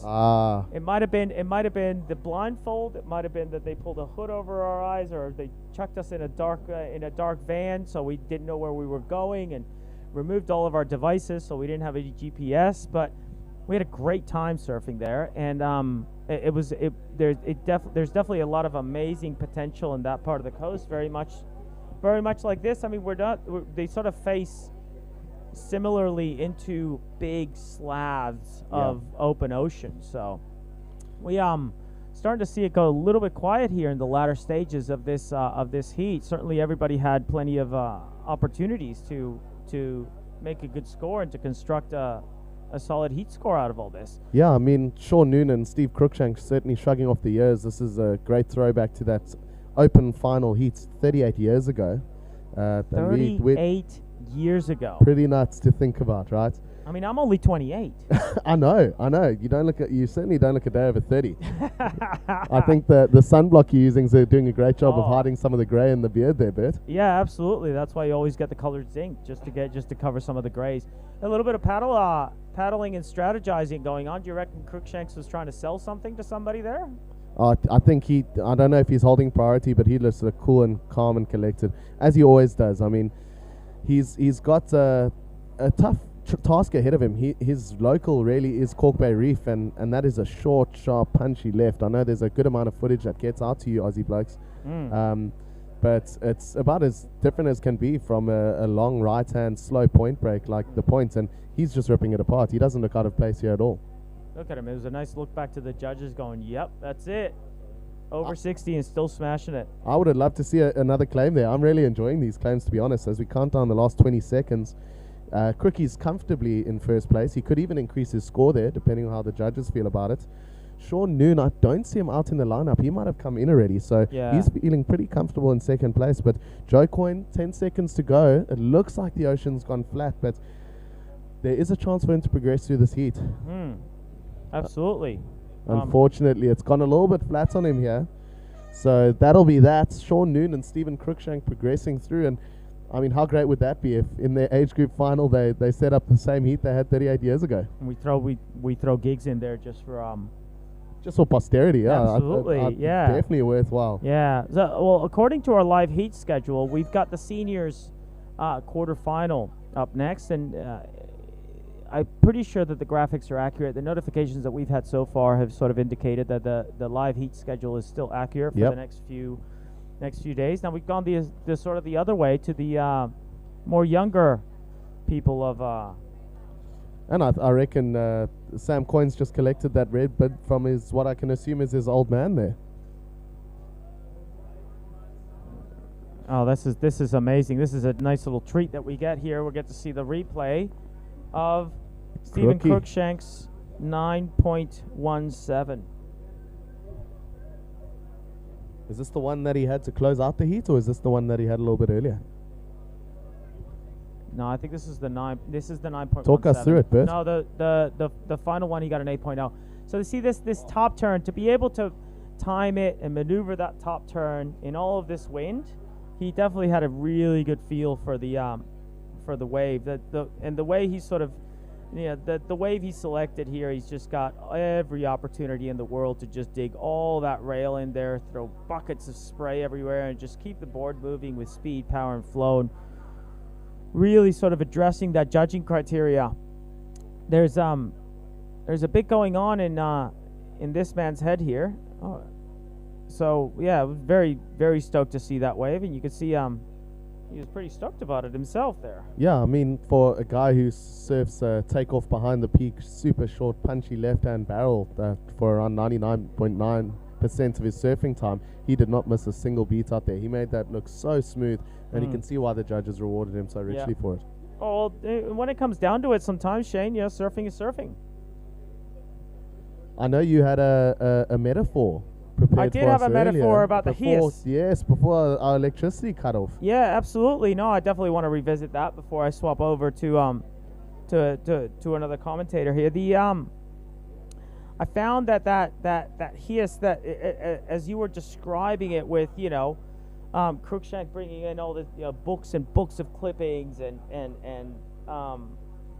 Adam Shapiro having all these all this memorabilia, this collection of memorabilia, this mass of content. Even some of the conversations that I had with Bobby Rousseau before this event, because he's got a huge collection of kneeboards too. It almost feels a little bit like, and I'm going to use a pretty wild little metaphor here, but if you're a really small person and you get a hug from a really big person, you kind of get sort of enveloped and you kind of get sort of overwhelmed. That's a lot of what that hiss feels like from time to time. And I think that's the best way that I could describe it. I've been struggling for words on this, and I don't struggle for words very often, but that was kind of how it felt like. So I'm going to take a break. I'm gonna swap in Liam Torrance for the commentary, so he can go and speak to these seniors in a way that he's more familiar with, because he's closer in age to them than I am. Thank you so much, Bert. It's been great having you on here, bud. Awesome. I'll be back soon. Cheers. We'll see you in a little minute. As we welcome Liam Torrance to the hot seat, we're waiting for a few scores to drop. We've got Sam Coyne and both Matthew Novikov as well, waiting for their first scores. I think Matthew will be a bit disappointed going out in the Open yesterday. We got a couple of replays lined up for you lucky viewers at home. Liam, talk us through these waves. Yeah, so here we see the surfer in yellow just taking off a nice wide one. I believe this was one of his highest scoring rides here, Shane. So nice rail work just on the outside there, bringing it through, just keeping it nice and controlled through this wind and a little bit of chop there, and seeing that section just stand up in front of him, just jams it and drops out of the lip on that one, brings it round, and just waiting to see what happens here on the inside for the surfer in yellow. And here we go, taking off down the line, a nice Perfect end section finish. float, very smooth and controlled, just bringing it through. So very complete performance there from top to bottom, smooth rail surfing the whole way through, and just finishing it off in that previous heat that you guys just saw. So back to the live vision, and we can sort of see that wind really picking up a few knots here, Shane, and just white horses out the back. And what's that going to do for the wave, man? I mean, at a place like Point in J Bay, it's one of those waves that can hold its shape even with quite a strong offshore. For guys that aren't used to surfing in these kind of conditions, it can be pretty challenging. Luckily for a lot of the guys down in the Cape, someone like Stephen Crookshank, who we just saw win that heat very convincingly with around a 15-point total, he's used to surfing at a place down the dune, which is widely considered by guys we've entertained from around the world to be one of the best beach bake barrels you can find. And you only really surf that when it is a howling offshore, southeaster. And Crookie, I mean, he's just a barrel master of note, but his repertoire certainly isn't limited there. He's surfing in the Legends over 65 division there, and he's still in the open competition, and I wouldn't be surprised to see him take a few more scalps the way he's been ripping. No, absolutely. His performances in the water thus far have been super impressive, and yeah, as we mentioned, not just limited to waves, just his heat performance and strategy has just been really on point so far throughout the contest, and definitely one to keep an eye out for and take a few little scalps here and there. As we see the surfer in red, Sam Coyne, having a look at this inside one here, just taking off in the wash, comes off the bottom, just keeping that little board moving around for him nicely under the lip with this wind, and keeping it safe on the face here. Just little rail work moving through, and here we go, wraps it around. Just fighting that wind, coming back around on that wrap a little bit there, but still great surfing from Sam, keeping that board swiveling. Just hearing that wind ripping through, man, it's really making it tricky out there for these surfers at the moment, huh? Yeah, Bert and I were discussing how when the swell starts to drop off a bit like this, the conditions can really suit a lighter surfer. And Sam, I haven't had much interaction with him. I know you surfed against him in previous competitions. Yep. He's a lighter guy. He can make a little bit more out of these waves. The power converts more easily for him. But as you said, with this, when this offshore starts pumping, you quite often find these guys getting blown off the back. Yeah, no, definitely. Sam's one to look out for. A couple of runner-up finishes in Open World titles, both in I believe it was Dunedin, and then also in Portugal to Shane Simpson and then to Tom Gray there. So very, very accomplished surfer, Sam, surfing out of USA, but currently living over in New Zealand. So his local break being Piha up in the north there, and being very competitive in the New Zealand domestic scene, making his efforts clear, and really putting in a great show for all the surfers. As we see surfer in yellow out the back there, Sean Murphy having a little look at a bump there and potentially being a little bit blown out to sea.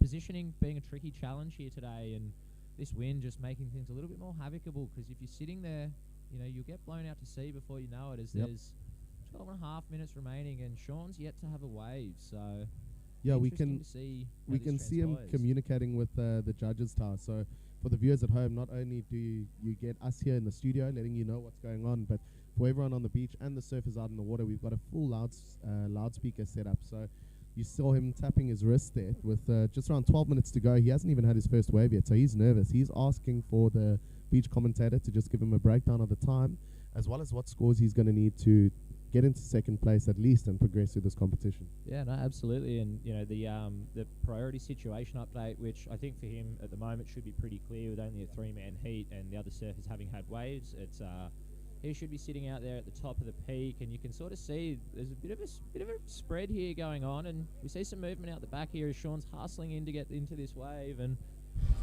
also having priority, but also letting Johnny movement out there, and this could be his opening ride as we see him having a go and taking off on what looks like to be a nice ride. So yeah, this one could prove to be well worth the wait as he cuts it back nicely on the face, rebounds off the foam. He's going to need to stay close to the power zone. Yeah, that's exactly what we were talking about. It's way too easy to get blown off the back.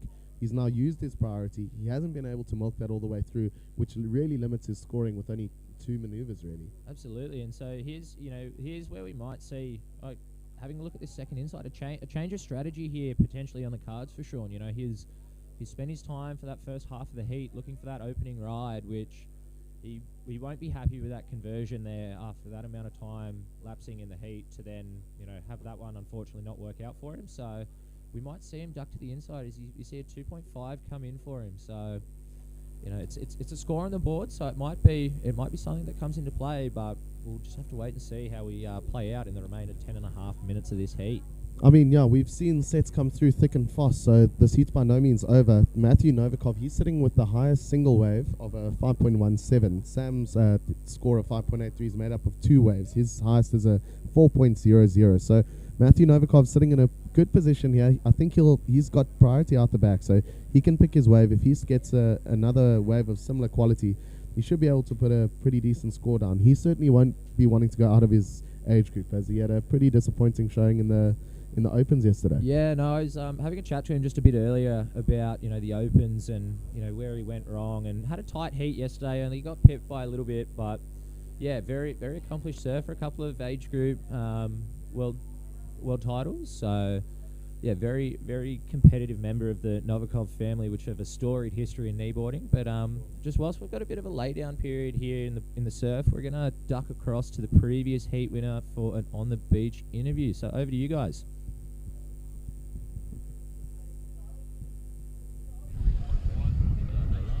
Well, once again, we're coming to you live from the CineFX Kneeboard Surfing World Titles here in Jeffreys Bay at Point Wave. The venue is the lower car park, and I'm with the winner, Mr. Stephen Crookshank, better known as Crank the Shank, the winner of the Heat 5 of the Legends. Stephen, run us through it.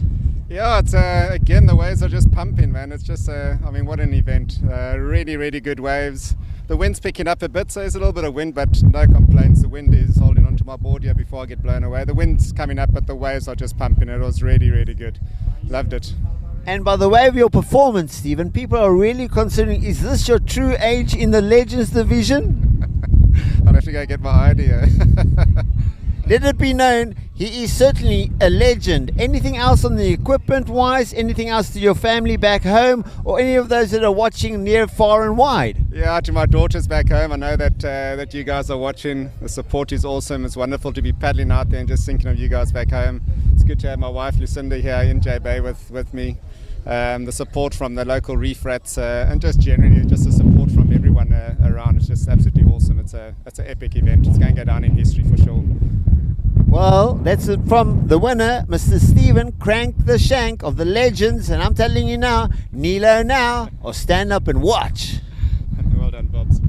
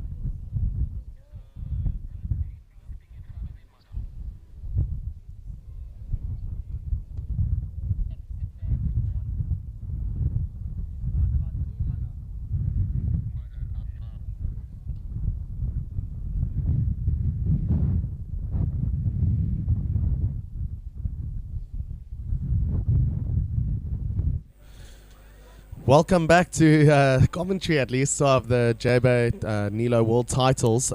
Things are getting a little bit chaotic here. The wind's playing a slight bit of havoc, and we've also had a couple of electricity cuts. So, sorry, you guys, we glitched out in the studio here, and we apologize for any bump you may see in the camera. We're just hoping that our cameramen don't get blown off the roof as we see one of the marquees come down in the competitors area. So, we're just trying to get everything back on track as we get a couple of scores dropping. Liam, you've surfed with Matthew plenty. He'll be happy with that 6.33 on that last ride. Yeah, no, absolutely. We saw some great waves ridden in that exchange just there. We saw all surfers receiving rides and some very competitive surfing going down. Matt Novikov, I would say, probably getting the best of that exchange, just really solidifying his position up the front of this heat, utilising that priority well and just making that wave all the way through to the inside. Got a couple of nice hooks in there and just closed it out with a little jam off the lip on the inside. So really making the most of that opportunity and exercising his priority, to a very competitive and, complete finishing ride to just really improve his position as we have 2.5 minutes remaining in this heat. So And a very important score just dropping. Sean Murphy, I wonder if we could get a replay of that wave, but at a key moment, he's scoring a 6.83, so the highest scoring wave of this heat so far. That's put him pretty firmly into second place. Yep. Sam Coyne needing to equal his best ride so far and get a 4.51 to move up into second place. Matty Novikov is sitting comfortably at the moment, but Sean Murphy should be paddling back out there. He's going to want to make sure he puts the nail in this coffin. Yeah, no, absolutely. Plenty of work and opportunity on these waves when they do present themselves. So it's definitely not over until that hooter goes, because we've got 2 minutes left and a little bump on the horizon here. So, priority playing a big part. And we'll just apologise for that bump as that gust of wind comes through. And we see the surfer in red, Sam Coyne, looking to take this one and see what he can do to improve his position here. So, as we were saying earlier, very, very well-rounded surfer is Sam. And, I dare say he'd be pretty disappointed to drop out of his heat this early on in the competition. So, we'll see what he can do here. And we see the surfer in yellow, Sean Murphy, taking off out the back here, and we'll cut to his wave as Sam's sort of fizzles out on the inside, and nice sweeping cut back with that wind, and hits the foam nicely. You can really see that wind just ripping up the face here. So great controlled surfing here from Sean Murphy out of the USA. Okay, right up. Disappears a little bit in that one, so a little bit of a wobble there, but tries the 360 into it, and it just doesn't quite let him out. So it'll be interesting to see where this one comes in, if it's going to improve his position or if that's going to be, his heat sort of wrapped up there and then, because Sam Coyne is further out the point than him. We'll have priority over him as we see Sam just trying to scratch into this little inside one, and it's just going to blow him That's that off the back. offshore wreaking a bit of hammock. Sam Coyne, he needed a 4.51 on his last wave. I'm not sure if his performance will get it there. It was very tricky. The wave just petered out on him. As much as priority and grabbing a set wave is important, it's so hard to know which ones are going to run it all the way to the inside. And once again, I think Sean Murphy chose the better wave in that exchange.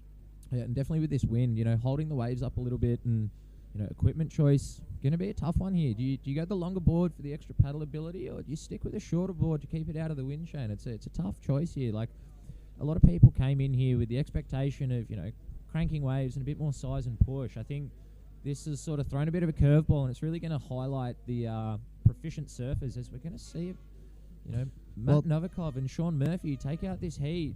So yeah, as we wait for scores to drop on the last rides of both Sam Coyne and Sean Murphy, as it stands, Matthew Novikov, Sean Murphy, speak of the devil, he drops a 5.47 at the death to move up into first place. That leaves Matthew Novikov in second. Those two will be progressing through. Sam Coyne's last ride coming in at a 3.17, and unfortunately, he's not going to be progressing through to the next round. I do believe he's still in the open competition, but he's found himself in a spot of mischief here as we move into seniors quarterfinal number 2. Yeah, so an all-New Zealander affair here. So Kelvin Weir, president of the KSI in red, Cam Stanley of Taranaki in yellow, and Jason Farquhar also in this heat in blue. So, at least for New Zealand, there's a positive here is two surfers in the semi-finals of the seniors division. So, it's an interesting way that the heat draws played out, but these boys, they're all accomplished surfers, and be interesting to see how this heat plays out with this wind. I dare say on the size of things, Jason Farquhar has the size advantage over both Kelvin and Cam Stanley as far as stature goes. But yeah, I mean, Kelvin Ware's built like an international hooker at the very least, made for playing rugby. So for him, he's going to be needing to really bide his time and pick up the right waves. This is the only time of the heat where it's old school rules. It's the Wild West. Absolutely. Whoever's going to be sitting deepest and taking off first will get priority. So the mind games might start kicking in a little bit. Speaking of mind games, Liam, I know you managed to get the win over Tom in your last heat, and I might be privy to a couple of conversations you guys have had on social media. We're going again in the same heat, so we'll see how we go in the open round of 32. But before we go too far in there, we'll just see how we go. I don't want to jinx anything here on the commentator's curse, but it's been a pleasure to be here on the mic with you, and I'm sure we'll do a bit more time. I'm going to have to duck out here as my Pro Junior heat's coming up, but we see Cam Stanley taking off and ducking out of that one, so I'm just going to hand over to Haken Sanchez here to just jump in and take over and enjoy the rest of the commentary with these guys. It's been an honor and a pleasure, Liam. Cheers, mate.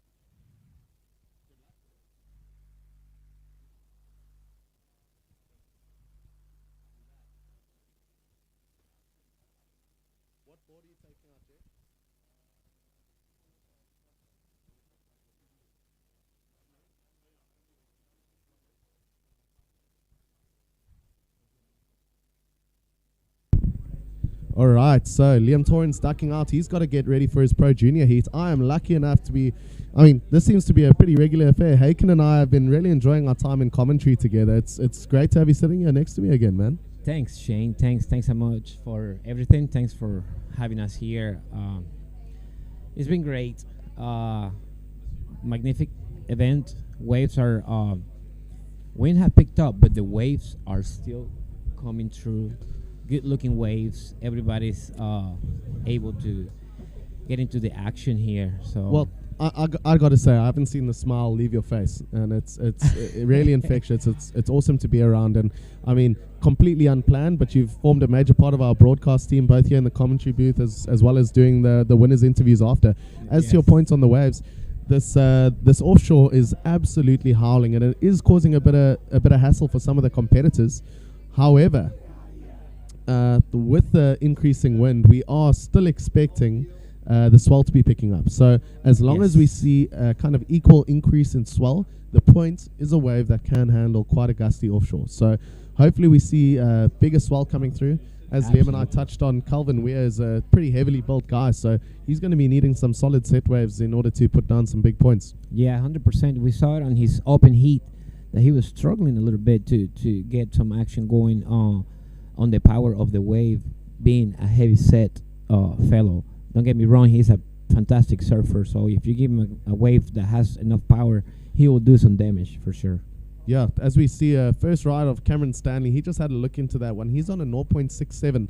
So with just under 16 minutes to go, this heat is still wide open. We saw a couple of good sets coming through in the last heat, and it's just gotten a little bit quiet on these guys. There'll be some nerves out there for sure. It's a 3-man heat, and they'll be looking at each other saying, only 2 of us are going through. Who's it going to be? Yes. It's a do or die here. It's a seniors quarterfinals.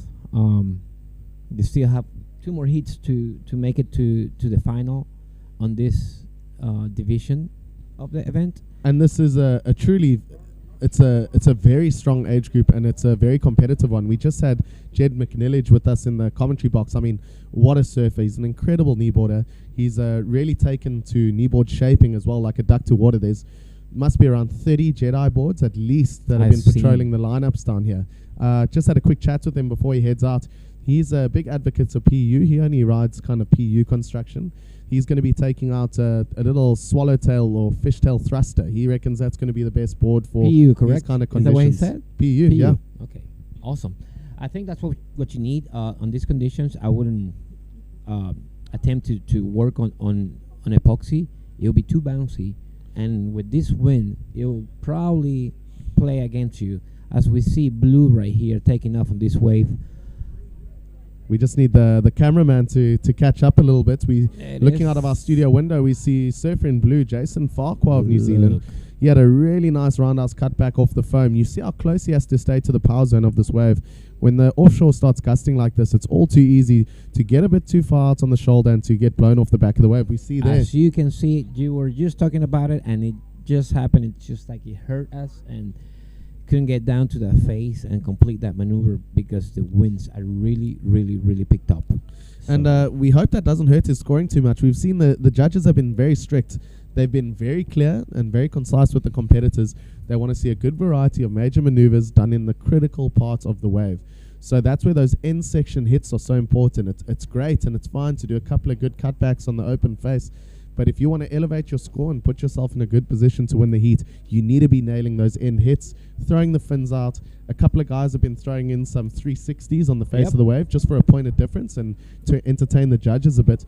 We've seen the first score drop for Surfer in Blue. Tell us what you think there, Hagen. 3.5. I would have thought that it would have been a little bit higher, but as you said, the judges are being quite critical, and you have to finish your waves. You have to finish your maneuvers, and although that face was harsh to determine, he could have gone a little lower on the route and you still pull in front of the wave for a complete ride, and definitely would have picked up, you know, a few extra points on that, maybe a 4.5, something like that. So yeah, I mean, just right.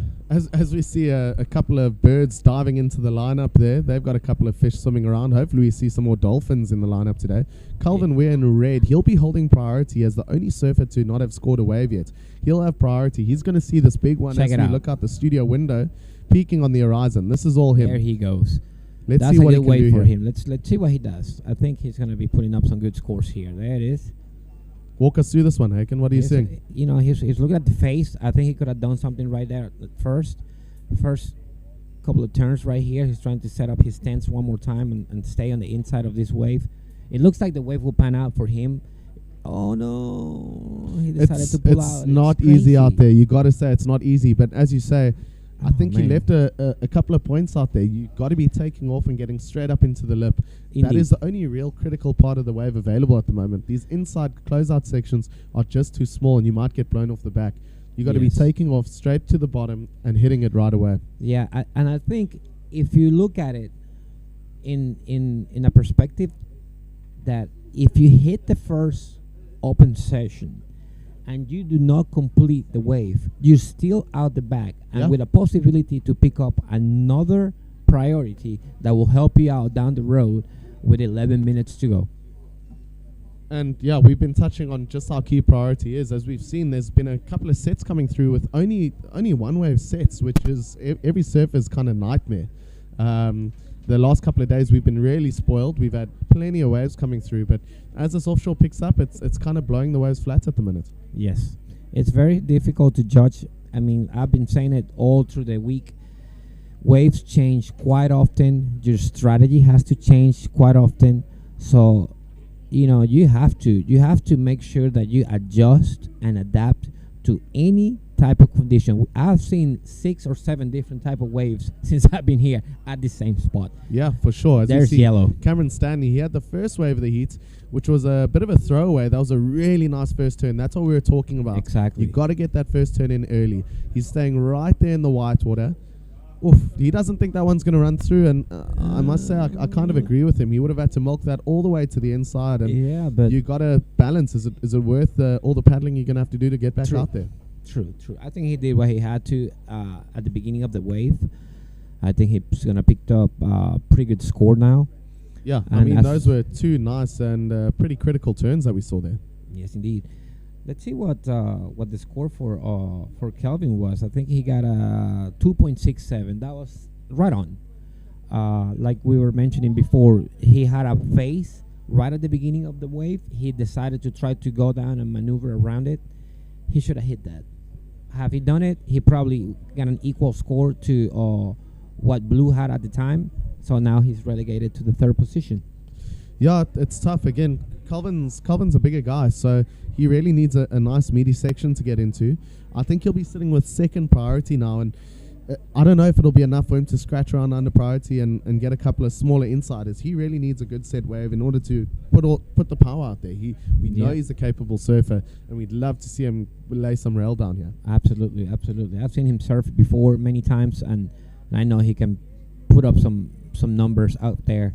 I saw him in Portugal. Well, Portugal wave was quite heavy, and I think it was the wave that suit him as a heavy hitter. You know, rugby player, big dude. Exactly. I had a brief chat with him, and I mean, this isn't conditions that he'd ordinarily paddle out in. He likes pretty round, breaking top to bottom, heavy waves. That allows him to surf the best for his body type. I mean, let's be honest, we're all shaped differently, and not all the waves will suit every kind of person. So he would be hoping for it to get a little bit more top to bottom. Maybe we'll see that swell arriving. It is forecast to arrive today. As we see Jason Farquhar. Now, Liam Torrens mentioned that this wave really suits him pretty well. Yes. He's been quietly trying to put some numbers. Now we see Blue going up here. He hits the wave one time right there, turning around and try to continue into the inside of this wave. Let's see what happens up here. Let's see if he hit it one more time just to complete the maneuvers. There you go. And a little bit more of a face down the road. And he continues to sticks with it. And he hits it one more time for a very complete wave. I think this is going to be his best scoring wave right here.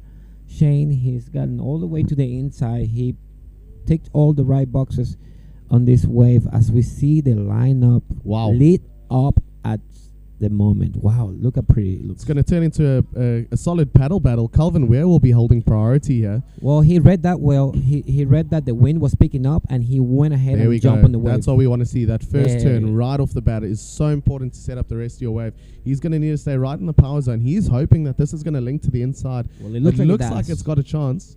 He needs to come to the inside a little bit more so he can go ahead and grab on it. A nice little hook on the face. There we go. There we go. This is a much better wave for him. Nice foam climb, ride it out. Oh, God. That is the risk. Now, this early or heading towards this late in the heat, he might be feeling nervous, and you almost try to do too much. Where if he had just taken a more simple line, a more cautious approach, he would have finished it, ridden out clean, and possibly come away with a higher score. 100%, man. What a heat do we have here? All right, so we've got a fantastic interview team on the beach. We had a very exciting last heat that was won right at the death. So let's send you guys out there and hear from that heat's winner.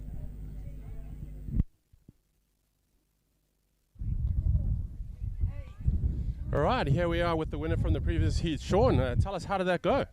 It was interesting conditions out there, super windy, but pretty fun all in all. Definitely a little bit challenging with the gusts of wind today. I don't think that bothered you too much. You got the job done. How are you enjoying South Africa? Oh, I love it out here. It's gorgeous, food's great, people are awesome, surf is amazing. All right, and please tell the audience, what advice would you give them to surf in these lovely windy conditions today? Definitely sit probably more a little bit under the hook at the peak of the wave. Maybe try and get one big one on the outside, and then on the way out try and sit inside and get underneath it. Yeah. Awesome, and final question for you, nice and easy one. Yeah. All right, tell the audience something they don't know about you, something no one's ever heard. This has to be an exclusive. Shoot, I don't know. I'm an artist and I'm a bartender. I make great drinks, so if you guys need a drink, come see me. I think that's public knowledge. I think no, we need to go deep here. Come. I don't know anything good right now. You got me on the spot here, bro. Well, I think it's what we don't know is he's shy behind the camera. I think yeah. So there we go. Anyway, well done. Congrats, you through. Thank you, brother. Shoot. Thank you guys, everybody. Take care. All right, big thanks to Mark Crawford.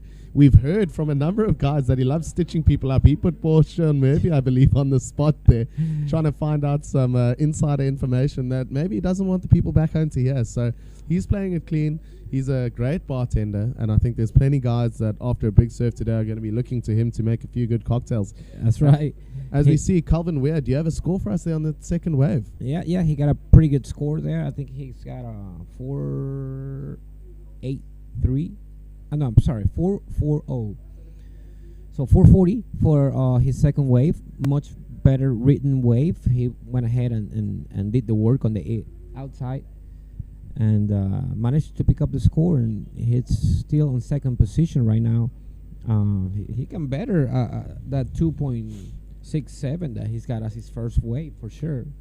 I mean, this heat is still wide open with 4 minutes to 4 go. minutes. Jason Farquhar's in the lead. His highest wave of 4.83. Calvin Ware in second. His highest wave of 4.4.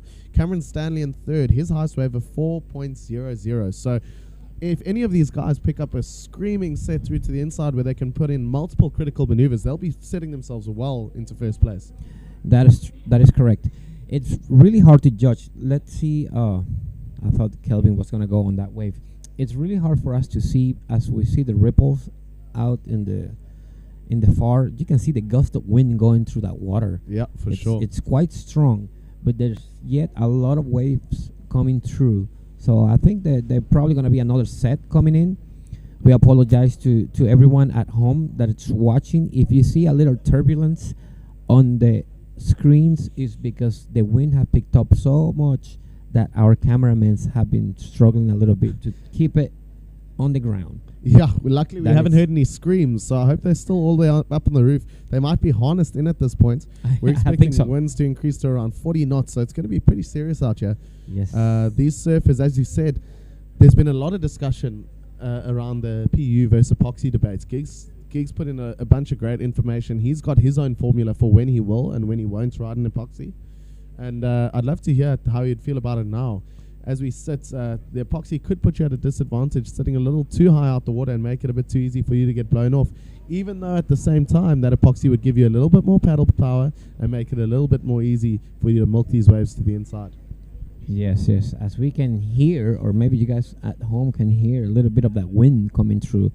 We see the man in yellow trying to paddle, and as you see that wind basically blew him off the wave. And that's how you lose your priority. The judges up 100%. top will consider that a paddle for the wave. That'll lose him his priority. As And Calvin Weir, it is. we heard Sean Murphy in his interview right now saying, get your first big wave and then mess around on the inside trying to pick off an insider that perhaps the other guys miss. Calvin, I don't know if he could hear it all the way out there. Maybe he's got an earpiece in listening to the broadcast, but he's taken that to heart and put in a good number of maneuvers on this wave. There he is. And that's so key. He manages to ride out. Was it a big, sexy finishing maneuver? Absolutely not. Will it help him bump that score up ever so slightly and get him through this round? I think for sure. Like I said, we're not judges here, but we're pretty accurate on our commentating. And if you ask me, he probably got something closer to his second wave. So he definitely is going to improve his score. He's going to replace that 2.67.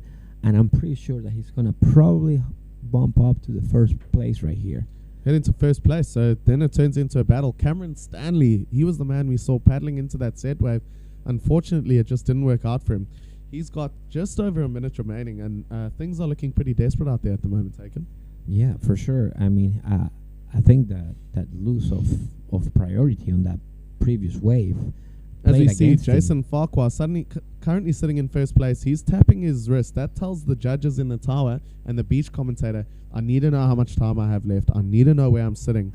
And I need to know what I need to stay in this competition. As we see that score drop for Calvin Weir, what are we looking at? Yeah, like I said, it's a 4.57, very close to his second score, and he put him up in the first place. Now Jason is hassling to try to get into this wave before the end of the heat, and try to replace that 3.5 that he's got.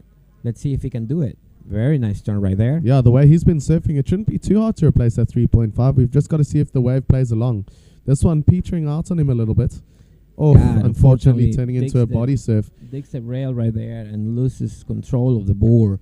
I don't So think now that with- wave's going to factor in. So Yeah, I agree with you on that. But with 20 seconds remaining, Cameron Let's see. Stanley, he's sitting out the back. He's And there's a- begging and praying for a there's set a to wave come coming through. Yeah. There's a wave. I don't know if he's going to get on it, but he should.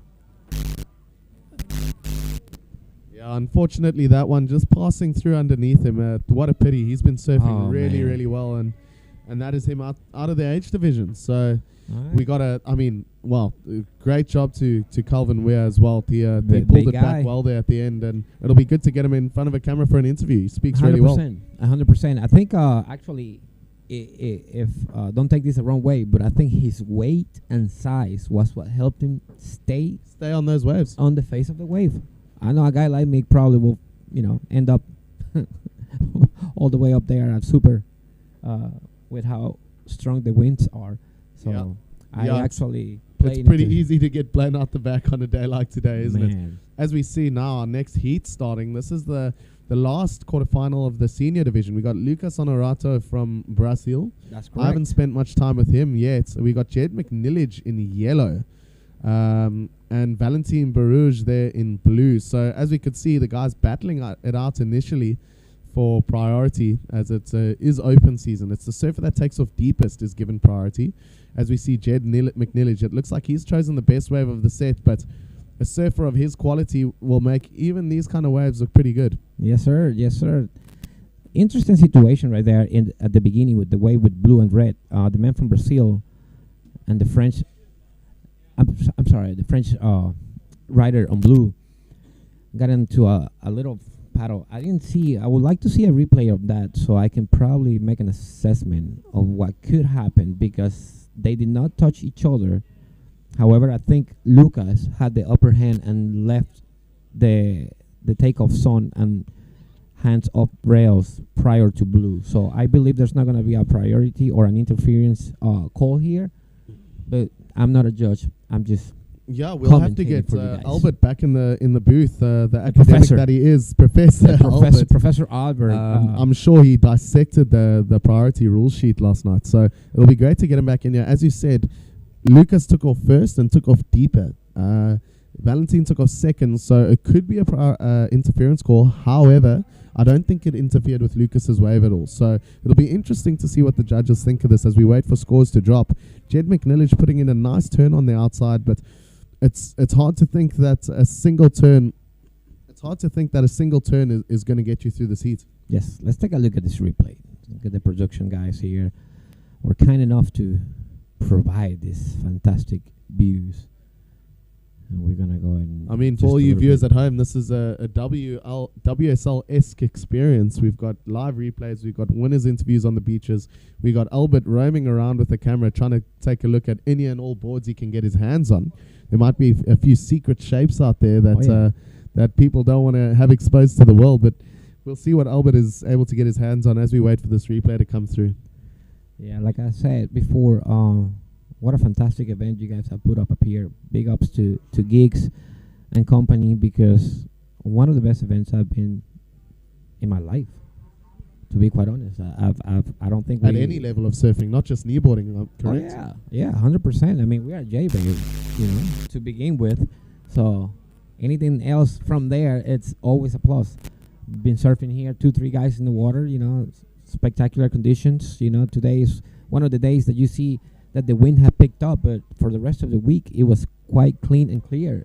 So yeah, I mean, on the amazing. first day of competition, we had clean offshore conditions. Right at the end, we had a bit of an onshore blowing, but it didn't mess with our competitors too much. As they say, the cream always rises to the top, and I believe the right guys got through those heats on day one. Yes. Yesterday was nice and clean with some decent swell. Today, the swell has dropped off a slight amount. Apologies for the viewers at home if you've got any technical interference there on the sound. I hope you can all hear me. The wind and power outages that have been hitting us here are affecting the stream slightly as we wait for those graphics to come back. I don't know if you can see on your phone there, Haken, if any scores have dropped for these guys. Let's take a look. I think I believe the score for Jet it could be up. Let's take a good look up here, and indeed. We have Jack McNillage with a 3.5, Lucas Honorato with a 2.6, and it was an interference call to the man in blue. It was an interference call. It was called an interference. So yeah, I wanted to see it again because I wasn't quite clear on the activity, but I did see that Lucas had let go of the rails prior to the man from France in blue, that it's now having to fight back to try to get into the action. Now it is important to remember there are multiple types of interference. So you've got surfer interference, you've also got paddle interference. So they are penalized differently. With one, you get your second wave eliminated or your half of your second wave eliminated. We're going to need the professor in here soon to just clear all this up for us. But as we see Valentin take off on his first real ride, it'll be interesting to see what happens with his scores. A couple of good sets rolling through. Jed will be happy that he's in first position, although yeah. certainly not sitting comfortably in first position. He's still got a bunch of work to do this heat as he takes off Look on at this that nice little wave. insider. Nice pick by the man in yellow, the Jedi. Board rider, board shaper, great surfer. I mean, this guy's got it all. Look at that. Beautiful style. Nice. I think I actually saw a fin come out and everything, man. That guy is showing us the stuff. As we see Lucas as well out the back, surfer Yes. in red, picked up another nice wave. Jed McNillage didn't milk that one through to the inside closeout section that he is so very good at hitting. We've seen a couple of shots from him on the media of Jed out at Super Tubes going for really big meaty end sections. That guy is just absolutely fearless. Yeah, he's got the skills, man, and pay the bills. So And a really beautiful style. Jed is one of those guys that you can. all right, we got the production here taking us, giving us a look at that interference that was called to the many blue. So let's have a look up here. We have red on top, paddling for the wave. It looks like blue is on the inside. Red goes to the inside of him, let the rails go, and blue jumps on the wave. So that's the reason why the interference was called. Indeed, blue was deeper in the wave, but Lucas was intelligent enough to get around him and get that interference. I mean, that's strategy. That's surf. That's knowledge. You have to do what you have to do to make sure you come across these heats. And that really is so important in a competition like this. If he had changed his line just slightly, it could have been the case that Lucas actually got the interference call. And Absolutely. I believe it will be key as we see who's going to make it through this quarterfinal and into the semis. Jed, what was the last score drop there for Jed? He's now sitting on a 9-1-7, so he's sitting pretty comfortably in first place. Let's take a look. The scores haven't dropped. They just did. So we have a 5-6-7 on the Jed's second wave. And Lucas in red sitting in second got a place. 3.67. Yeah, so Lucas unfortunately also just blown off the wave a bit. As we see a good couple of sets on the horizon, Jed will be sitting in third priority, but he'll be quite comfortable. Oh, He's 100%. sitting out there with no flippers as well, and he paddled into that wave so easily. It shows how important positioning is. He knows where the power pocket of the wave is. He knows where to take off in order to get the best wave that allows him to really nail some points here. Yes, yes. And that's another aspect of kneeboarding. For those at home, kneeboarders use flippers or fins, if you will, to try to project themselves into waves. The boards are usually wider, which makes it real hard for us to get into the wave. Let's take a look at this replay on yellow. So I'm lucky enough, Jed lives quite close to me. I'm lucky enough to spend a good amount of time in the water with him. He's one of those guys, he's got such an individual style. I mean, I don't know about you, but the second I see Jed surfing out there when he's not in a competition bib and when everyone's in the same black wetsuit, I know straight away that it's Jed McNillage on that wave. He's got a great style. He pulls off really beautiful rail-to-rail turns, and he just makes it look so effortless, and the judges are rewarding him well for that. 100%. I would have, if you asked me, I would have gone a little higher on that wave. The reason why is because on this replay, I did see his left fin as he dished it on that heady turn. So, you know, the judges, like I said, I'm not a judge, but exactly. I'm quite generous with my scoring. Apologies for any noise interference you viewers are getting there at home as we deal with the absolutely gusting wind outside. Yeah, as you say, Jed, he had a good variety of maneuvers there, and he was doing the most critical turns that we've seen actually in the last couple of heats, I would say. Oh, yeah. Really putting it on the rail, driving it around, bouncing off the white water, and that wave offered quite a lot to him. As you mentioned, there's a big debate in kneeboarding, flippers or no flippers. I personally don't surf with flippers, and that was a movement really started by Aussie guys, the likes of Michael Novikov, Simon Farah, and it's leaked over into South Africa. Tom Gray, who's the current world champ, he doesn't surf with flippers either. Neither does Jed McNillage. So it's always quite interesting to see who's surfing with flippers and who isn't. Yes, yes. I do the flippers, man. I love my flippers. I surf with them anytime I can. So flippers usually do help you out, not only while you're taking the wave, but also when you're coming back to the point after you surf. You know, you need some extra help. So you may want to give your arms a rest, and therefore you can use the flippers to give you a little extra push.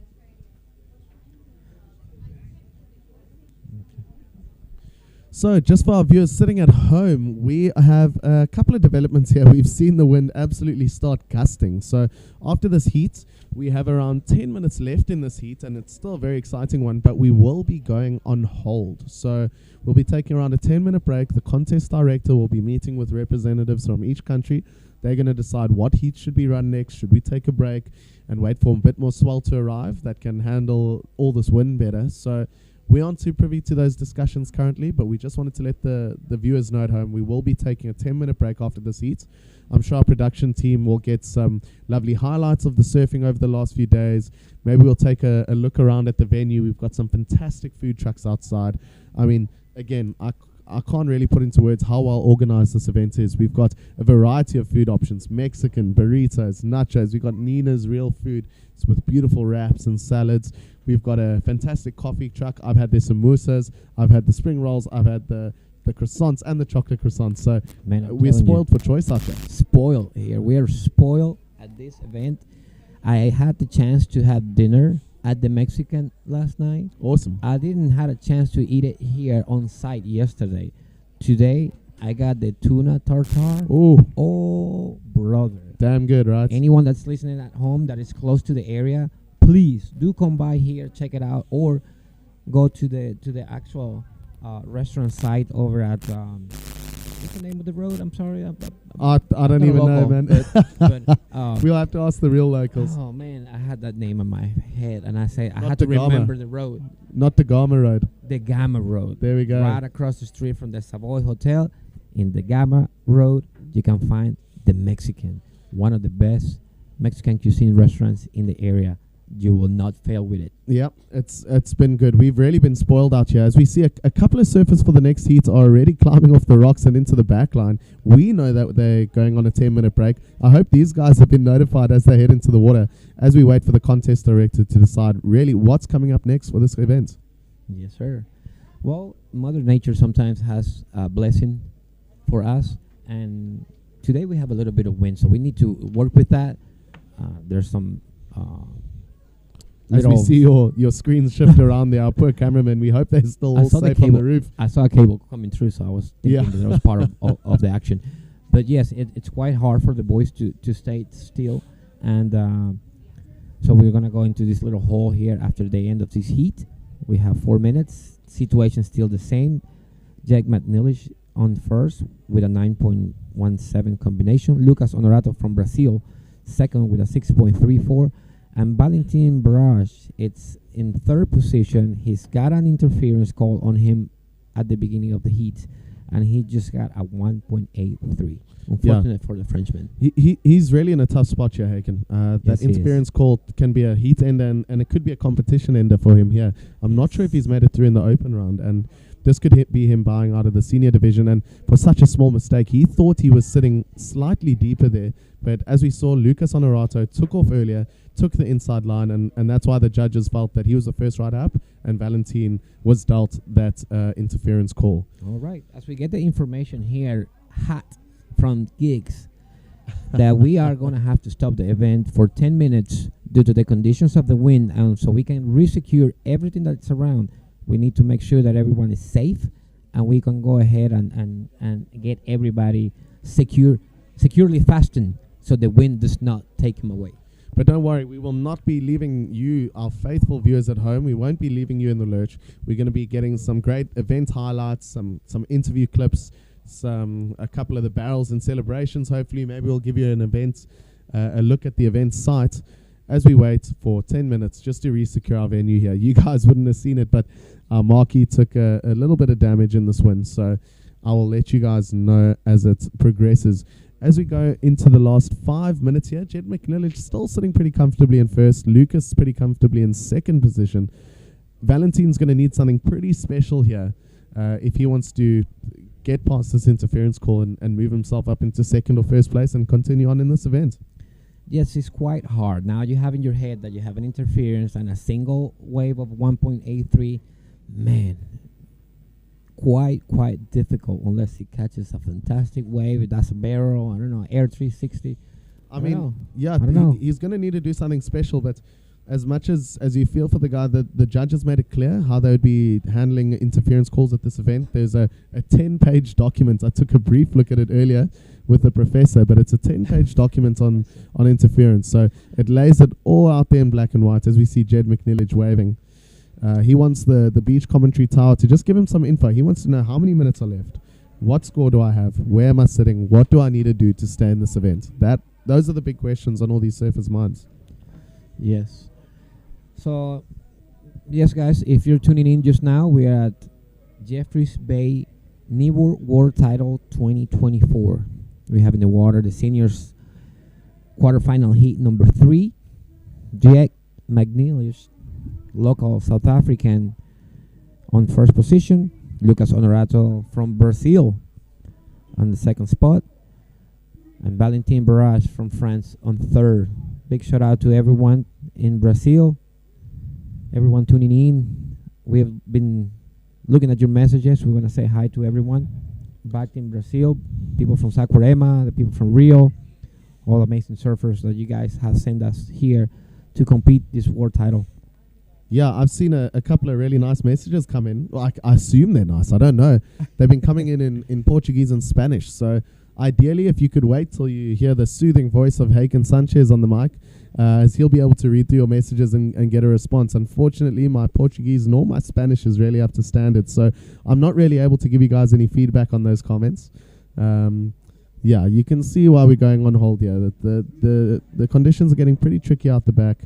I'm not sure what the priority situation is at the moment, but Jed is sitting quite comfortably in first place. I don't think he's going to be worried about getting knocked out of this comp. No, he's pretty comfortable. He has surfed the wave. He has put up the work. Now he can relax and chill and save some energy for his next heat, as we can read some of the messages from the people. Sergio, Jules, Join, everybody from Brazil, giving a big shout outs to Lucas. So your boy is secure a second place, advancing to the next round, to the semifinals. Semifinal. It's a semifinalist already, so you will be proud of your boy. As we see Valentin, he's doing his best here, but it's really tricky in that wind. He managed to put 2 good turns on the wave, but once again, with that interference call, I don't see how he'll be able to advance out of this heat. Yes, it's quite hard, man. I feel bad for the Frenchman because he has a pretty decent surf. Yeah. So we know that it would have been something debatable, and well, he keeps trying, man. He's not gonna let go, so he's gonna try to keep up. Well, you never know when you're gonna be back in Jeffreys Bay, so make the most of it. I How often do you get to surf a world-class wave with only you and 2 buddies in the lineup? That's very not gonna rarely, happen if anytime ever. soon. Yeah, exactly. So he's making the most of it. He's having fun out there. The water's warm. The sun is shining. The wind is blowing, but there's still waves to be had. Yes. Shout out to the people in the UK also. We got some folks watching from over there. You boys are still in battle in the open division. We want to take this time also to say hi to the people in Spain. Team Spain did not come here, Shane. There were some quite difficulties for them to try to get together and have some riders come in. And we know they have some fantastic riders. As Yeah, we see that's Lucas. a real pity. Yeah. Lucas on this little bit of wave up here. Lucas had an incident on his main board. Oh, really? Yeah, he snapped a fin, and he's using his backup board as we see Jed out the back. Look at that wave. Well, he's making that backup board look good, as we see Jed McNillage riding one of his own shapes, and there's not much better of an advert you could ask for. He's a surfer and shaper extraordinaire. His shaping has come miles. I've got one of his boards. He shaped it for me for really good, clean conditions in nice, critical barreling waves. Well, look at that, man. He's looking at the watch. He's seeing the work that he's put up, his first, with a very good combination. And this wave that he just caught is probably going to give him a little extra and up his score. Yeah, I would be very surprised if that didn't go into his top 2 waves. He surfed that well, and as we said, he finished the wave. He didn't try to do anything crazy, just a nice bash off the foam, rode out clean, and that's what the judges want to see. As we'll see here, beautiful board coming out the water. I think he's also rocking the Paddy knee pads. So Paddy's got a whole bunch of those knee pads here. For viewers at home, kneeboarders that weren't able to make the trip, tell your local countrymen to grab a couple of Paddy knee pads and bring them home for you. They're doing great. A bunch of the guys are riding on them and loving them. I told you something another story. And the score, Look you at- called it. You know look, what the judges I'm are telling thinking. you. I'm What was telling that you, last man. wave? 717 for Well Jet. deserved. Woo, nice. As you can see, Lucas and the Frenchman, still friends in the water, out of the water. Jet has just put up a clinic here on surfing. Obviously, as a shaper, he knows what he writes. He knows what he needs. I'm pretty sure that he changed his board for this heat. And, wow, what a great heat he put up. I'll tell you something funny about Patty. Yeah, I didn't know please. him. I have brand new boards made by my cousin at Post Surf War in Costa Rica. Pura Shout vida out. to the people in Costa Rica. Shout outs. And I was looking for pads all over the world. And I had Parker's pads, but I was trying to look online where to buy them, and I couldn't find any. Somehow, some way, I got into a chat, and Patty replied. He was like, well, I'm the one that built them. Yeah. I was like, oh my God, so what's going on? I need some pads. So he said, well, yeah, I can send them to you. Where are you at? And I said, well, I'm in Panama. Oh, well, that's quite a ways. Well, let's see if we can make it happen. And he did. Let's take a look at this replay on the last wave. Yeah, I mean, Jed. Paddy's really one of the nicest guys you'll meet. As Jed, we see, that's what we made so clear, is that you got to take off and get right into that first turn at the most critical part of the wave. He had another nice slash off the top before a nice big roundhouse cutty back to the white water.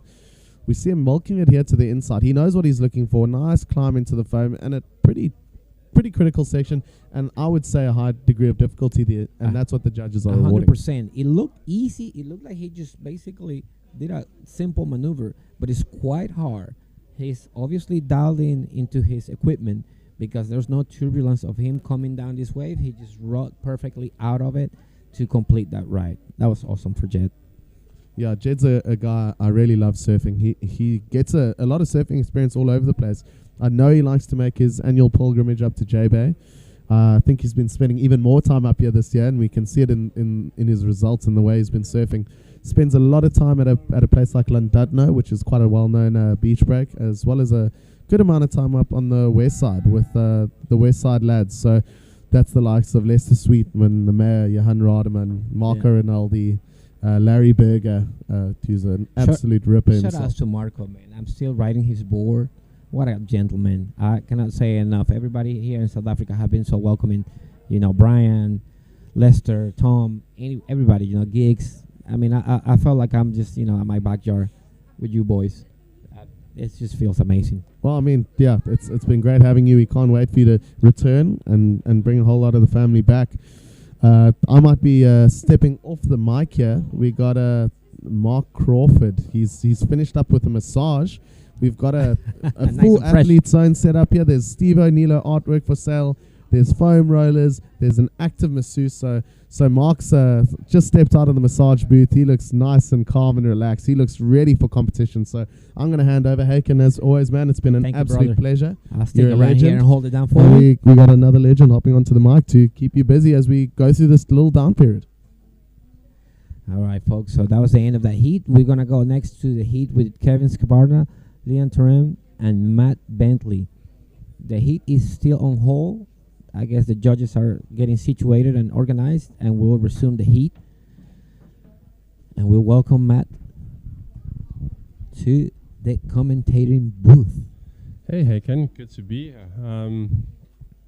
It's always a pleasure sitting in the contest sites and these little dead time zones. Is always a good time to catch up with folk and some of the people rather than just, eyes on the prize. But yeah, as mentioned earlier, the team, the massage that I just went on, I'm feeling really relaxed. Nice. I'm going to have to get me some of that action. I haven't experienced a massage just yet.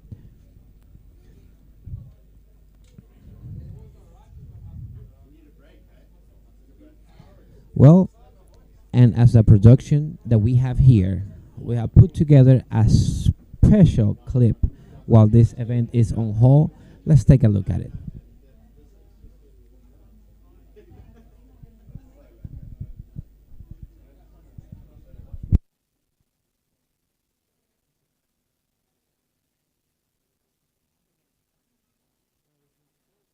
Well, Dion comes from a wave ski background, so he was competed at the highest level on the wave skis and switched out to kneeboarding a while ago. Lovely, clean rail turn from Ryan Gallagher, who's establishing his opening ride here. We're already down to 13:45 on the clock.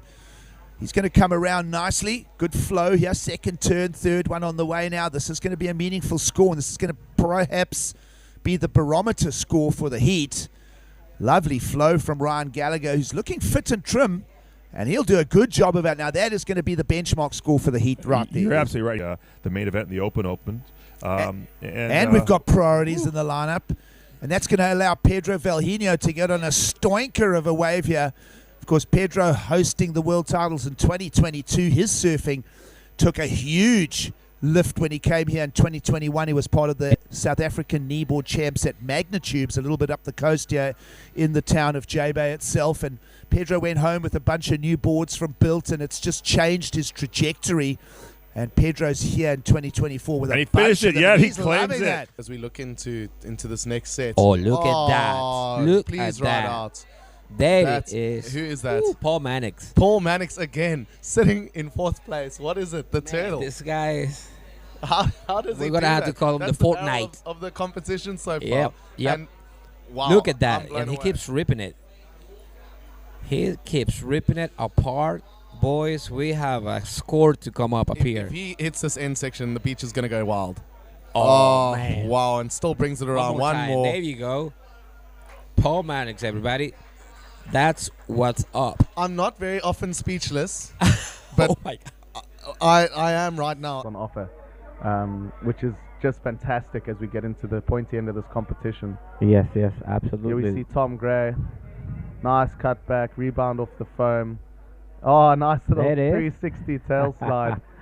That's the kind of thing the judges enjoy. Yeah, that's a I've- complementary maneuver, but Exactly. will also give you some points because it gives you the confidence and the knowledge to the judges that you have complete control of your board on the type of wave you're on. In the points, so we'll see how he goes. In blue, we've got the mouth from the south, Bobcat Rousseau, and in white, Carl Earball. As we see, Kurt Rogers in yellow off to a fiery start, taking some nice gouges out of this wave, milking it to the inside. He's linking together a couple of turns well. He's really good at finishing off these end sections. Let's see what he can do here. Able to climb the foam and ride out. So that's wasting no time, up and riding, cutting back to the foam, thinking this is like North Narrabeen alley rights, but way longer, and he is going to absolutely feel very at home in right-hand rip bowls, Mark. Jam, nice turn. Another Definitely turn key. in the pocket. He's looking to set this up on the inside. Another jam. He's looking loose and free, Mark. He's going to look to probably finish this one off. Just get it.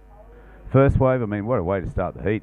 Literally on the buzzer, he's got a score. Midway and pushing makes it even more difficult. Here's a replay of Albert's wave. Nice, must do two that. nice cutbacks. You can see this wave had a lot more power.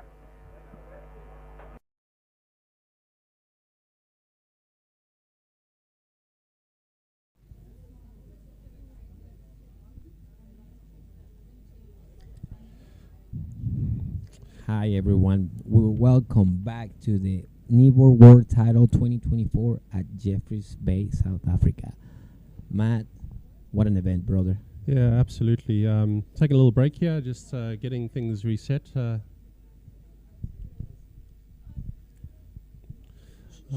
We've got a beach interview that we're going to cross to from the winner from the last heats.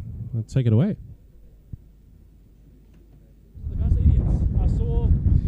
All right, we are live with Jed McNillage, winner of that last heat, man. Senior quarterfinal. You got to be pretty stoked. Wasn't easy conditions out there. How does it feel? No, Shane, it was really, really difficult. It's so windy. It's crazy. Like, to be able to surf in this, it's not a privilege, to be honest, right now. It's nice to have so few guys in the water, but it's really hard, man. It's howling like 50 kilometers an hour right now, so it's really tough out there. But stoked I got through. Yeah, man, absolutely. I know you almost got knocked clean out when that marquee came down, so the wind truly is howling. However, a really good advert for the boards you're riding. You made it look pretty easy in what was really tough conditions. Yeah, this is a 5'10" little swallowtail. Her tail's a little bit wider, so in these kind of conditions where the wave's quite flat, it just helps kind of stay in the pocket and wrap around and plane over kind of those flat sections. So yeah, stoked the theory paid off in the waves, so can't complain, huh? I know you've shaped me a pretty similar board. It goes really well in good clean conditions, so it's not easy out there. It must be pretty epic seeing so many guys riding your boards in the surf.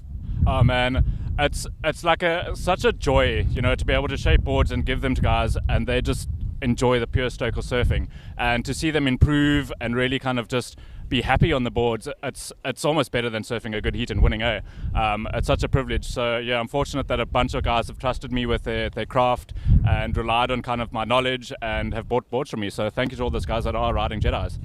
I know Albert the Professor, he's going to be coming around and he wants to check out all the Kneeboards, so he's going to be having a few questions for you, man. Well done on your heat. One question that I was told to ask is, where does your accent come from? I'm fully South African. Cape Town's given me a little bit of poshness, but like deep in the Eastern Cape. I can hear that deep in the Eastern Cape for sure. Do you have any message for people watching back home? I know Neville's going to be looking on fondly of Dad. I've got a bunch of family that's tuned in. Thank you guys. I appreciate your support. And yeah, keep watching. There's a little bit more surfing to come. Epic, man. Well done. Stoked. Shot Jedi.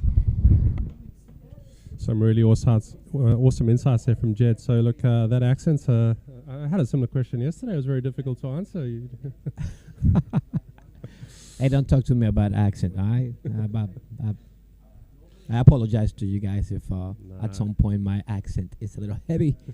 But I'm from Venezuela, lived in the United States, currently live in Panama, spent some time in Turkey.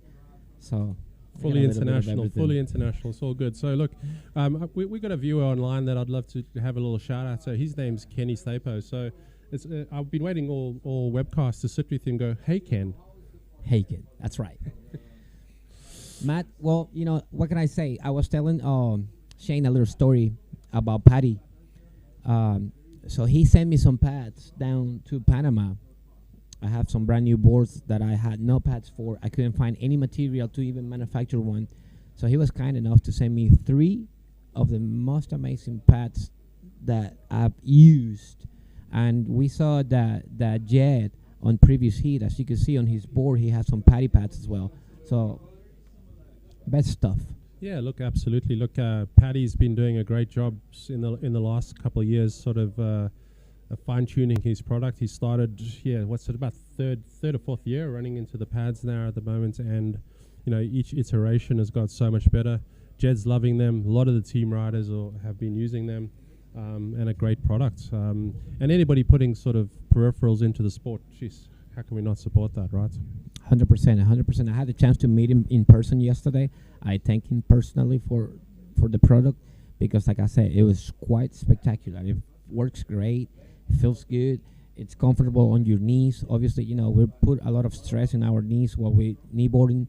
So it's one of the best products. If you guys out there are in need of any pads for your boards, make sure to check out Patty. And if you got somebody around here, tell him to pick up because there's some at the little store. We have some souvenirs. We have some, Kneeboard World Title T-shirts, as the one that you see Matt wearing right now. We have hats, beanies, sweaters, jackets, hoodies, you name it. We got everything. I believe that we're going to get back into the action. Yeah, the next heat should be kicking off soon. We'll keep you posted as it going. They went on a short little hole just to reset, looking at the conditions in the background, as Jed was alluding to earlier there. Looks challenging. Wind is pumping. Maybe that is 50, 60 kilometers an hour. Yes. For those of our people that understand miles, that's probably in that 35 to 40 mile an hour range. It's blowing. Yeah. It is quite hard. This little break that we're taking is because right in front of us is the competitors area. We had a little cover top that was blown by the wind. Therefore, the boys had to go ahead and rearrange everything out here, and that's the reason why we have gone into a little hole. But the riders are in the water. They're ready to go, and they're just waiting on the judges and the officials to kickstart this event one more time. In the meantime, you guys saw that fantastic clip from some of the top riders at this event. I was surprised for this female, Miss Liam, one of the best riders that you guys had. The world champion, female world champion in Portugal. Loving it. I've been loving life. I mean, that just shows you the last couple of days of competitive surfing that we've had. I think we put a bit of a commentator's curse on this. I was picking up in the last previous things. Look how dreamy J Bay is. Look at the amazing weather. There's no wind. It's warm. Anyway, well, I think the little commentator's curse has kicked in. We've been paid back with like strong southwests and wests. Like I say, really, really hard. Taking tents down. But yeah, nonetheless, still very surfable waves at the back, very competitive. Can't wait to get going. Yeah, 100%. That's what I was going to say. I think there's no complaints. Obviously, conditions change. Mother Nature has a way to reward us and also to make us humble at times. And this is one of the times. So as we hear the beach announcer give the information to the riders in the water, I believe we are about to resume this first heat on the Pro Juniors division. Yeah, so in the heat, just to recap who's coming in, I need to look at my live heats. I'm a little behind the A game here. Yeah. All right, so we've got Kevin Schweimer in red from the US, Liam Torrance in Australia in yellow, and Matt Bentley from South Africa in blue. And the heat has kicked off. Yes. We're probably going to be shortly back into the action in the water. In the meantime, Kevin Scavarna is the Pro Juniors champ from Portugal. That was the first time I saw him ride. And wow, he could ride in any kind of wave.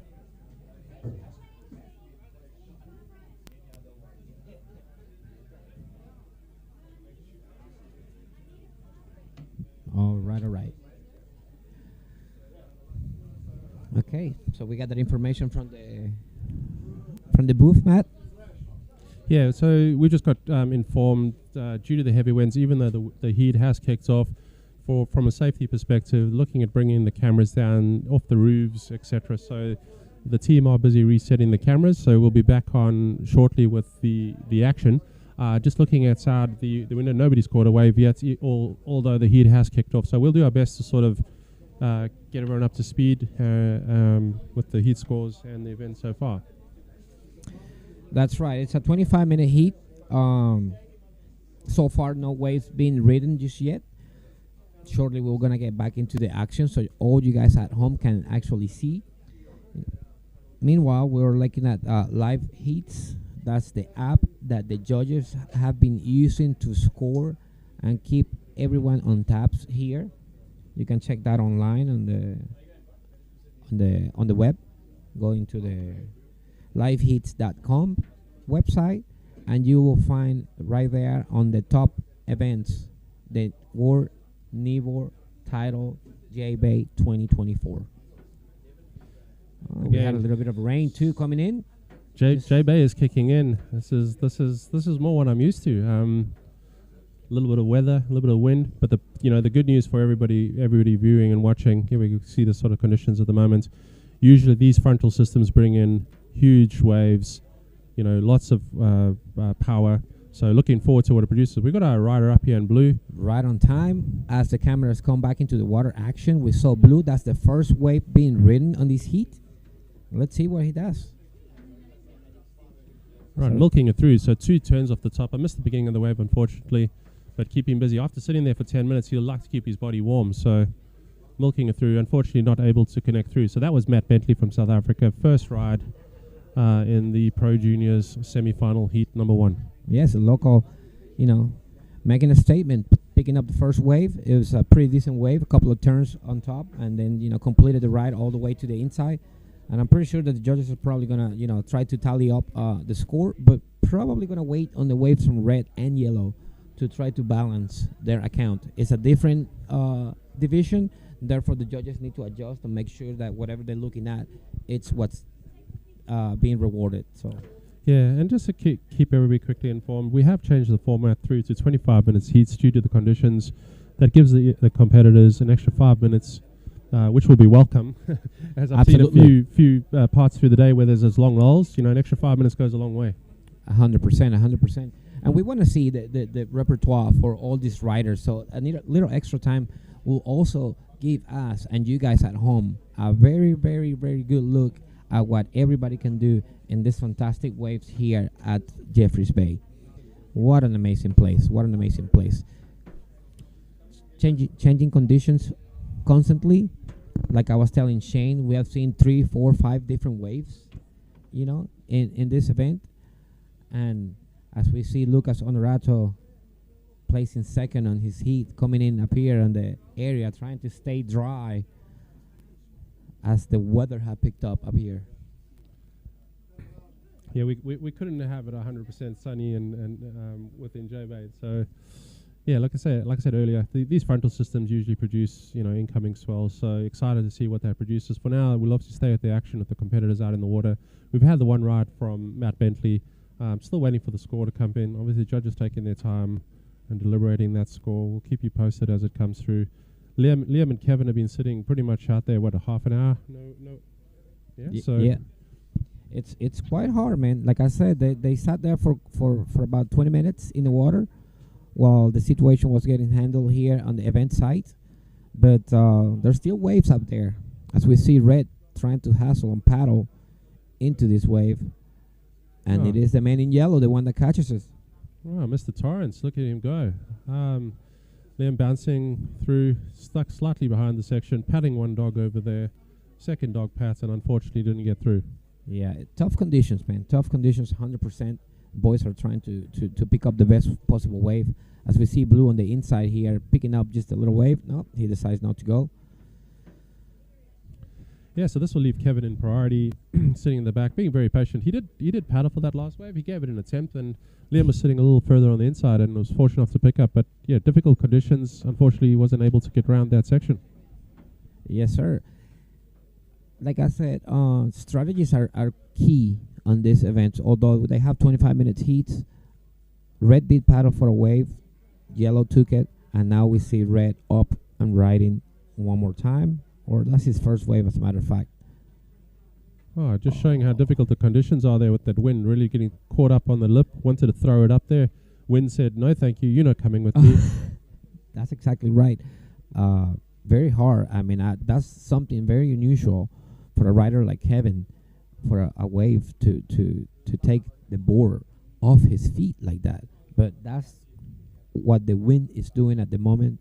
Therefore, you have to be really careful. You have to be quite secure. When you're going to make a turn, you're going to have to try to turn the face down, so that way the wind does not take the board from under you, and you can complete your rides. Yeah, absolutely. He'll be a little frustrated with that, but you know what? He's sat out there. He's opened his account. It's come in at a 1.5. Just repeating the scores. They have all locked in at the moment. So Matt Bentley's first wave came in at a 4.0. The second wave that I unfortunately couldn't get through, 0.1. So he currently is the heat leader at 4.10. Kevin's unattempted a floater there, 1.50, and Liam Torrance getting stuck behind the white water at a 1.0. So very early days, still 18 minutes left in the heat and a few sets rolling through. Yes, sir. Interesting enough, 1.5 for Kevin, a single point for Liam, and the local had made a statement, like I said before, and caught a real nice scoring wave. Now he's sitting out the back waiting for something much better to pan out, so he can go ahead and secure a first position right here. And look at this wave. Oh, we have paddler. This is Matt Bentley in blue. Look at those arms float. Really eager to get this wave. Caught it really nice and smooth. A lot more wall to work with than previously. Nice cut back into the power section. Setting up down the bottom. Again, sort of check turn, keeping with the section itself. Second, nice carve. Into a third. Matt's enjoying himself into J Bay, considering the conditions. Yes, Still sir. going. Look at him. He's probably going to have a little more on the inside here to go. And yet he does. This is that never say die South African attitude. Take it through, right through to the inside. Look, so I'm not a betting man or no judge, but considering the conditions, definitely the best wave of the heat. Absolutely. Absolutely. I'll give him some good scoring up here, similar or higher than his previous wave. As we see Yellow riding now. Pretty decent carve right there. He's trying to regather here. Oh, this is quite hard, man. Yeah, I feel their pain. Yeah, and Liam's a big guy, so he is milking as much as he can out of the cows are coming home. Third or fourth turn. Yes, sir. Let's see what he does here on the inside and see if he can capitalize on this wave. There you go. Little floater on the inside. Little cut one more time. And Right. that's about it for the main in yellow. So now Yes. we have some scores to factor in and see what the situation is going to be when we have about. Yeah, surfer in red up there. So that's there he is. Kevin Now on that's two more decent like it. turns in the outline. Yeah. So look, after a little sleepy starts, riders getting going. Yeah, Kevin seems to have two connect. We'll go back to the start of that wave, but he's definitely finished off really well. All in all, Well, he's looked not like a the good world wave. champ for nothing, you know. I know that he has a lot of potential. That first wave made a little trick on him, and he was out of it. But as you can see on his second wave, he's probably going to put out a pretty solid score. If you ask me, probably the best score in the heat. Yeah, look, I'm firmly in that camp again. Solid wave, 2 opening maneuvers there. Look, really progressive. Hit the lip, it closed out as well. So look, I expect to see the judges put the top score in the heat for that wave. Interesting enough, both Matt and Liam had their best rides. So as the situation currently stands, Matt's second wave was at a 617, with Liam coming in at 533. We're still waiting for Kevin's third wave to come in, and we expect a situation change. So there it came in. Kevin's wave 933. Wow. He did it. He So- did it. That was a well-executed wave. I see the agreement on some of our friends around here. Mr. Rossi, that had first look at the wave from the window up here at the booth, and he nodded his head and he said, "Yep, that's a 9, 100%." Something I want to pick up on there, hey Ken, is that just roll back to that first wave in the heats. Obviously blew it. The wind caught his board, got frustrated. Just that importance of keeping calm and collected. Look, the very next wave being able to sort of reset and put a good score up. So just a little bit of insight to some of his mindset on how he handled that. Yeah, 100%. You got to be pretty solid in your strategy and keep calm. Understand that the sea will do its thing, and you have to be present and connected in order to catch a wave and do the damage. That's what Scavarna did on this previous wave. He's also a world longboard champ, so the guy knows, and he's been in these situations many times. So pressure is probably not a big factor for him at this stage. No, yeah, that's a fair call. Look, he's definitely got a competitive mindset. Look, he understands, how to construct a heat. I think with the extra time, we still got 13 and a half minutes left in this heat, but with the extra time that he's had here, but still, some people can feel that pressure. Big match temperament kicks in. He's definitely shaken that off, and great score there. I mean, that's into the excellent range. Probably the third or fourth best total of a single wave in the entire event so far. So well done. I believe that he's on the top 10 of the top riders in the event so far. So Yeah, it's a good point. I mean, you were fortunate enough to attend Portugal in the previous World Champs. I believe Kevin was a finalist in that event. So look, he's a man that doesn't back down, and he's obviously very consistent. So this is a good for him so far. Yes, sir. The wind keeps kicking, and we keep hearing things going and coming, but the surfers are doing the work in the water. And as we have mentioned before, we have Kevin Scavarna on the first position with a 10.83. We have Matt Bentley, the local, with a 10.17, and Liam Turin from Australia with a 6.3 on third position. Liam has a 5.33, also the third best scoring wave, so we know that he can do some damage, so I don't write him off just yet. I'm pretty sure that he can catch a wave and catch up with the guys on top and probably, move up to the second round. Yeah, look, I wouldn't write Liam off. I've had the pleasure of traveling with Liam for the last 2 weeks, taking him through South Africa. He's an incredible human being, talented pro junior, big lad, loves his food, loves the social aspects, but in his free surfing that we've seen, is absolute ripper. So look, we're definitely expecting him to come back strong in this heat, and likewise for Matt as well. Yes, sir. Yes, sir. Well, as we are coming down to the 11-minute mark, situation is the same. Red, it's first, the man from the U.S. In second position, we got the local Matt Bentley. Third position from Australia, we have Liam Turin. Our co-host appeared at the booth. It's a fantastic rider as well. We see a little set coming in through. Let's see what the boys are going to do. I'm not quite sure about the priority at this moment, but I believe blue is with priority on top. So Yeah. let's take a look. Yeah, considering red had the previous wave, one would assume it's either blue or yellow. With the set coming through, let's see who paddles. All right. Let's get back into this action. Blue seeming to just sneak to inside. Let's see if he turns and takes it. Okay. Very interested in the wave, and off he goes. So this is Matt Bentley from South Africa, keeping busy.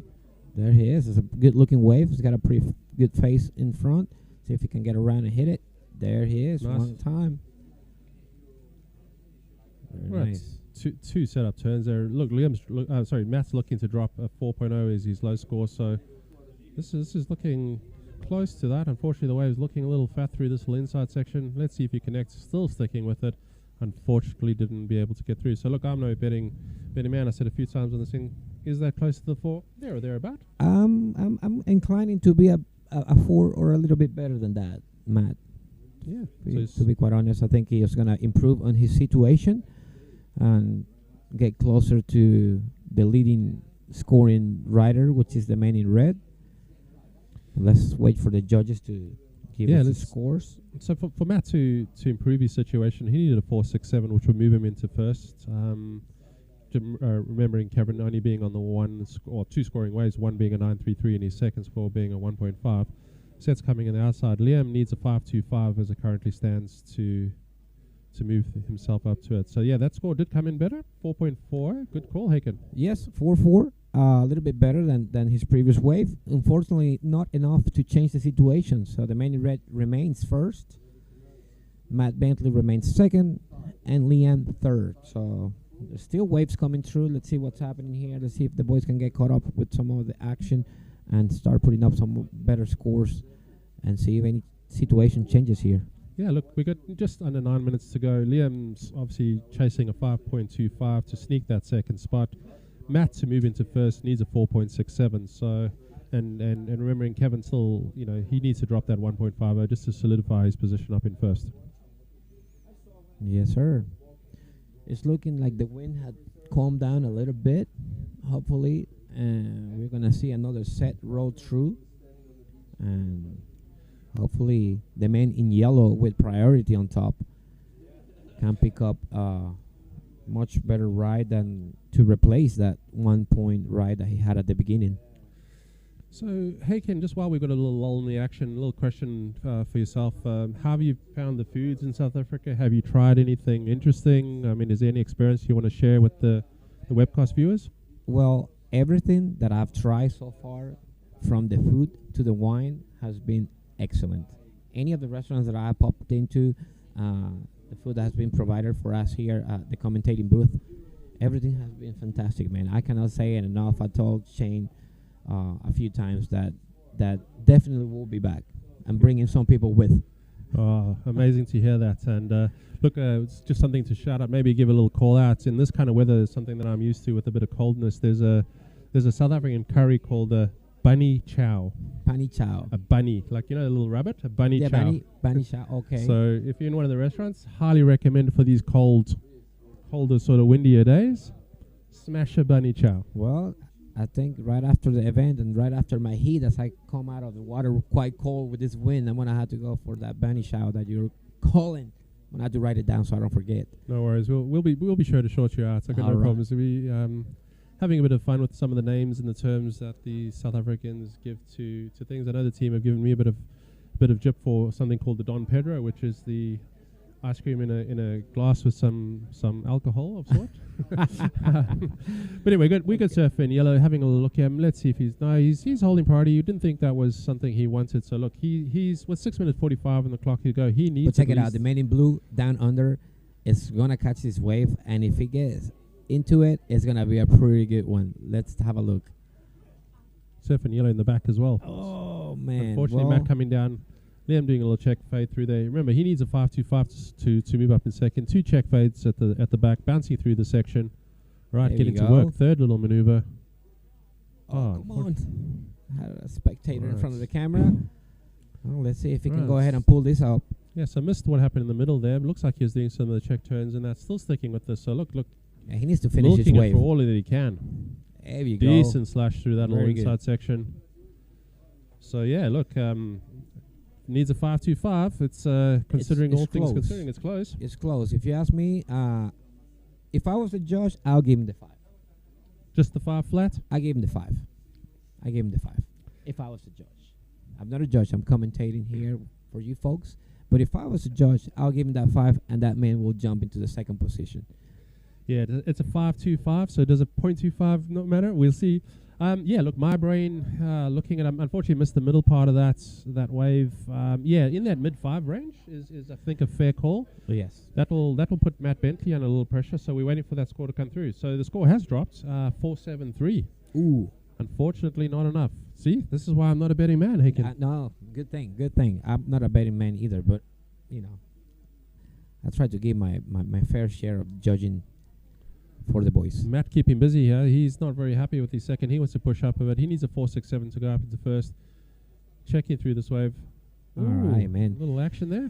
Liam has to clean the way. Yeah, he needs to be careful with that because any interference can be called out on you by interfering on the trajectory of the riding man. So you got to be very careful with that. I don't think this wave of Matt is going to factor in.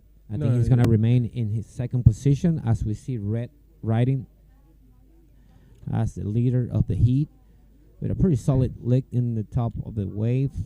Hit it one more time. Another big turn right here on the inside. And he continues. He's probably going to try to do a good closeout here in front of us. And there he is. All right, so that was a heat leaver, Kevin Schwarmer. You know, he needed to drop a 1.5. I'm going to be a betting man this time around and say he got that. Well, safe man, as they say. I'm pretty sure that he's probably going to get a pretty decent score here. Yeah, I in think the good range for sure. Yeah, I think all things considering the conditions, started off with 2 nice top terms through that wave, and closed off. You know, for me, it's bordering in that exit range. Don't know if it's as good as his first, but it's there or thereabouts. Liam still chasing a 5.25. You know, with just over 3.5 minutes left to go, so he'll be feeling a bit of the pressure. But knowing large, tall Liam Torrance, and he is tall, by the way. Yes, he's got a 5.3, Matt. So I think he's got it in him to do something a little bit better. All right. So as we see him paddle through, there we go. So looking for something to give him a bit of lip and opportunity, floating through there. Let's see if he gets more through that. Unfortunately, not able to connect further than that. Don't single think that maneuver. Yeah, don't think that will get in the score. No, I Still don't got believe 3 it. minutes to go. Look, he needs to scratch out. well, the leader of the heat is still paddling back, so he needs to hurry up and try to get out there and see if maybe he can catch up with a priority, a second priority, and maybe hope for a 2-wave set and get into a better wave. Yeah, that's a good point that you mentioned there, Haken. The ocean has done that through this whole event, where there's sort of spells where it goes a little sleepy, but then it comes back with a bang, and 2-3 sets can happen really rapidly. So look, position yourself is really important. Expect to see in the next sort of 2.5 minutes, hopefully all competitors get another opportunity or another bite at the cherry. So Kevin's wave came in there at an 8.0. So yeah, look, another excellent score. So total heat score is 17.33. Don't know why he's paddling back out. He's a competitor, man, and he's got fire in his eyes, so he's not gonna let any little leads to anybody, and he's just gonna surf it out completely so he can go ahead and close out his campaign and also get a little training. I haven't seen him surf that much, so maybe he's doing the training on the heats. Yeah, bumped into him through in a place called St. Francis, not too far away, a couple of days ago. We had a fun little day on the beachy there, and then in supers yesterday as well. So no, he's definitely getting away from the competitor zone. Oh, he's able to pick up another wave. Here we go. See, I'm telling you, the man. 2 jams on the outside, sticking through this, keeping nice and loose. Third turn. I don't know if you got one prior to us, the camera panning over, but yeah. Don't think they're in previous situation, but nonetheless keeping warm out there, and the wind has gusting through now. Yep. We see some drops here in our windows, are clouding our sight directly into the water. nonetheless, what an amazing heat, you know.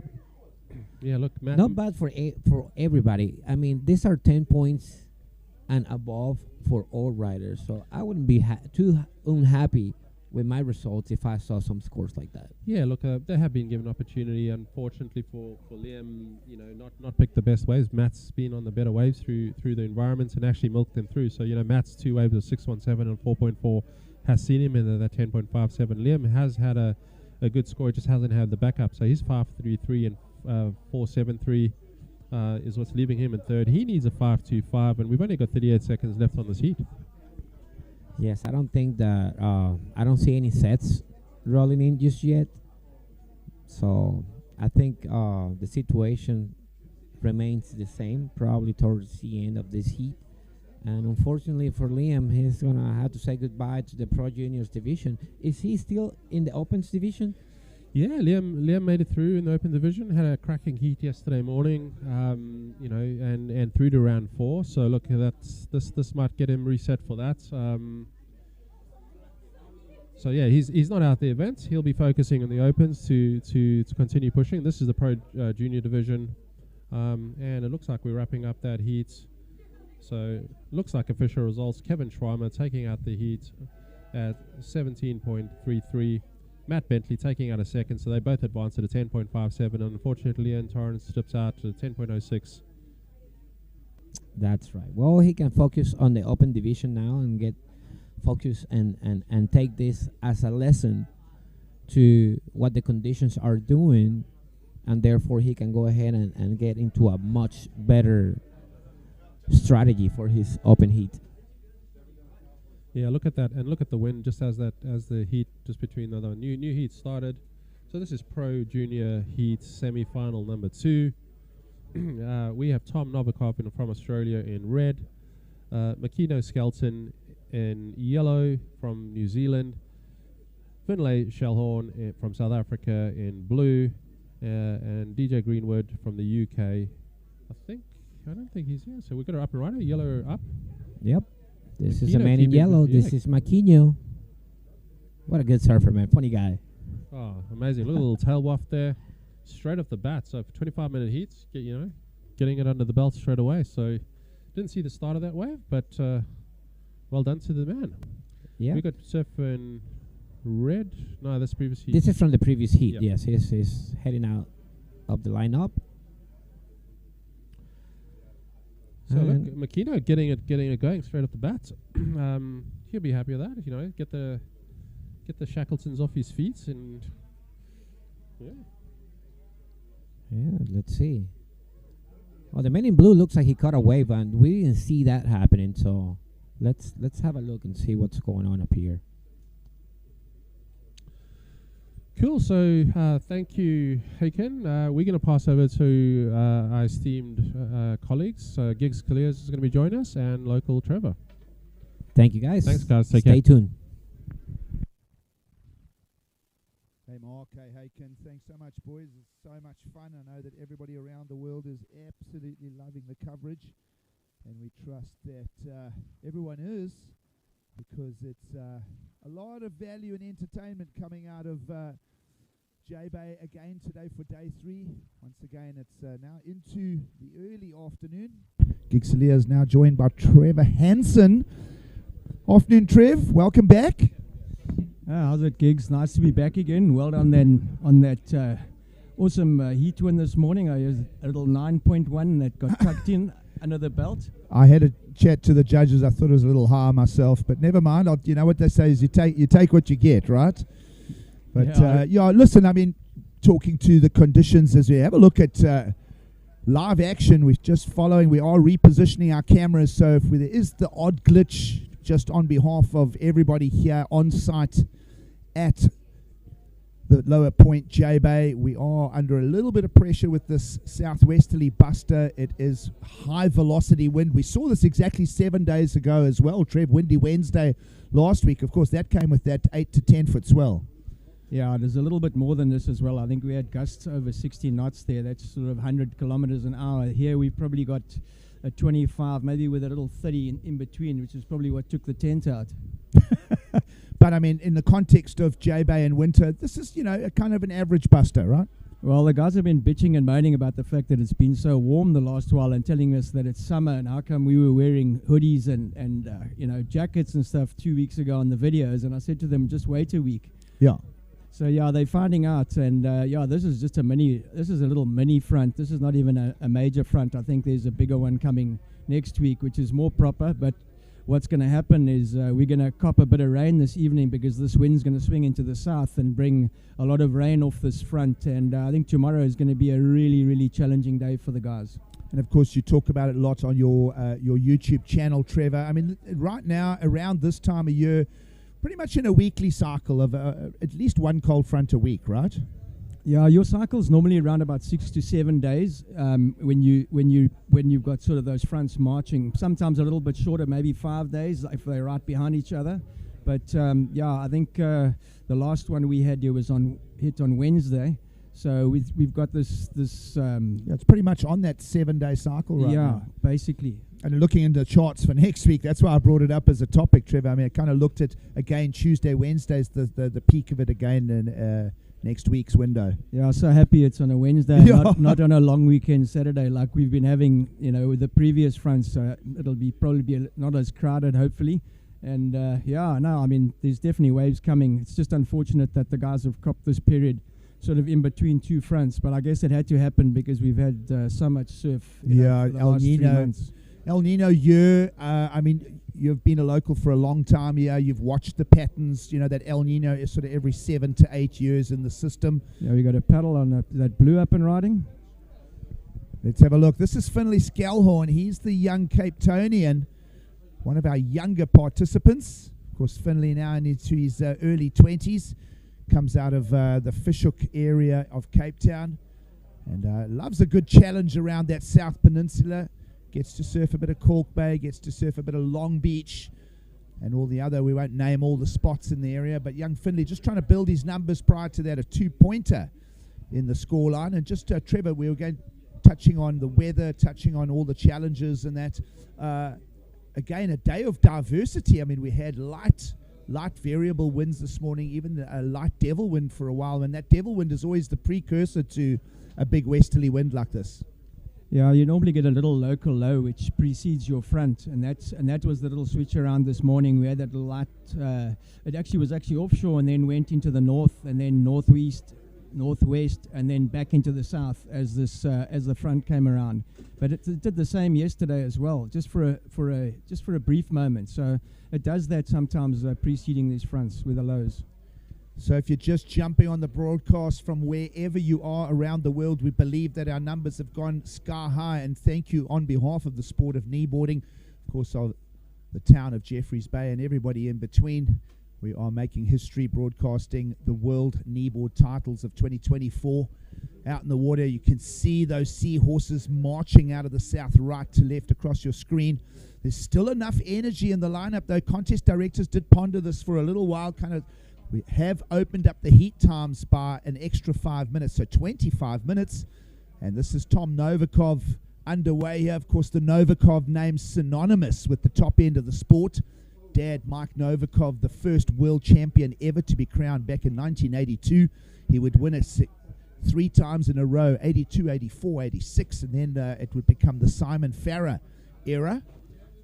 And, of course, this is Mokino Skelton, the Kiwi, in the lineup as well. Let's just have a look at a couple of scores for us here.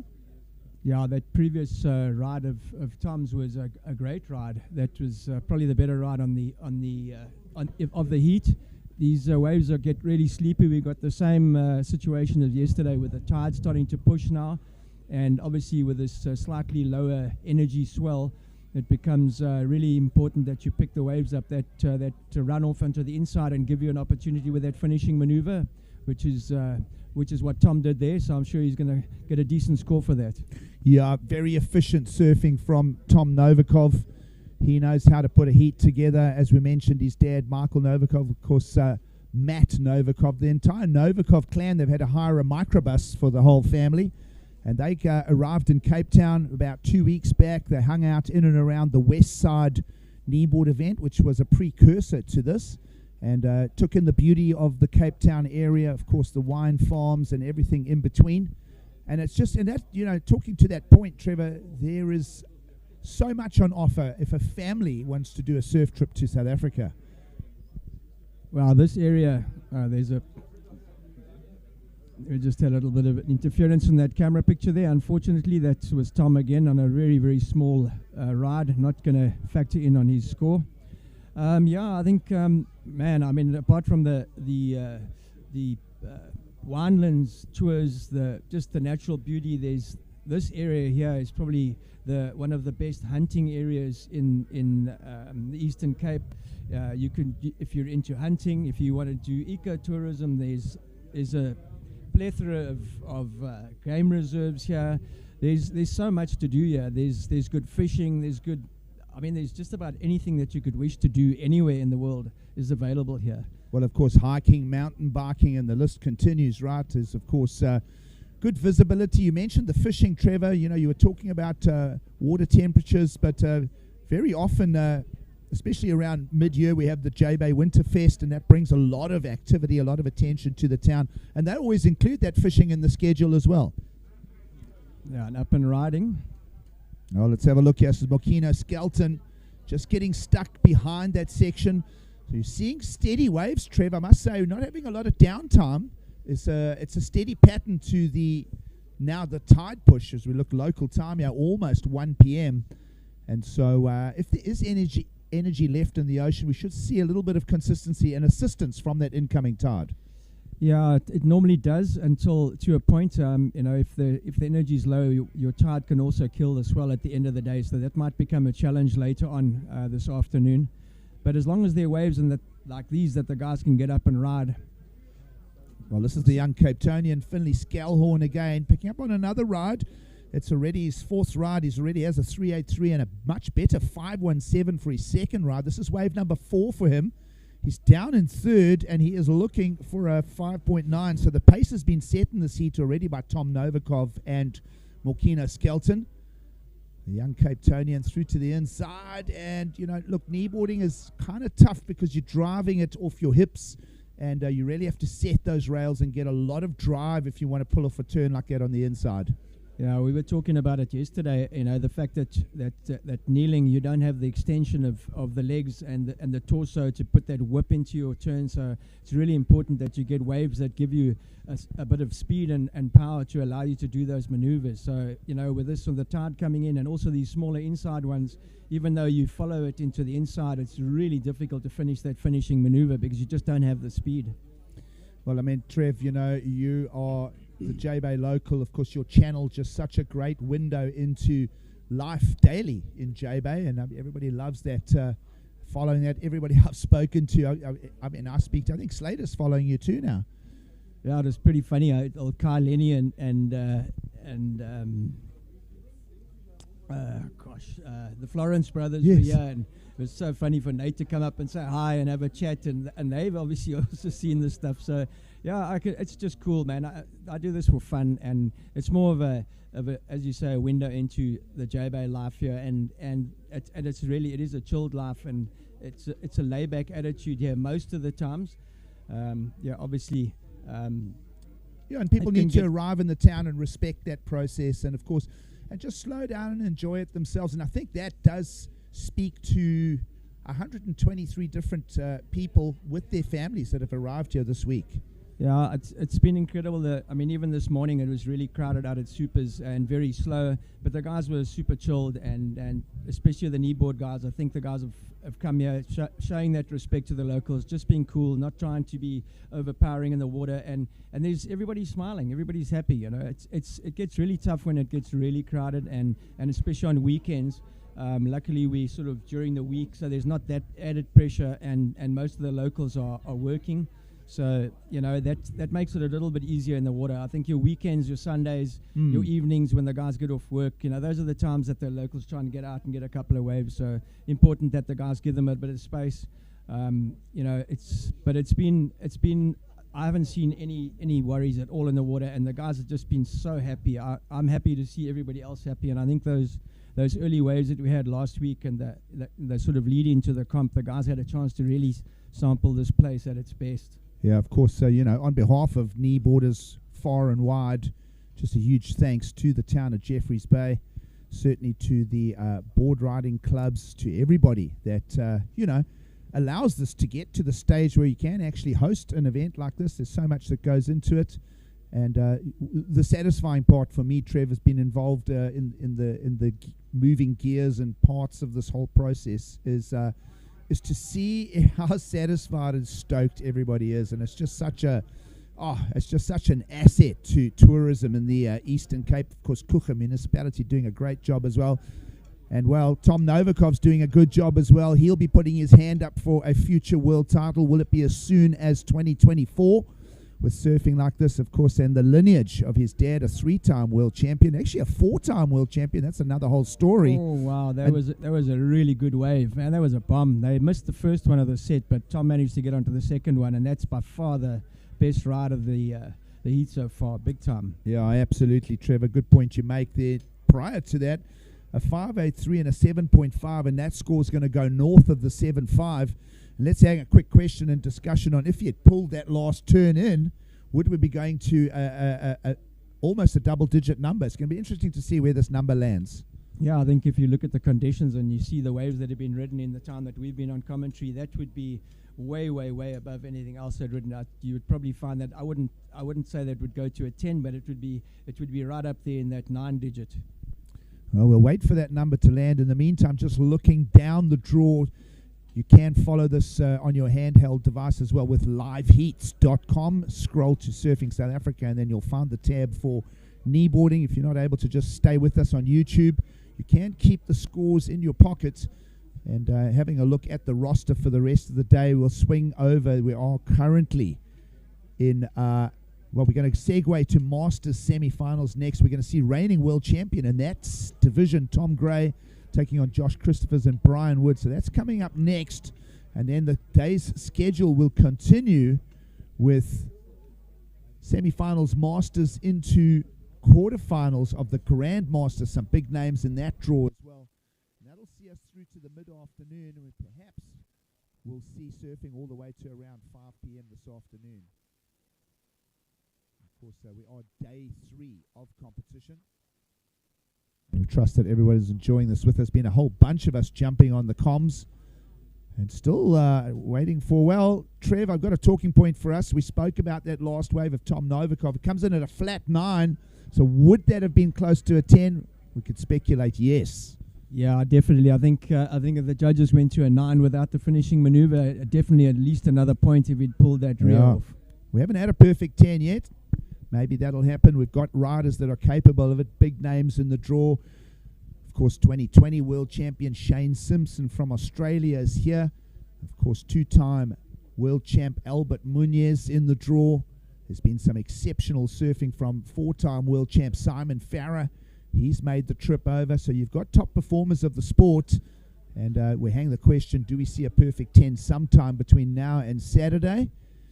I'm going to say yes. We might just find one. Meanwhile, look who's finding more momentum here. Tom Novikov whips the tail. Does that on the alley rights in North Narrabeen in his sleep. And it's now a nice exchange here between Novikov and the Kiwi surfer, Mokina Skelton. Yeah, Mokina getting a couple of good turns in there. He needs it if he's going to have to try and, if he's going to catch up to Tom or just solidify his second position. The wave's going a little bit sleepy and he's kicking out.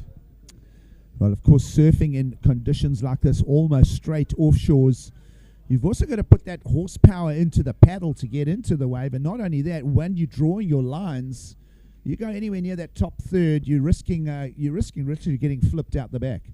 Yeah, I think Tom had an unbelievable Rio on that last wave, and you can imagine if he'd put that in on that previous wave, that would definitely have been a 10s. But that was a really high-scoring maneuver, on a really short little wave. So I don't think that's going to factor into his score, but I think one or two of the other competitors might have needed that. DJ Greenwood is this up on his first wave, or nope? That was Finley. I've got a feeling Greenwood from the United Kingdom might be a no-show, Trevor. I can't confirm that. But see the camera angle. This is now way on the north side of the break. We've repositioned the cameras. It is blustery and windy here in J Bay for day 3 of competition. Of course, beautiful and glassy this morning. almost poetic in its smoothness and glassiness, has quickly been replaced as we go into the afternoon with one of those blustery southwesters. And Trev, just out the back, maybe the cameras will just pan a little to the right. There's those chocoboats, classic of them to sneak inside the bays here when the wind gets this strong. Yeah, I think it's, it depends on whether the fish are biting in the daytime and the nighttime. There's time up on another wave as a big gust comes through. It's getting caught behind a little bit, trying to make his way onto the inside, going for a little 360, incomplete. That's not going to factor into his score. What and a behind, luck. Yeah, this is Makina. Wow, that looks like a good wave, and it looks like it's going to hold up on the inside. He's got good speed coming off the top. Oh, that wind's holding him up. Tries to pull into the closeout barrel, but no more progress on that one. Well, nice little exchange again between, this has become the Tom Novikov, Makina Skilton showdown heat here. They've left the young South African in blue, Finley, pretty much far back now. Finley, those numbers will keep pushing. We'll wait for another number to come here from Makina Skilton. Right now, surfer in blue down in thirds, looking for a 664. Got a feeling that might just get a little stretched now as we wait for a score from that last exchange. Yeah, I see there are 4 guys out in the lineup, so I don't know if... it might be the next heat teeing up, Trev. Could possibly be... because the head judge has been giving just a little bit of extra time depending on the age categories. Yeah, I see certainly 5:35 to go. Yeah, 5.5 on the clock. So should get a couple more exchanges out of this. I mean, as far as contestability goes, the same old statement. I know it's a bit cliche, but same for everybody in the lineup. But what I am enjoying is there's a number of waves being ridden by each surfer. So no shortage of waves, considering how blustery and challenging it is as we go into the afternoon here. No, I think absolutely. I mean,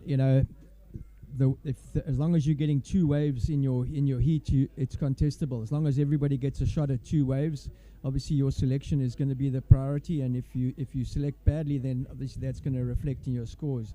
But there's definitely no shortage of waves. The guys have all had 3, 4, 5. Tom's had 8 waves. So there's definitely no shortage of waves out there. Yeah, rapid fires. Top left of screen for the 2 best scores per surfer. And of course, top of the ladder is always the heat leader. So you'll see those rotating in the top left of screen. Of course, big thanks, talking of top left of screen, to multiple sponsors and partners that have brought this to reality. Of course, our title sponsor, CineFX, Mickey Kirsten, enthusiastic kneeboarder. His company just...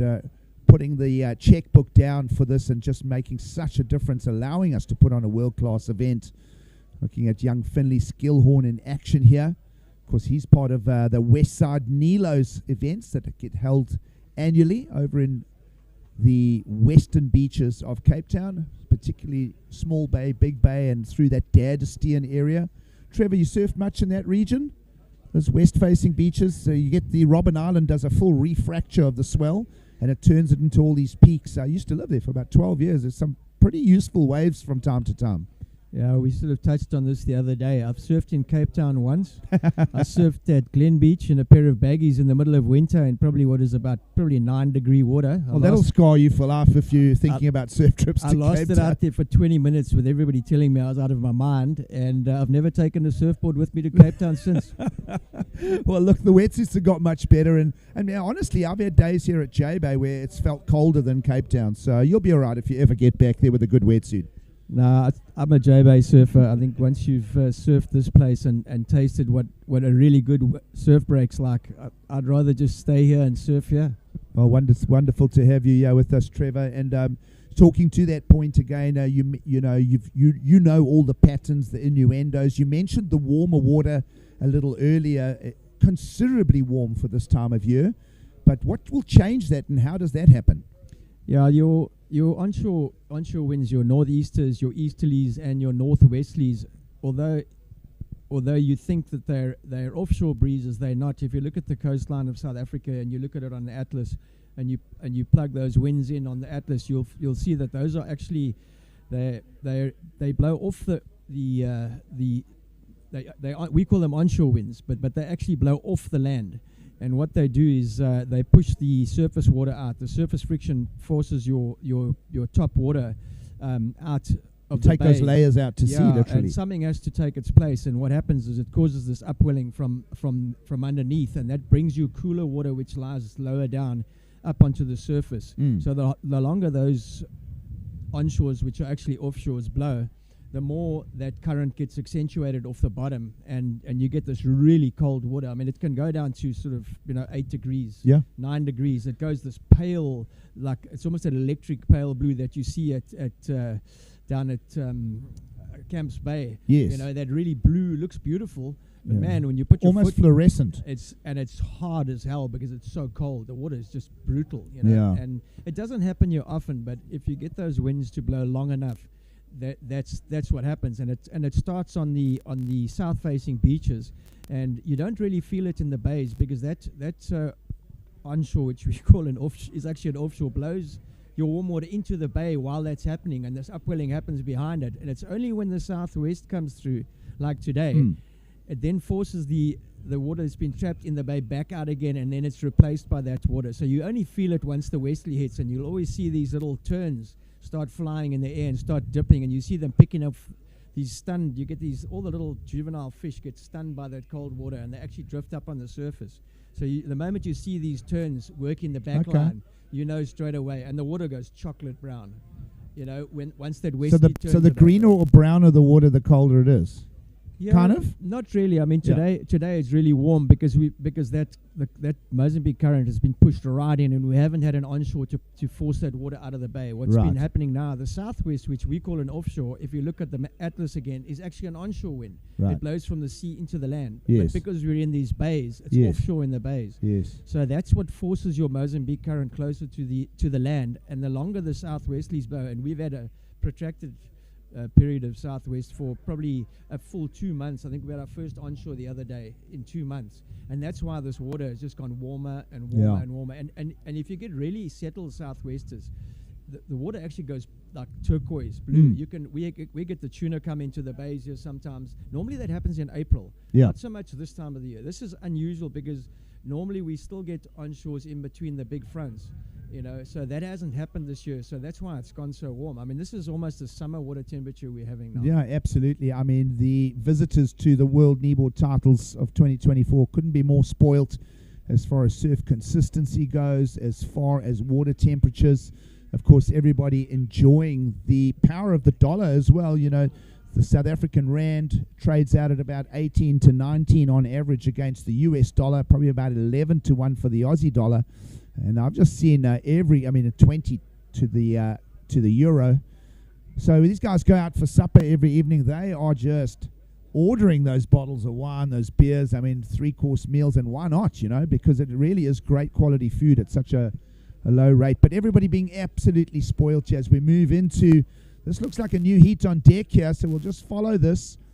Tom Novikov getting that win in that previous heat, and we've got a fresh heat on deck. We'll update it shortly as we move into the Masters format here.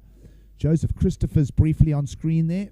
The Kiwi surfer, about a dozen Kiwis making the trip out here, Trev. And sorry guys, we got a bit carried away on the commentary. Yeah, that's okay. And everything and missed the start of the heat.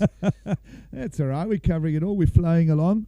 So Joseph Christophers in the yellow. We're going to update top left of screen shortly.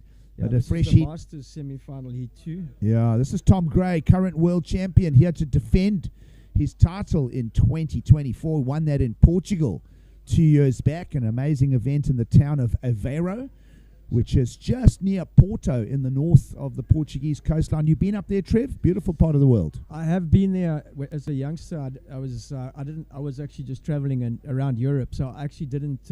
I wasn't surfing at the time, believe it or not. It was way back in the day. But I have been in the area, but that was a long, long time ago. It was in the 80s. Yep, of course, Portugal in the 80s, there was hardly any surfing. It was a completely undiscovered zone. Sorry, guys, a little glitch. Undiscovered zone, that Portuguese coastline. But Tom Gray got that title, so did Linda Ash. And a very successful 2022 edition of the Kneeboard Surfing World Titles. And here we are in J-Bay 2 years later. Good question. Where will the next one be? I've heard a lot of speculation, a lot of talk, and I'll confirm with you right now that nobody knows. Just to put that discussion to rest. There'll be a whole bunch of think tanks and discussions going on. Where does the 2026 edition go? Either way, we could proudly say that it's going to be a very hard act to follow no matter where it goes in the world.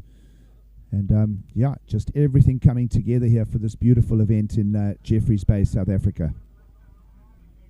Yeah, sorry, just trying to find the heat on the live heat. It doesn't look like the stuff's updated at the moment, so battling just to see any scores or anything at the moment.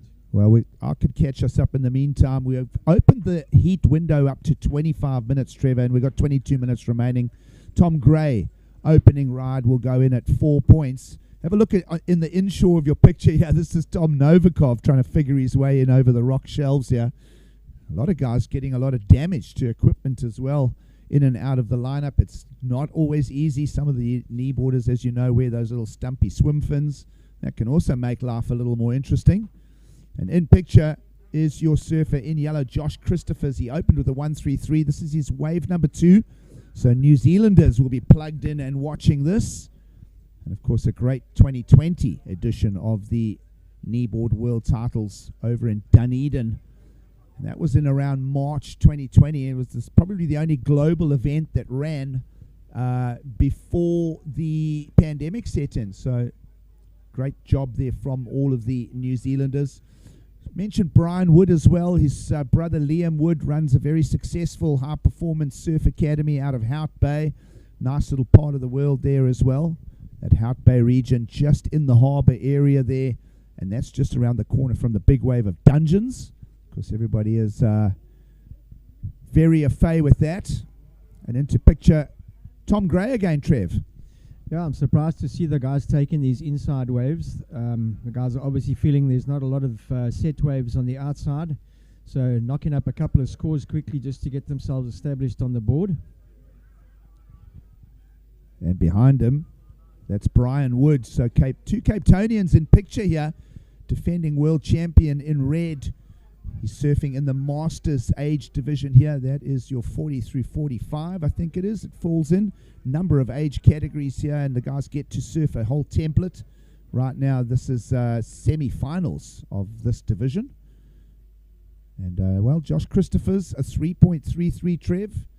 You finding your scores yet on your handset? No? Yeah, my phone's finally updated, so I can see what's going on. Waiting for a second score for Tom Gray. So you know what? I don't even. That's just come in at a 6.0. Oh, there you go.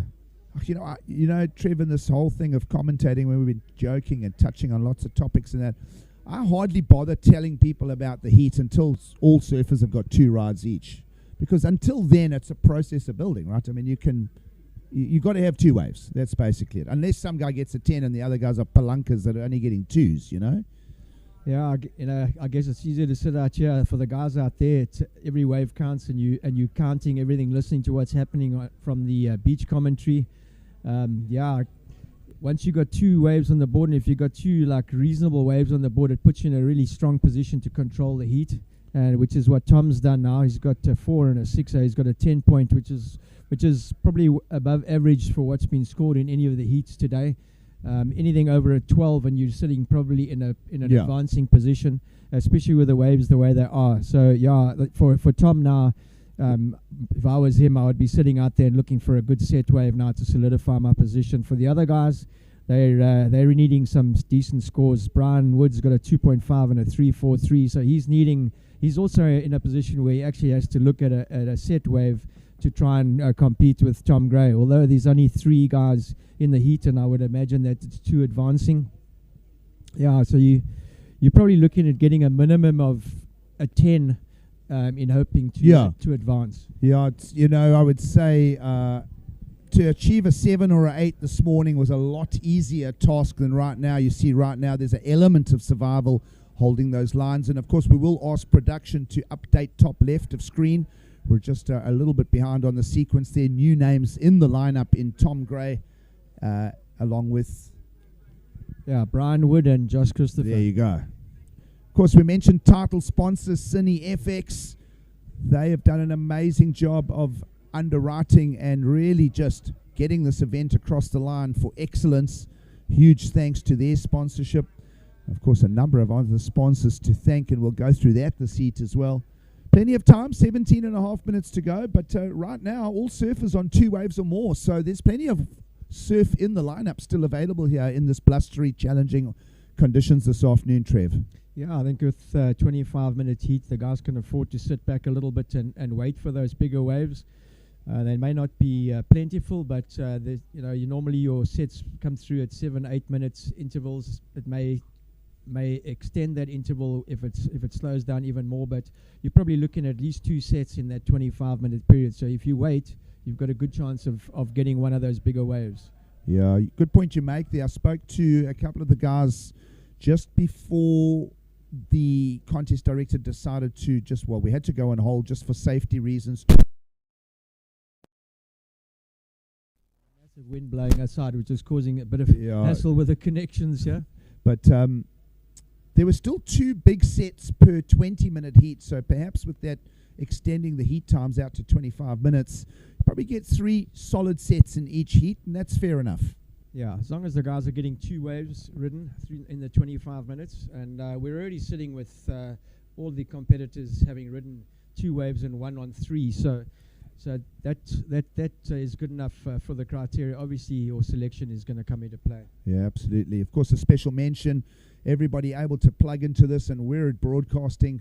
Thank you to True Technologies for their support of Wi-Fi on site here, and just everybody just chewing through the data. Of course, an event in J-Bay without Andy Taseman and his family from Instep. Of course, Instep providing those sheepskin slippers for the prize winners coming up at the end of the week. Great to always have Andy. We had a fantastic opening parade as well, right outside Andy and Andy's shop in the Surf Village there. And wow, I tell you what, it was just a moment of national pride there for everybody. And yeah, special opening to this event. Yeah, I think anybody who lives in this area has got a pair of those slippers, those Instep slippers. I actually went down to the lineup this morning with them on and actually videoed them while I was driving. Funnily enough, it's just a bit of trivia because I wasn't going to put socks on because I was going to jump in as quick as possible this morning because I knew this wind was coming. Well, I'll tell you what. Brian Wood up and riding. That was an aggressive paddle there, Trev. Yeah, very. Almost trying to hold it through. Got a little cover up. Brian Wood's a big chap. Him and his brother, both some big genes there. They're way over the 6-foot mark. They carry a bit of meat on the bones as well, and so that weight helping Brian Wood there really just keep that momentum and drive down the line.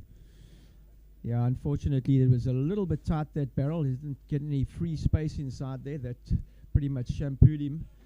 But yeah, it's going to be super difficult for the guys. You know, we were looking at, I was watching the guys yesterday, and the guys who were a little bit lighter, the 70 kilo sort of guys, definitely had an advantage, bit of flow, a little bit more speed, you know, especially in these sleepy conditions where there's not enough energy in the swell. Yep.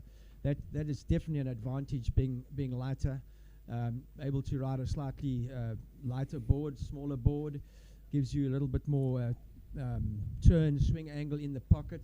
So yeah, it's so definitely an advantage to be a bit lighter, yeah, especially conditions like this. Always an interesting topic, actual athlete rider weight. And what is the perfect weight? You know, what is the perfect weight for a stand-up surfer? What is the perfect weight for a bodyboarder? I don't know all those. You know, you speculate, but certainly, as you mentioned yesterday, a lot easier to get 65 kilos down the line. Here's Tom Gray. He's lean and mean, and he is a tough knuckle, and he probably sits on the scale at around, I would say, Tom, probably around 75 to 80 kilos. He's very wiry and strong. A little bit more. I'm getting signals here from Jed McNeely saying that Tom Gray's eaten a lot this winter. Maybe he's in the 85 kg range. But either way, you know, you see heats, especially yesterday's conditions. You see lighter riders. You mentioned it there, Trevor, 60 to 70 kilos. Definite advantage over the bigger blokes. Massive advantage. Yeah, you know, I think all you have to do is have a look at. I'm talking about pro surfing now, but you have a look at the size of the kids that are riding and qualifying. The guys are like gymnasts. They're like they scrawny little athletes. And if you're going to go and surf places like the US Open at Huntington, if you weighed 90 kilos, you'd probably be lost out there, you know. And I mean, it's amazing that Geordie has the chance to be able to do that kind of, because he's an extremely mobile, super fit athlete who's able to carry, you know, more weight. Yeah, but I think Geordie's got maybe a little bit of bird bones as well, because I mean, for how tall he is, he doesn't actually carry that much weight on the scale, probably around 80. Yeah, and he's super supple. And, Yeah. you know, so and you know he has that advantage of being on his legs, so you can get that drive and that flex. Whereas on the knees, you're super limited in that type of mobility that you have. So I think the weight is even more important in this division than it is in the stand-up surfing. No, absolutely. I mean, we can go on for ages on it. I always think of Philippe Toledo back in 2013 when he first qualified. He definitely weighs quite a bit more now, and as he's increased his weight, his power ratio has become tangibly much more. I mean, so much so that it's a 2-time world champion story now. But I always remember, you know, the one thing you looked at Philippe Toledo, you know, on big open right-handers when he first qualified, he was too light, literally. Yeah, always for an sure. interesting topic. No, absolutely. I think the guys obviously bulked up, but they've also at the same time become more athletic, and there's such an emphasis on this. I mean, here we're in an age group thing where you've got a lot of guys who've come here for like a good time to come and just enjoy an event. Yeah, well. no, We these are have not the paid open- professional Yeah, athletes, right? absolutely. So None of us are. So it's probably a little bit unfair. No, but it's a topic that we like to talk about, and as I say, your lighter riders in conditions like this today, perhaps a slight disadvantage. The heavier guys can just sort of plow through, like Brian Wood here as an example. Brian not getting through there. Josh doing his work on this one. A little one, he's managed to keep his speed, and he's got a fairly good length of ride here, but coming into a very sleepy section on the inside, and that looks like that one finally gave up the ghost. Well, we spoke about families coming through to visit South Africa, making a sort of highlight lifetime bucket list trip, and that the Christophers out of New Zealand, of course, brother Hamish and family making the trip here and absolutely loving it. A bunch of New Zealanders have made the trip. A bunch of them haven't. I know that there's guys like Mike De Heer. He's a former South African resident. Him and family made the move to Christchurch a couple of years back. And he tells me that he has not stopped watching the broadcast since it started 3 days ago. Mark, you can go get some sleep at some stage. You know you can. You know, it's on YouTube, folks. You can go back if you miss a heat or two. It's okay. You can just rewind the tape. And talking of YouTube, Trev, you've done an amazing job on your side with your channel. Let's delve into that a little bit in between sets. Yeah, I think I was sailing for 3 years and started doing a sailing channel, you know, more out of just fun and interest, and it was more to actually show people back home where we were and what we were doing, you know, Yes. because you get updated. It's like it's a bit difficult to have comms in some of the places you're at when you're traveling in these sort of out of reach places, and then every now and then when I got some internet, I could download what we were doing. And then it was quite funny. I bumped into Colin. So that's the original. That's the original journey. That's how it started as Nexus Offshore Adventures. Yes. We were on a Nexus catamaran. We built the balance catamarans for balance yachts. They actually marketed as balance in the United States. So yeah, it's you know, when we started it, the factory was still a fledgling factory. It was just starting off. So I was doing it sort of to promote Nexus yachts and also just to show everybody what we were doing. And then obviously after 3 years that came to an end, and I came back home and it was like, wow, what am I going to do now? And I built up a subscriber base. Really fortunate to have met Colin McRae from Parlay Revival, who like massive YouTubers and just such a cool bunch of people. Learnt an incredible amount from them and how they run their channels. Unfortunately missed that one. And armed with that sort of knowledge, I came back and I was like, wow, just to try and keep it going. So I decided I'd change the name of the channel to Next Offshore Adventure, like anything that offshore, because I do a lot of fishing and tournament fishing. Yep. And it was just a means to carry the channel on, and then sort of stumbled into the WSL event last year, and man, it was just the channel just started taking off, and I couldn't actually believe the response that I was getting, and it just seems like everybody's enjoying it, and I just. So you were originally just doing a round and about the contest side, catch up behind the scenes kind of just having a approach, bit of right? fun with it, And you don't really know what you're doing, and then you sort of work out a recipe, and people seem to enjoy it. So, man, it's been a labor of love more than anything else. And And what is your channel called today? Next Offshore Adventure. Yep. It's actually the Next Offshore Adventure, but I call it Next Offshore. It's NOAA, Next Offshore Adventure. It's just whatever I decide to do here, and basically to showcase J Bay, this area, South Africa, the coastline, anything that's involved with offshore adventures, anything fishing, surfing, whatever you want to do. And I even did a few on hunting, where we took the guys hunting. I'll do a little bit more of that as well. But yeah, I think those are really difficult topics to cover. There's a lot of resistance to stuff like that. No, absolutely. People get quite emotional, but I mean, understand. And let's spend a minute talking about hunting once the set has come and gone. You look at Brian Wood trying to plane into this year. He's a big lad. He's up in the 90 kilos, and he's using all of that meat and muscle to just hold and get some planing momentum against this. What are we calling this offshore now? How strong do you reckon this is? What are we ranking it? Yeah, it's a good 25, probably 30 on the outside, and we can see in this heat the waves have really backed off. The guys have got another 6.5 minutes, and although they've had quite a few rides, the quality of the rides hasn't been that great. It's definitely backed off a lot, and I think that's got to do with the tide coming in and slowly starting to edge up onto the reef with a bit more water. So it's only hugging the edge of the reef, and that doesn't give you a lot of canvas to do turns. The walls looks a lot smaller now, so yeah, I think it's going to be interesting for the guys to have a look at what happens in this next heat or two. You used the number 30 on the outside. We're talking about out in the bay. They're 30 knot winds. That relates to around 65 kilometers an hour, about 50 miles an hour, right? Something like that. No, 30 knots. 30 knots is you can go to 30 knots miles and an miles hour, close. So very close. Mm. Very little difference. So yeah, the guys you're looking at 1.86 factor. So Yeah. 30. So you're looking at probably 55 kilometers an hour on the outside. That's why those big boats have come in, tied up. Probably because we were talking about it earlier. It's probably fine. They're fishing mainly in the daytime, so they come in anchor, give the guys a chance to rest, so that they can work at night. But Yep. I doubt. Well, if this wind drops, the guys will go back out again tonight if the swell settles down. Well, this is a high wave count for Brian Wood, particularly, who's been just repeating. And that was a more successful one. Very challenging conditions here for the second half of day 3 of the CineFX Kneeboard Surfing World Titles. Yeah, but we've got to find results. We've got to keep the program marching forward, Trevor, and that's just how it'll be. Tom Gray out front in this heat with around 5 minutes now to go. He found a 4 early on and backed it up with a 6. And a little tussle between Josh Christophers, New Zealand, Brian Wood, South Africa, for that second advancing position. Yeah, I think most of the scores were scored in that first 5 minutes of the heat. We were talking about Yeah, how they had correct. all this time. Well, there's a little bit of a set wave coming now. It's been really sleepy since then. But here's a decent wave coming in. Tom Gray on it again. Well, heat leader Tom Gray already a 4 and a 6. And that's how hard it wow, is that's right gonna now, be guys. costly. He just getting knocked sideways. Little skittle gets tipped over. Maybe enough time here. Perhaps there'll be a little run of sets here. This is Christophers. Christophers out on the face. This is looking good.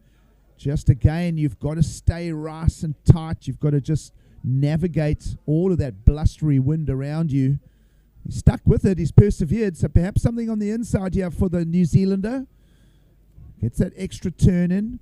Trying to just build a buffer between himself and Brian Wood. Of course, Brian lying third, chasing just a small number. Trevor forced a 267. So we'll let all those numbers come in. We've just gone under 4 minutes to go. So nice tussle on paper here between Josh and Brian. Yeah, the guys have each had 4, 5, 6 waves. So yeah, they've been working on those small waves, and you can see on that last wave that there's not a lot of power in the face. And if you do a big cutback and stall your speed, you can easily get left behind. So I think for the guys out there now, you've got to concentrate on keeping that flow going, staying in that pocket where you've got a bit of speed. It's a nice cutback from Tom. Well, Tom's no stranger to wind. He lives down in the Scarborough area. We call it the Deep South in the surf lingo of the country. And Tom will often surf waves with as challenging offshores as what we're currently seeing. Of course, those northwesterlies can really howl down on that peninsula, and so do those southeasters. So Tom, I would say 70% of Tom's surfs are in conditions that are let's describe it, adverse to a lot of the surfing population around the world. Geez, I think anybody who surfs in Cape Town surfs in adverse conditions. I'm going to bring up the Cape Town surfing thing a little less with you in the next heat, Trev.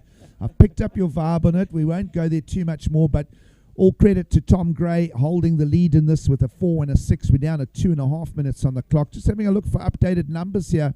Not seeing anything special. Seeing last of Josh Christophers came in at a 3.57.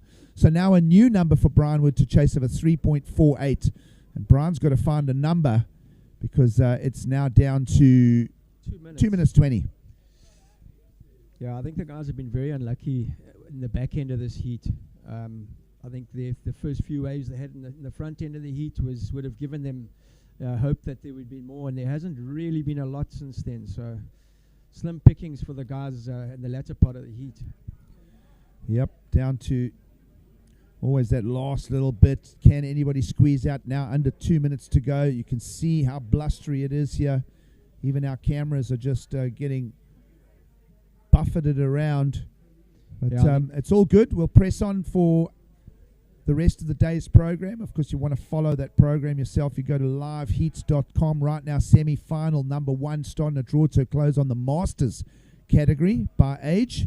We'll obviously go to a second semi-final in the Masters, and then we'll continue down that schedule. We'll go into just pulling it up myself as you guys can at home.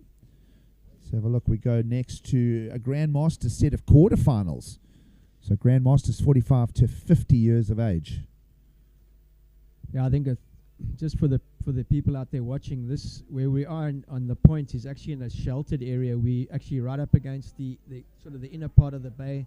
We've got quite a high dune field with the and also just the geography of the town, Trevor. Yeah, and the houses and the back hill, the wave crest area. So this is actually probably one of the more sheltered breaks in J Bay, because your like magnets and stuff that are out on the outer points, they cop a hell of a lot more wind. So this is actually a really, really sheltered area and a sort of a primo area for just having a bit of fun and surfing. Well, if it's this windy in the most sheltered part, can you imagine how it is at right now at Super Tubes and up at the other breaks around town? Last roll of the dice here for Brian Wood. Brian Wood. Yeah, this could be an advancing position if he can get a couple of maneuvers in here. He only requires a 3-4-6. Yeah, what's he chasing? I don't know if he's going to get it on that. Tom Gray's done a good job, and I think Tom Gray's going to up his 4-point ride as one of his counting two as we just bring him into picture. Clock is starting to move down now to 3 and 2 and 1, so the heat will close down, Trev, and this is a good job from Tom Gray. Yeah, I managed to maintain his speed, and he got his finishing maneuver on the inside. That's going to be a high-scoring wave for sure. That was a good one. I'll try and it was really a pester the production guys who really they're outside here and they're getting buffeted by the wind as well. I'll try and put them on a bit of pressure for some odd replay here and there. Don't know if they're able to do that, but that was an exceptionally good wave from Tom Gray. His highlight score prior to that was a 6. He was holding on to his opening ride of the heat, 25 minutes back, a 4-pointer. And we'll see if he replaces that score, Trev. Yeah, I think that's definitely going to replace that score. Well, it's a good question because he trimmed a lot.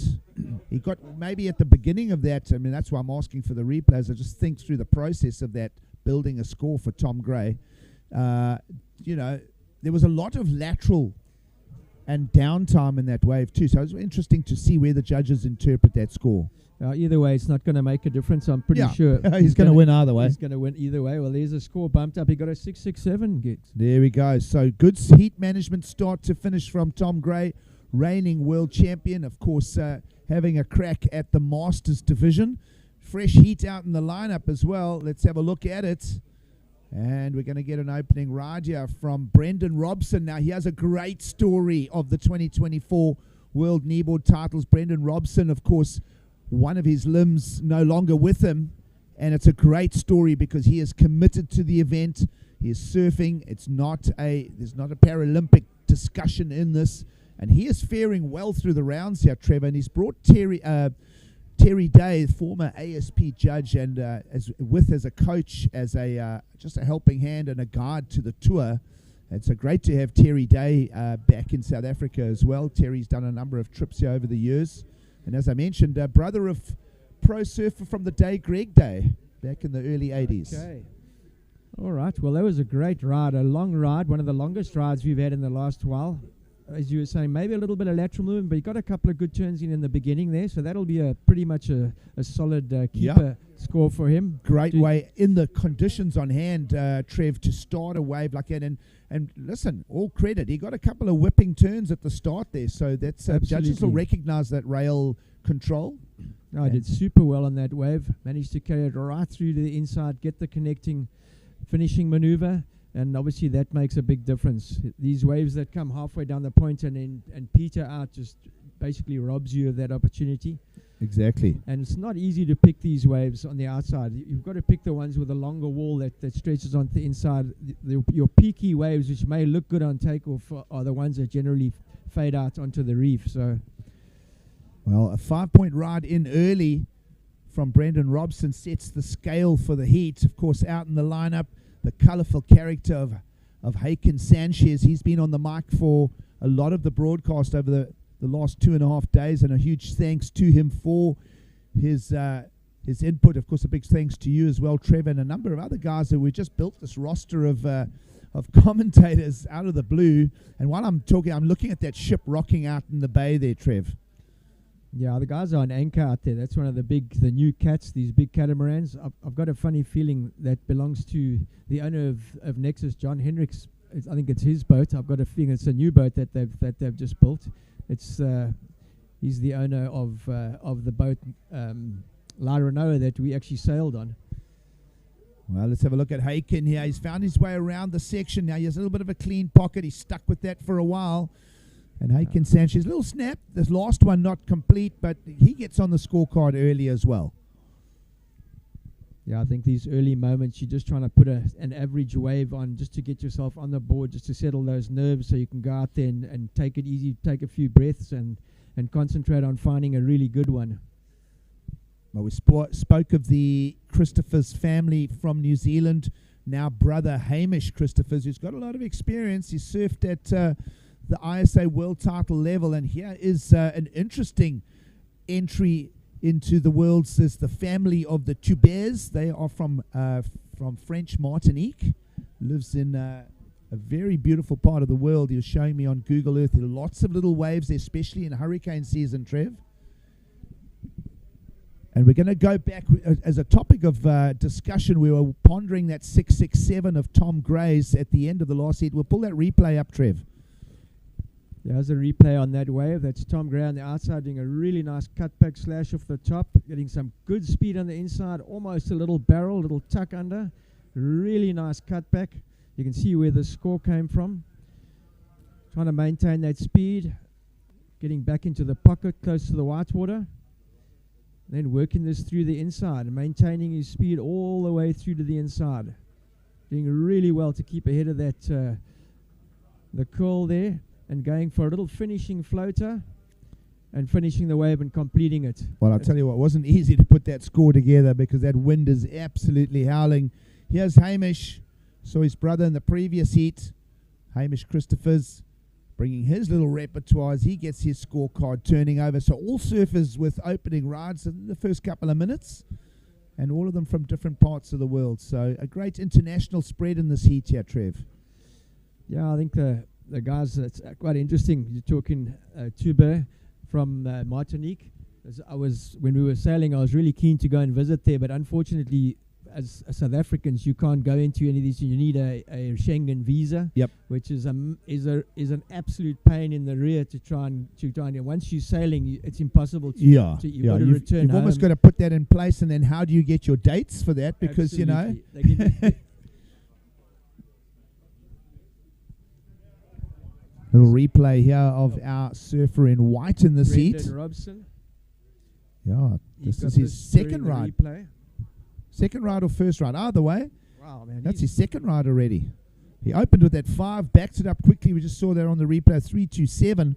Hamish Christophers has fetched a 6.33, so maybe the boys in production will bring us a replay of first of yellow, because that's going to set the pace for the heat here, Trev. 6.33 in the conditions on hand. We saw 6.67 from Tom in the previous heat. So good number to build a heat campaign here for Hamish Christophers from New Zealand. Yeah, and paddling on the outside, we've got Haken Sanchez. Let's have a look at Haken. Yeah, snaps it in the pocket, drives it down, brings completion. Unfortunately, not running away. Yeah, just getting stuck with that. It's been so much fun to really get to meet Haken Sanchez this time round. Of course, surfs under the Venezuelan flags. Had a lot of experience. He's worked on a lot of events through Central Americas. We see a lot of the Pan American Games. The ISA is taking place, between Costa Rica, Nicaragua, El Salvador, Panama, that whole region down there. Ecuador's hosted world level events as well.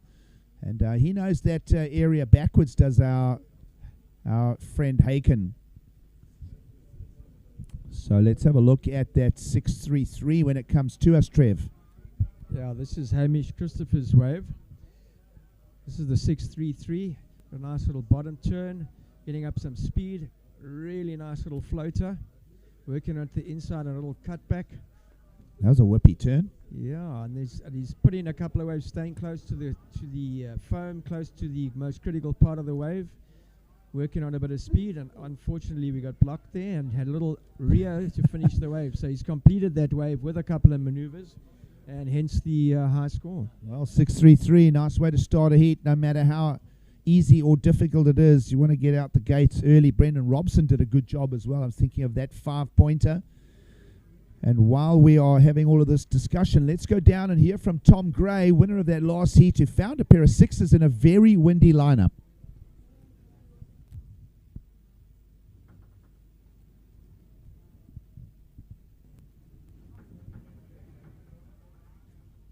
Yeah, while we're waiting for that interview to come on, that's Haken Sanchez on his third wave, should I say. Yeah, building the wave count up early, Trev. Now, it was interesting when he took off on that first wave. I thought the board looked really small, but on this wave it's looking a lot better. He's got a little bit more power in this wave, and the board looks like it's flowing much better. Well, what's interesting is his luggage never arrived. One of those stories. Oh, really? Yeah, so he's on borrowed equipment. Okay, that would explain a lot. It's just when he took off on the first wave, it just looked like that board wasn't quite suited, but he did pretty well on that wave. Meanwhile, Hamish Christophers back at it. Whippy turn again. Remember that he went into the 6-point category to start, now building a good backup behind that number. Another whipping turn. You see the guys are reading the pockets a little better as well. I think everybody's kind of figured out, don't rush it, stay in the pockets and stay a little lower, keep that lateral drive, and then start breaking the lines when your board's at speed, Trev. Yeah, Hamish had a really good ride there, kept that speed going. All right, so let's go down and hear from Tom Gray as we gather those scores. Tom Gray, winner of that last heat. Well, we're standing at a very windy CineFX Kneeboard Surfing World Titles Jeffreys Bay Point Wave, and I'm standing here with the current World Open champion, including the current Masters champion, winning his first heat in the Masters division. I'm here with Tommy Gun Gray. Thomas, tell us about the things out there. Well, after the low tide, it's gone really, really flat out there, and the wind's making it incredibly difficult to get any speed going.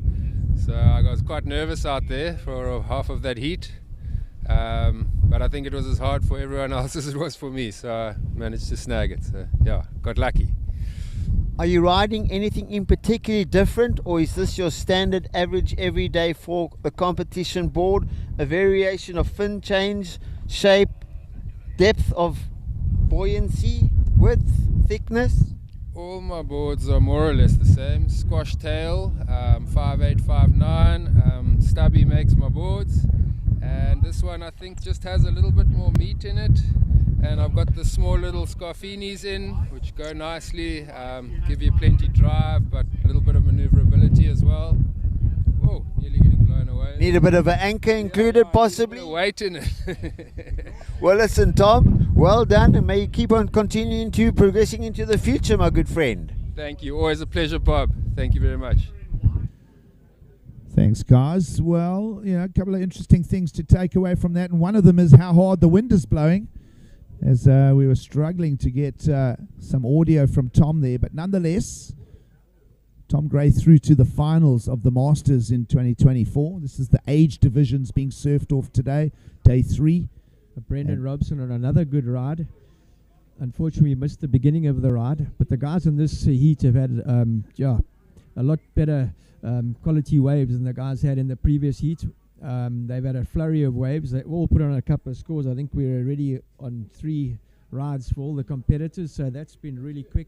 They've still got another 13:41 to go in the heat, so plenty time to solidify the heats. Hamish Christophers on a 13.16, which is a great score, heat score, which would probably give him an advancing position, so he can afford to sit out there and wait for a berry, a really good wave.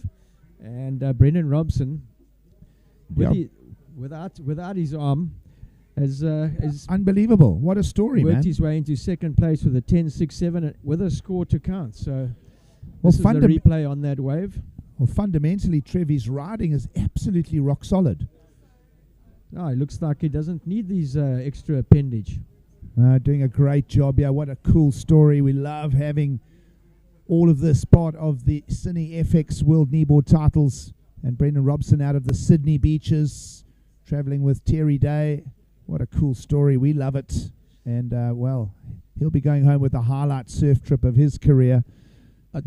It was difficult to see in those visuals, but I take it he's wearing flippers. He is. I'm also assuming that he's on swim fins. I would imagine so. The answer is yes, as you just have him sort of a little motorboating along there, a little churning. Can see the motor going at the back there. Yeah, that would be it's a real surprise if he was only out there one-arming it. That's for sure. I know, right? Of course, always an interesting debate in this kneeboard space as well. Do you use swim fins? Do not use swim fins? There's a group of disciples that don't use them. Tom Gray is one of them. Every now and then when it's real big and washy, Tom will pull out a pair of stumpy swim fins.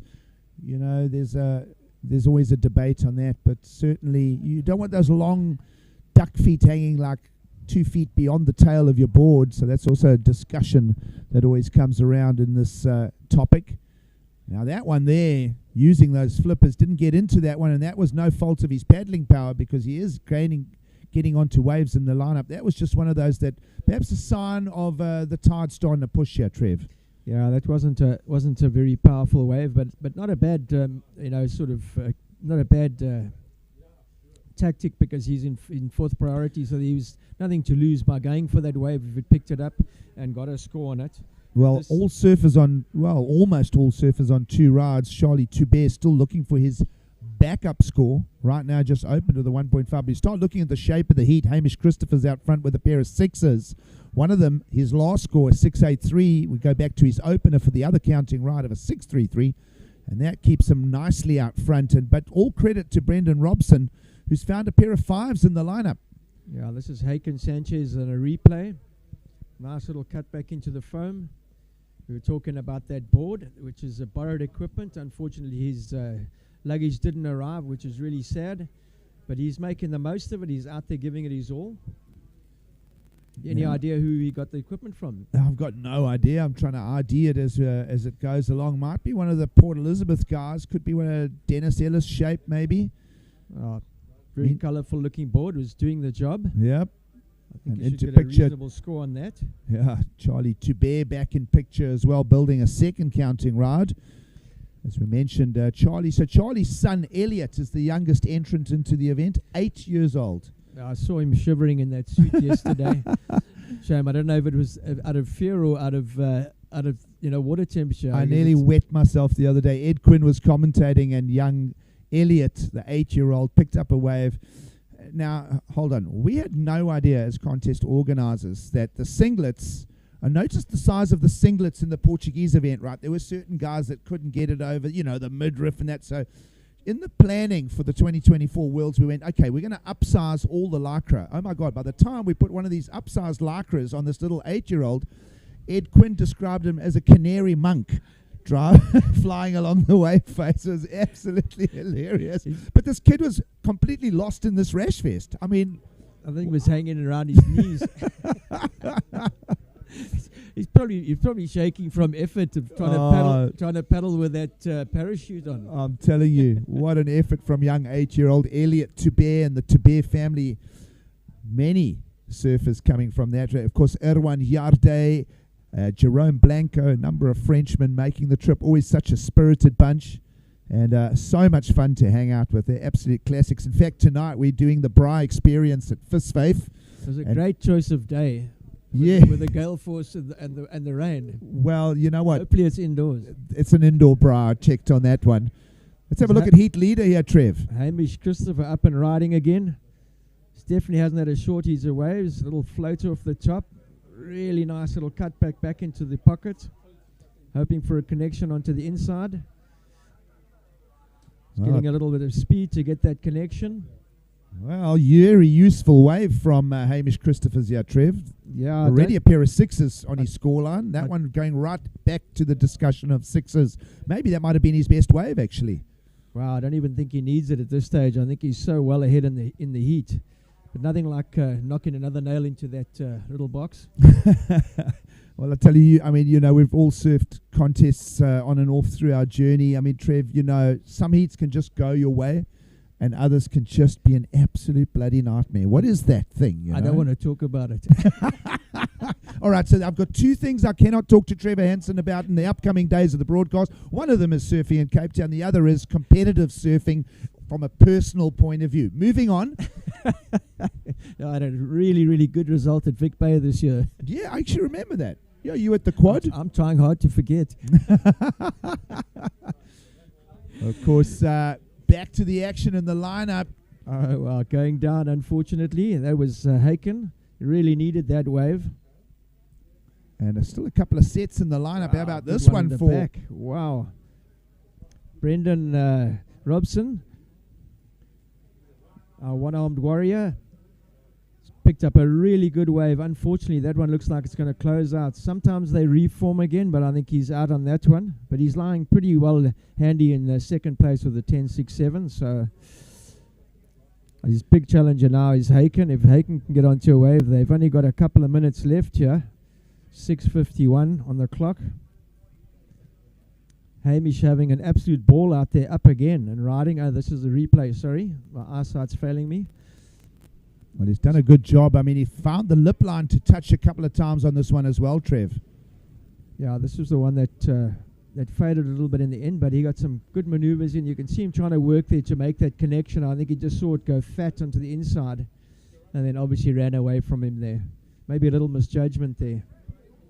Well, interesting. That does join his top two count. 6.4, not his best wave. His best one the prior wave of a 6.83, but still Hamish Christophers with a 13.23 heat total. You see at top left of screen. He's out front over Robson. And, well, let's have a look. Robson hasn't improved his scores on those last two rides. So first like ride still a 5 in the scoreline for Brendan Robson. Let's have a look at Haken Sanchez here, fellow commentator. This wave. This looks like a reasonable wave. We can get onto this. Well, he's chasing a 5.18, Trev. Oh, wow. And he's missed that wave, and that's going to cost him dearly because he's going to lose priority there. A little bit of time left, 5.5 on the clock. Of course, event organisers, contest director deciding let's just open up that time frame of heats for the afternoon. You know, that discussion of this brisk offshore, holding that swell pattern a little out to sea and just slowing the rhythm of the swell energy down coming into the bay here. So 25-minute heats and no shortage. Everybody's getting their waves in the template of competition. There's definitely no shortage. It's just a matter of picking up those set waves, and obviously I think a good maneuver from the organisers to extend that period. Just give the guys a little bit more time. Makes it more of a fair contest where everybody gets a chance at one of the heat waves. It's not the heat waves, I should say, one of the set waves. And also important to note, a lot of these kneeboarders are not used to the priority system, full-blown WSL level priority judges on call, and of course, it really takes it brings a fairness to the competition template. Absolutely, and it's quite something to get used to because you've got so much. You're looking at time, you're looking at the waves, and here we've got Charles Toubert up on a wave. Oh, he's going to try and make his way around this. Inside. He's got through that section. Needing some speed now and trying to finish it off.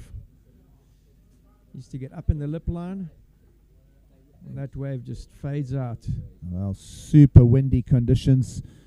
He's on a new built board as well, and that's an EPS construction. So now let's go to that topic again of having the right weight board for windy conditions like this. You can ride a light board in this and it can just be too light. Yeah, I was riding an EPS this morning, and obviously with Jason chatting about this, we've been talking about this and how in the conditions that suit those. And this morning when we went out, it was absolutely glassy. There was just before the wind came out.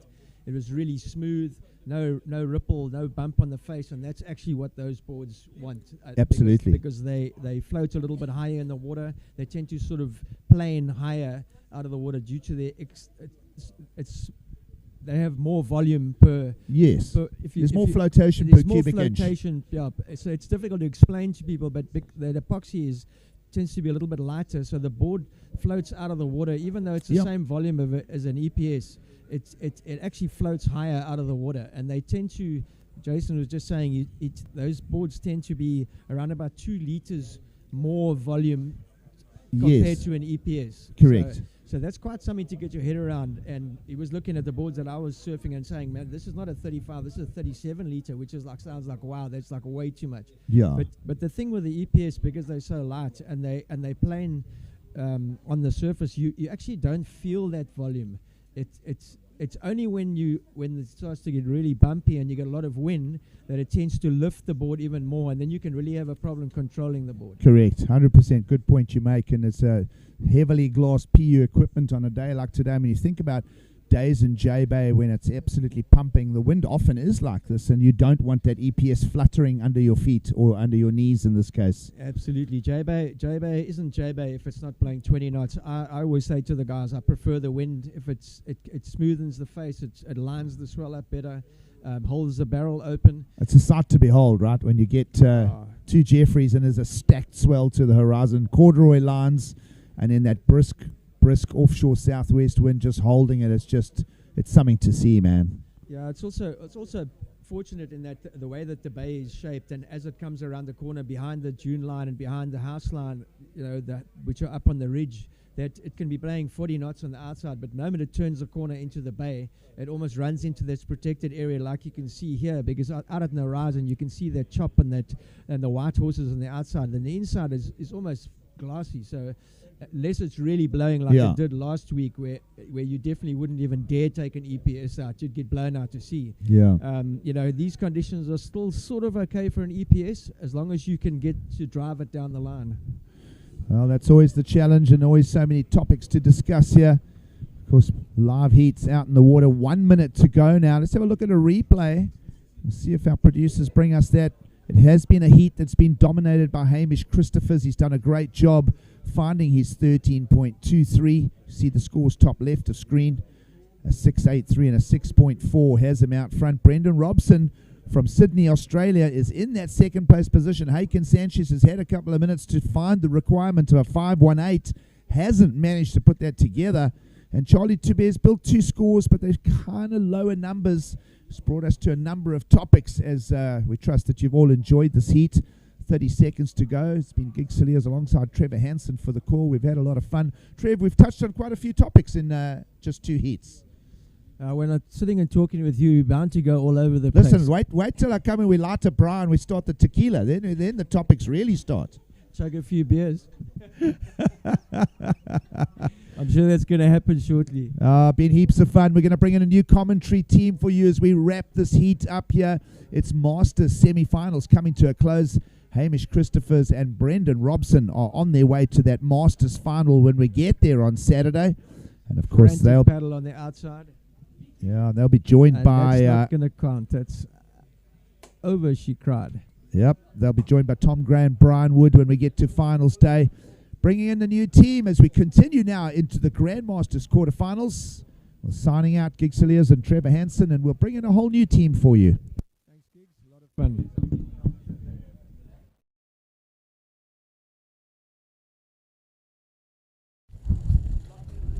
All right, results of that last heat. Surfer in yellow winning it with 13.23.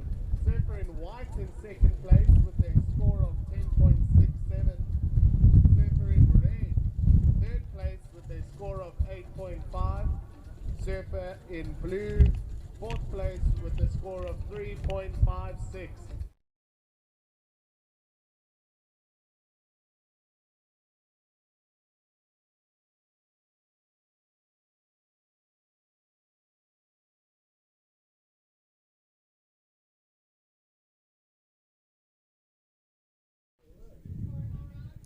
Well, hello, hello, hello. Welcome back to the CineFX World Kneeboard Championships from a very, very windy Jeffreys Bay. How are you, Liam? I'm great, thanks, Ed. How are you? It's a windy day outside. It's a windy day outside, but the swell is cranking. It makes everything kind of exciting. And I'm not going to lie. I jumped into the commentary booth here to do a little scouting. I think you're doing the same. I've seen you've been very keen on staying on the mic. But right now we have the Grandmasters quarterfinal, Heat 1.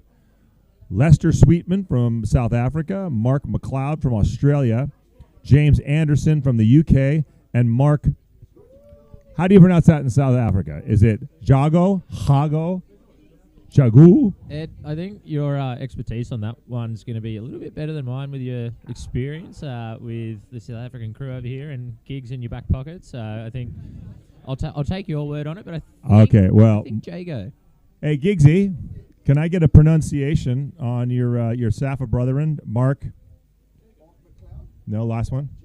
Jago. I knew there would be some weird pronunciation. Yeah. There we go. But So there's zero Latin influence here in South Africa. Maybe for a good thing, maybe for a bad thing.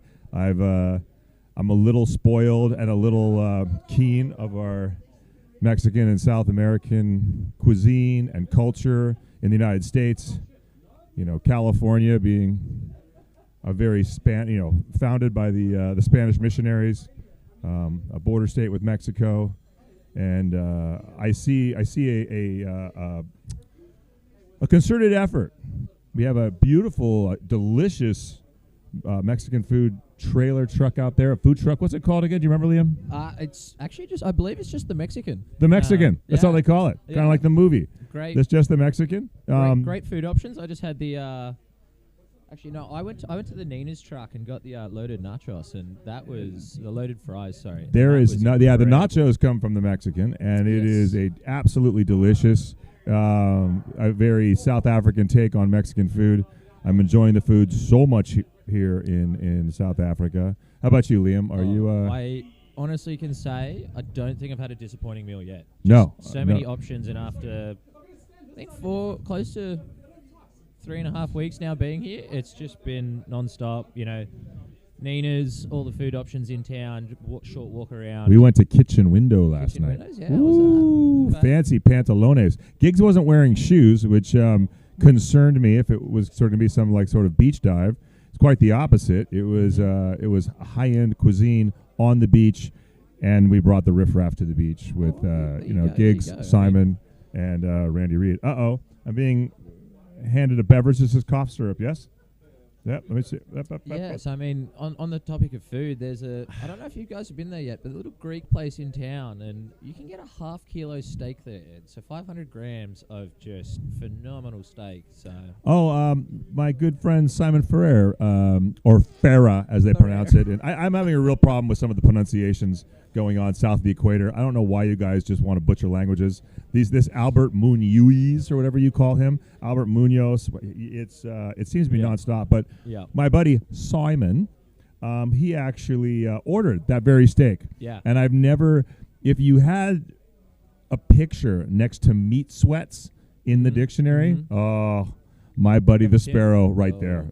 He got done with that steak, and we almost needed to call a medic, and he is a medic. He almost called himself. Yeah, I mean, if you're going to have a medical episode go on, he's the man to have around, that's for sure. Unless it's him having it. Yeah, then he's not much use. No, well, and you know what?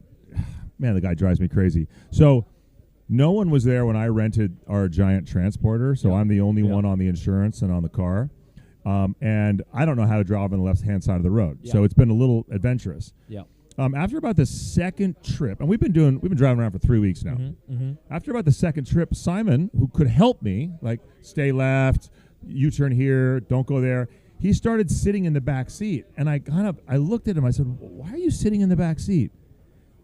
He said he's convinced we're going to get in a head-on collision, and he wants to be okay so he can bring us all back to life. But forget about Simon for the minute. Let's talk about James Anderson opening the scoring right now. Nice up and down, working his way through in these windy conditions.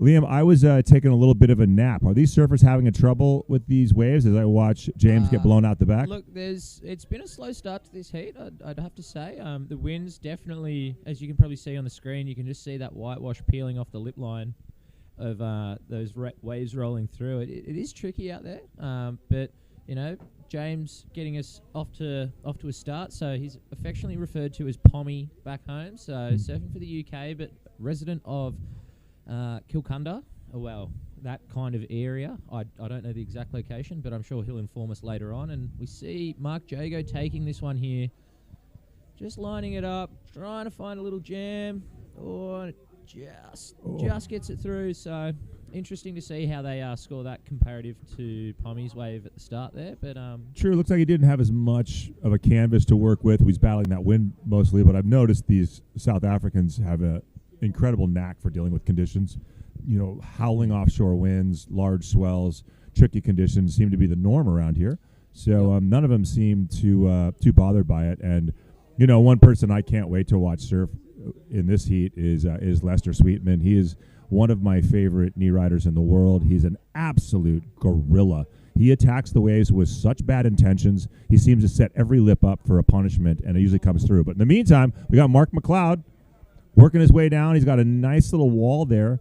Looked like it was going to get a little bit of a barrel, but that wind just blew it flat. So he's staying with it, trying to work on the inside, opening his account with a pretty good little wave, see if he gets something on the inside. And unfortunately, even in leaning so far forward, the wind just caught that board and blew him out the back. Yeah, just that extra length in the board. It's a tough situation out there at the moment. Do you go the extra length for the paddle ability, but then that impact of the wind just playing havoc, getting under the nose of the board and lifting you up when you want to be leaning forward, keeping the nose down and staying over the top of your board. It's tricky out there. It is tricky out there. I mean, I'm actually interested. You know, it would have been interesting to see what the four of them chose quiver-wise. You know, I know Lester is riding Hart out of San Francisco, Bruce Hart, or San Francisco, out of Australia. Yep.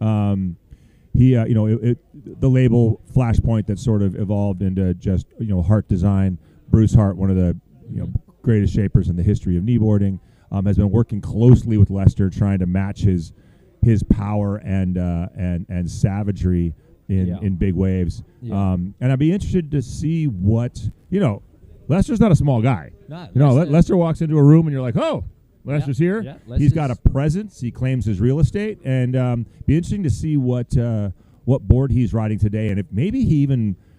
I know Simon was talking about riding a step up. He rode his groveler in the earlier heats before this wind got crazy. But have you seen any surfers riding their step ups just to try and get a little weight under themselves? Well, I was actually riding my 6.2 yesterday, and I opted for the 6.0 this morning in my my just recent heat. But I checked in with Lester just before this heat, and I believe he's on his 5.10, just a single bump pintail. One of his boards that he took to past a point. And speak of the devil, here he goes. Yeah, with priority. Lester's going to open his account, pushing down. You see it. He's trying to fight. Oh, he almost side slips. He got so much wind. I mean, he's almost planing like a hydroplane right there, a hovercraft. But gets a little bit of a hit. There aren't, you know, no one's really put a big score. You know, James has a 4, McLeod has a 3, and Mark has a 2. So that probably is going to fit right in the same scores with the rest of the heat right now. Everybody just trying to get a wave, get their board underneath them, feel the you know how much waves these have, how much power these waves have, and what factor the wind is doing. Oh, look, it's tough conditions as we see Mark McLeod having a crack at a second one out here, and it's just going to run under him. But this is where it starts to get interesting with the priority situation. So making a good attempt at a wave there with, you know, the rest of the heat competitors out there. So do we see then Mark McLeod bumped to the back of the priority queue there. That can be a game changer with only 14 minutes to go. And, here he takes off on another one on the inside. Just a quick Yeah, and up and he couldn't even get in it, get around it. You see, it's interesting with this wind. Something like that, Lester gets a little wave. He comes in. Maybe he sits wide, for the rest of the day. Yeah. All morning, I know in my heats and all my friends' heats, every guy got a replay of the opening wave. Palmy going for it. So Pummy's done himself a bit of an injury and had some medical treatment as we see him working his way through this one. And by far, I think the wave of the heat, as far as surfing and maneuvers go, fairly limited options, but making the most of what he could there. And, rightfully so, he's sitting in the lead with a 4.0 as we cut back to live action and just see Pommy taking another one, but not quite getting around the section. So he was actually having I believe it was a cortisone injection into his shoulder earlier in the week after having a slight dislocation out here earlier in the week. Yep. So First heat he did. Yeah, so hopefully he can make his way through it because I know he was gutted for that. But right now we have an interview from the last wind-blown competitor as Lester takes off on this wave on the outside. Maybe we can stay with Lester right now. Watch him get this one nice little snap off the top. He's working it. He can see that feathering wall. Can he get enough speed to hit it? This is his bread and butter, by the way. Gaining speed, waiting for that wave to stand up, and then smashing it. Let's see. And it would not let him gain the kind of momentum he is so used to. And now we have yellow up as well. As soon as we get a break in the action, we're going to jump to an interview. Looks like maybe now we've got a little bit of a moment. So let's jump out to the banner and see who is stepping in to discuss their last heat. Well, I'm barely standing here with Hamish Christophers here at the Point Wave in Jeffreys Bay. Hamo, correct? That's right, man. He's the winner of the second round in the Masters. Tell us about it. Yeah, that was great to get in the water and have a surf with the other Masters from around the world, and I'm pretty stoked to get a few little waves and get a heat win. Chuffed. Tell us about the wind conditions compared to the wave. Yeah, it's obviously challenging, especially walking down. You've probably noticed we're getting blown around a bit, but the sun's come out before and there's waves, so we can't complain. It's all good. Another lovely day in Africa. Anything back for the boys back home? Hey boys back home, thanks for all the support. I love you guys. Hi to my wife and kids. Miss you guys, but stay safe. I'll see you soon. Well, congratulations, and may you keep on going forth. Thanks very much, mate. Appreciate it, Bobcat. Yeah. That's hilarious. It looks like they're literally holding on to each other to not be blown away. I think that is the go. I mean, Hamo being from New Zealand, he's fairly familiar with similar conditions to this down the South Island there. Actually, no, I think he's North Island, but yeah, living in some pretty tough conditions, and this is not super foreign to those guys down there. So epic to see him, progressing through and surfing well. Yeah, surfing very well. Congratulations to him. And just kind of looking at the heat right now, looks like Mark's couple of attempts have put him at a 6.53. Right behind him is Lester with a 6. Man, I know Lester was dying to hit that one section, and he just couldn't get the board planing. And by the time he could, this inside here is so tricky. It looks so hittable, but you need to time it just perfectly. If you don't have that left coming back across the bay to you, it hits the bank so quickly and goes from flat to critical to closed out in a second. I've been very impressed by the people who have been able to really nail the timing of that. In third place right now is Palmy. Oh, we got a replay of this looks like yellow up and riding. Oh, and blown out the back. So up and out, and nothing of note really there for Mark, as we see Mark Jago taking off out the back here. Comes around the section, nice clean face to work with, and just opts to let this one run through a little bit. Oh, nice tail slide, and just catches the rear end there, and it throws him over. But I felt Mark was doing a really good job being patient, and then I think he thought he was going to have, and you can see that wave still reeling off on the inside. Yeah. I don't think you can ever relax on these waves. I don't think you can ever assume that you're up and planing and you're not going to have Mother Nature just put the brakes on you. I mean, being on their boards, being forward facing like you are on a kneeboard, your chest is like a parachute. And it between the nose of our boards, which tend to be a little wider than surfboards, maybe more similar to longboards, and then having that forward facing stance in offshore winds like that, when you start taking off, it is a one large gust can literally pick you up and blow you out the back of the wave. Yep.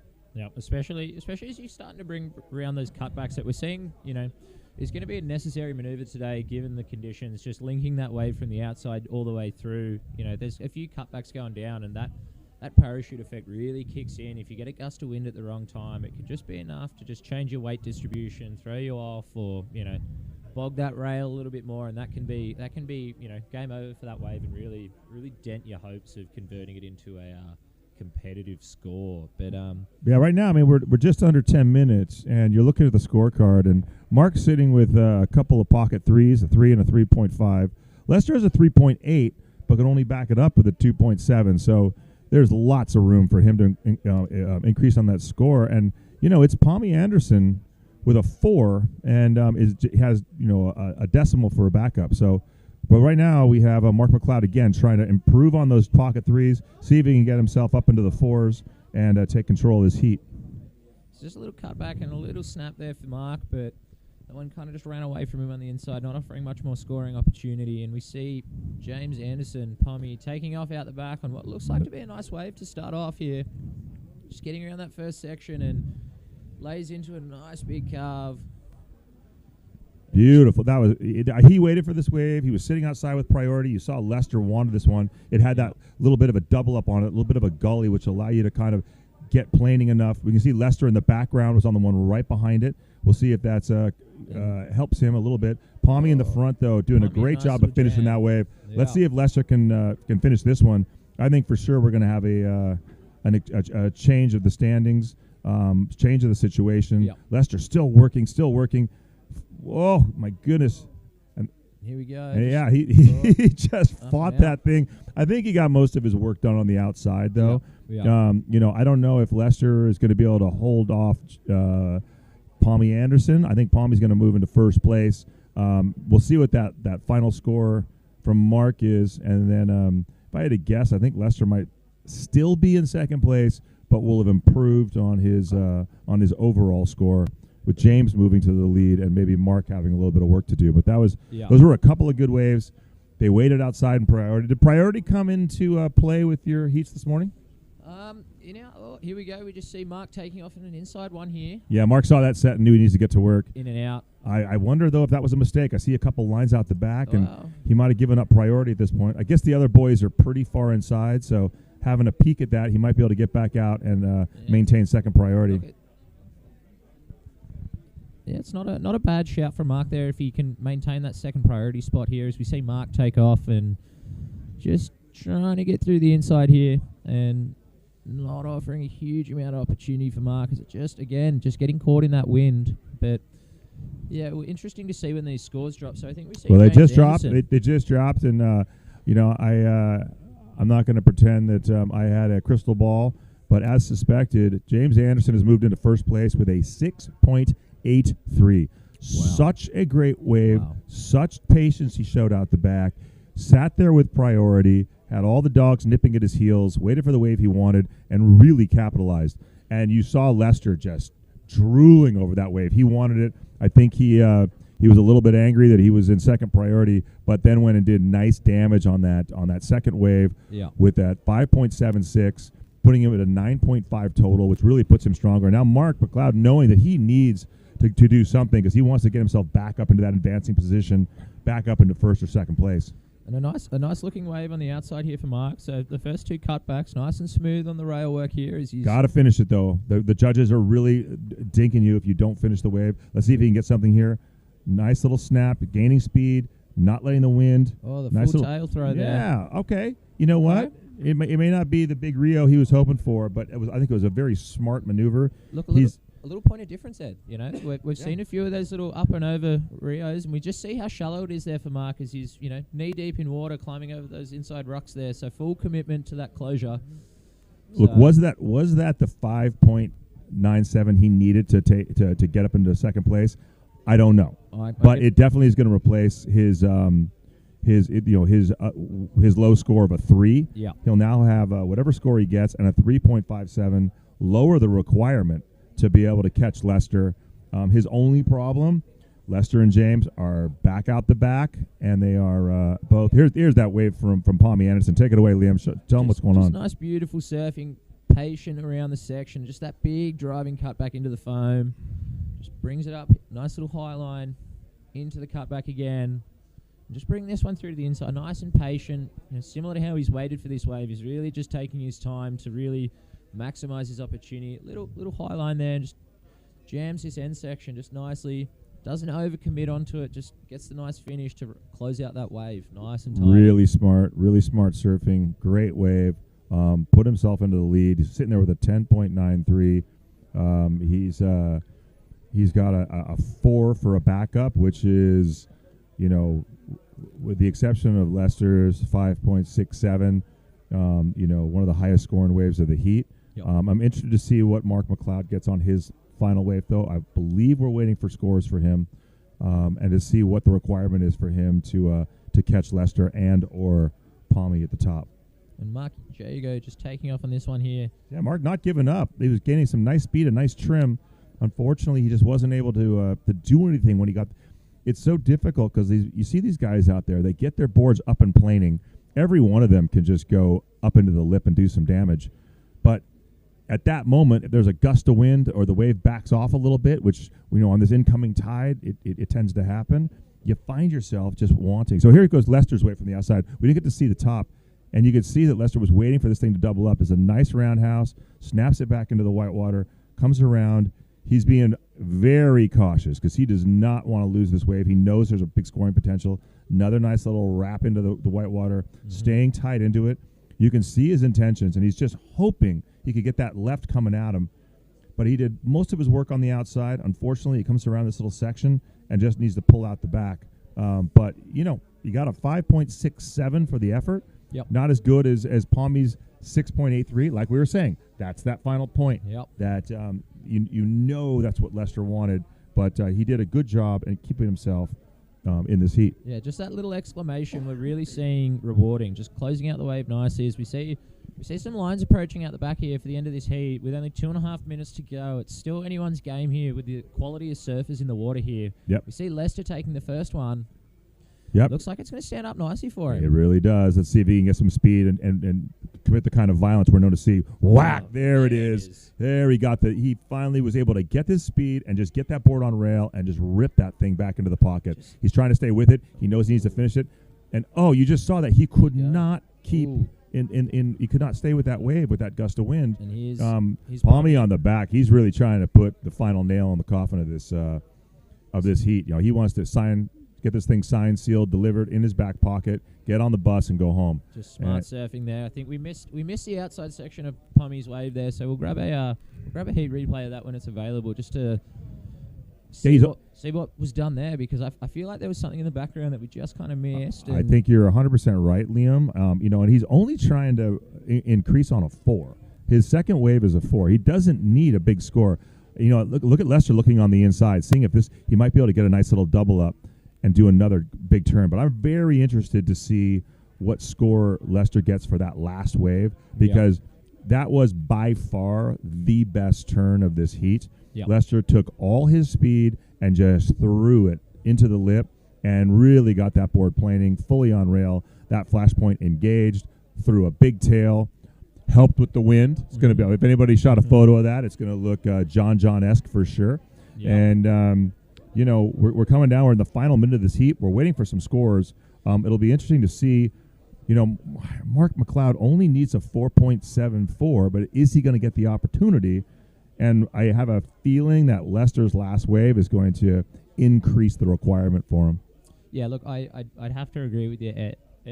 I just don't see that, Lester's, that wave not forming part of Lester's highest 2 waves. So just great surfing there, and we all know that Lester needs that little bit more size in his wave just to really get that. And for that one turn, getting blown off the wave, got a 5.17. Yep. So, and boy, Palmy Anderson though, by finishing his wave, 6.17. So again, that extra point for finishing your wave is, that's something I'm trying to learn. I finally got a left coming at me today, and the sun got in my eyes, and I blew my final turn, and it really cost me. Let's watch Lester right here. He finally gets speed. He goes over that little bump, and whack!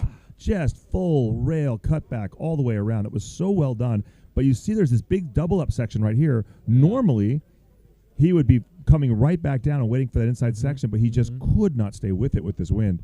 Again, being a big dude, big barrel-chested man, you know, with that big old flash point, he it's like a big parachute, and he just got caught in that wind and blown out the back. But he already did the damage, already pretty much got sealed the heat. But surfing with Leicester, up at the west side was just phenomenal. You see his approach to waves. We had plenty of waves up there at Big Bay and Melkboss, and his just approach to surfing is just impeccable as far as when it gets bigger, and he's just throwing these boards around like they're nothing and committing to just these big sections, throwing himself at it. We'll just jump into this replay here for Pommy Anderson here, taking off and getting his work in. So just the big carve there. Again, such smart surfing, staying with the waves, staying in the pocket, nice snap back into the whitewater.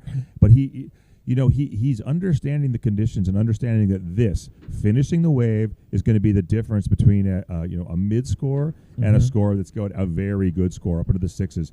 Right there, getting that one little hit on the inside, pushed that wave up to I believe a 617. Yeah. He basically ran away with the heat in the end there, and congrats to him, because after dislocating his shoulder in the first 30 seconds of the first heat, and trying to belly board his way in, and getting knocked out of the open the first heat, it's great to see him have such an outstanding win with I guess a couple of names. Absolutely. Leicester is a favorite to be there on finals day, and Mark McLeod is always a dark horse to win the whole thing. So good on Pommy for battling his way through the injury, through some heartache, and surfing a really smart heat. Surfing a smart heat, but also surfing on a self-shaped board as well, Ed. Wow. For those of us Didn't know that. in the audience that didn't know, writing his own shapes, and he actually, I believe that's his favourite board at the moment. On his first surf out at Supers, he actually punched in a fin box. So that's been repaired locally here. Yeah, in one of dozens. Yeah, absolutely, and just the support and ability to get that done in a town such as J Bay here, just incredible. So yeah, well, a bunch of frothing Nilos showing up, to pumping J Bay, and there was a lot of carnage, board carnage for sure, board carnage, rib carnage. People have been really sending it, and just to paddle in and out. Simon Farah and I are tied for worst paddle outs through the keyhole.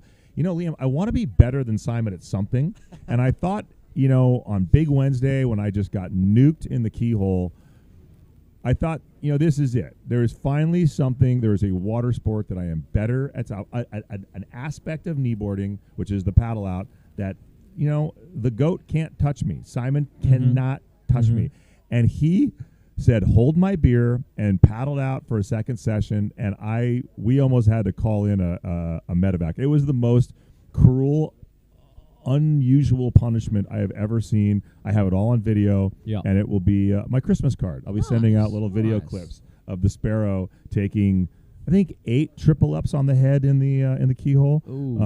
But hey, he didn't. Oh, well, I was going to say he didn't damage his board, but actually, he has one of the most unbelievable ding repairs going on right now I've ever seen. And we got to figure out a way. Remind me, I got to get Eagle Media the picture of Simon somehow getting his leash ripped from nose to about 2 feet down his deck. Yellow going for a nice little floater off the top. Liam, we should probably stop talking and start introducing this heat. Why don't you introduce who we have here? So we saw Bruno.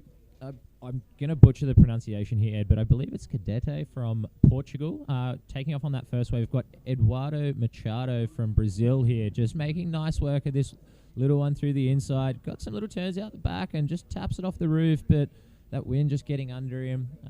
Gareth Blanchard here in blue, representing South Africa, who was surfing super well through the open event, unlucky to get through in his final heat. There's a really nice photo kicking around of him just packing this barrel out the back, and I was actually paddling over it on the corner, and I went, geez, if he makes it out of this, I'm in trouble here. But surfing super well and just all-around frothing guy. Yep. And then Richard Velasquez from Venezuela, representing out here in the white. So new heat to start off. 20 minutes remaining on the clock as we see some scores drop here. Eduardo Machado dropping a 4.33 for his first wave of the heat. and Bruno only looking at a 1.4 for a quick in and out with nothing too much of note around it. Yeah, I mean it's definitely an incredible heat. We have so much. We have South America represented, both Brazil and Venezuela, and we have there was Blanchard out the back, getting blown out the back, and of course Bruno Cadete from Portugal, which the early explorers. Yeah. The main reason they're speaking Portuguese in Brazil is the country of Portugal. So these guys are all probably, I don't know. You think they're all like happy to be all surfing together, and maybe or does the level of competition kind of come up a little bit? Oh, absolutely. If you just look over your left shoulder, I think you'll see some very excited Brazilians here in the booth supporting their teammate here, and yeah, just stoked to be here and representing their country. But are they also cheering for Cadete, for the Portuguese? No.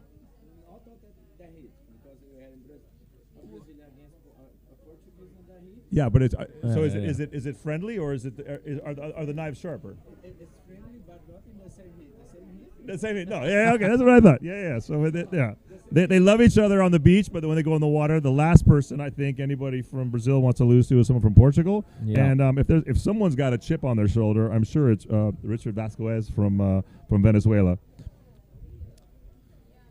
And right now, while we're in a moment of kind of like a lull out there, all the surfers seem to be sitting a little bit wise. Why don't we go to an interview and have a talk with, I believe, the Pommy. Yeah, Pommy Anderson. Double sixes. Let's go. Right, I'm standing here with James Pom Anderson, the winner of the third heat in the Masters division. And here we're going to you live from the CineFX Kneeboard Surfing World Titles, Jeffreys Bay, Point Wave. Lower car park is the venue, and a blowing venue is what it is at the current moment. James, Pommy, tell us about it, buddy. Oh, it's incredibly difficult out there. It's really windy, Bobcat. I got a bit of a sore shoulder in my first heat of the Open, so I'm just wrapped to get through that heat and hopefully get out of this wind. You can see instead of swim fins, booties, anything else, possibly an anchor included would keep us secure. Or a sail.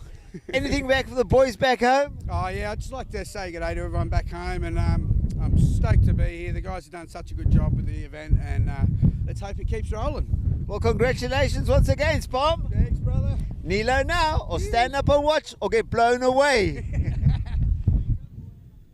I'm pretty sure we're giving them ankle weights at this point, or sandbags for them to be able to hold their feet down, because I couldn't hear half of that because of the wind. I was just happy that the cameraman, and the two of them didn't get blown into the Indian Ocean. Yeah, absolutely. With the ever charismatic Bobby Rousseau on the beach interviews there. So the mouth from the south. Yeah, very interesting cat, and always a pleasure to have around. Just you always know when he's around. He's got that energy about him. So as we see Eduardo taking off here. Eduardo's in the lead of this heat, and he's trying to get us maybe a backup right here. And if he can get into it, Brazil getting into into this little insider. See if he can stay with it. Yeah, I think he was doing everything right. I think we wanted to wait for this section right here for the wave to just get steep enough before he snapped that tail that way. Yeah. It was an ambitious turn. If he could have held it, it would have given him a nice backup score. He's got easily the highest scoring wave of the heat, a nice 4.33. His backup is only a 0.6. That's probably not going to do much better. So it was smart to turn around. He might be sitting out there in a low priority, and that's when you want to pick up those insiders. Maybe get a 3 or a 4 that could be your backup score in a pinch. But right now, you have Bruno and Gareth sitting out the back. Don't have Richard Vasquez in the picture right now. White, he might have gotten a long one and gotten maybe blown down the beach somewhere. I think he's actually missing out on this heat. I'm not sure what's going on there, but I think he might have sustained an injury or something along the line. And he's not in the water. Not able to participate in his heat. So okay, we don't see him. Okay, I thought maybe he might have got a wave during the interview, but maybe he didn't make it to the heat. Makes it a 3-man heat. Those are even more stressful because it's like, I just got to beat one guy. Let me beat one guy.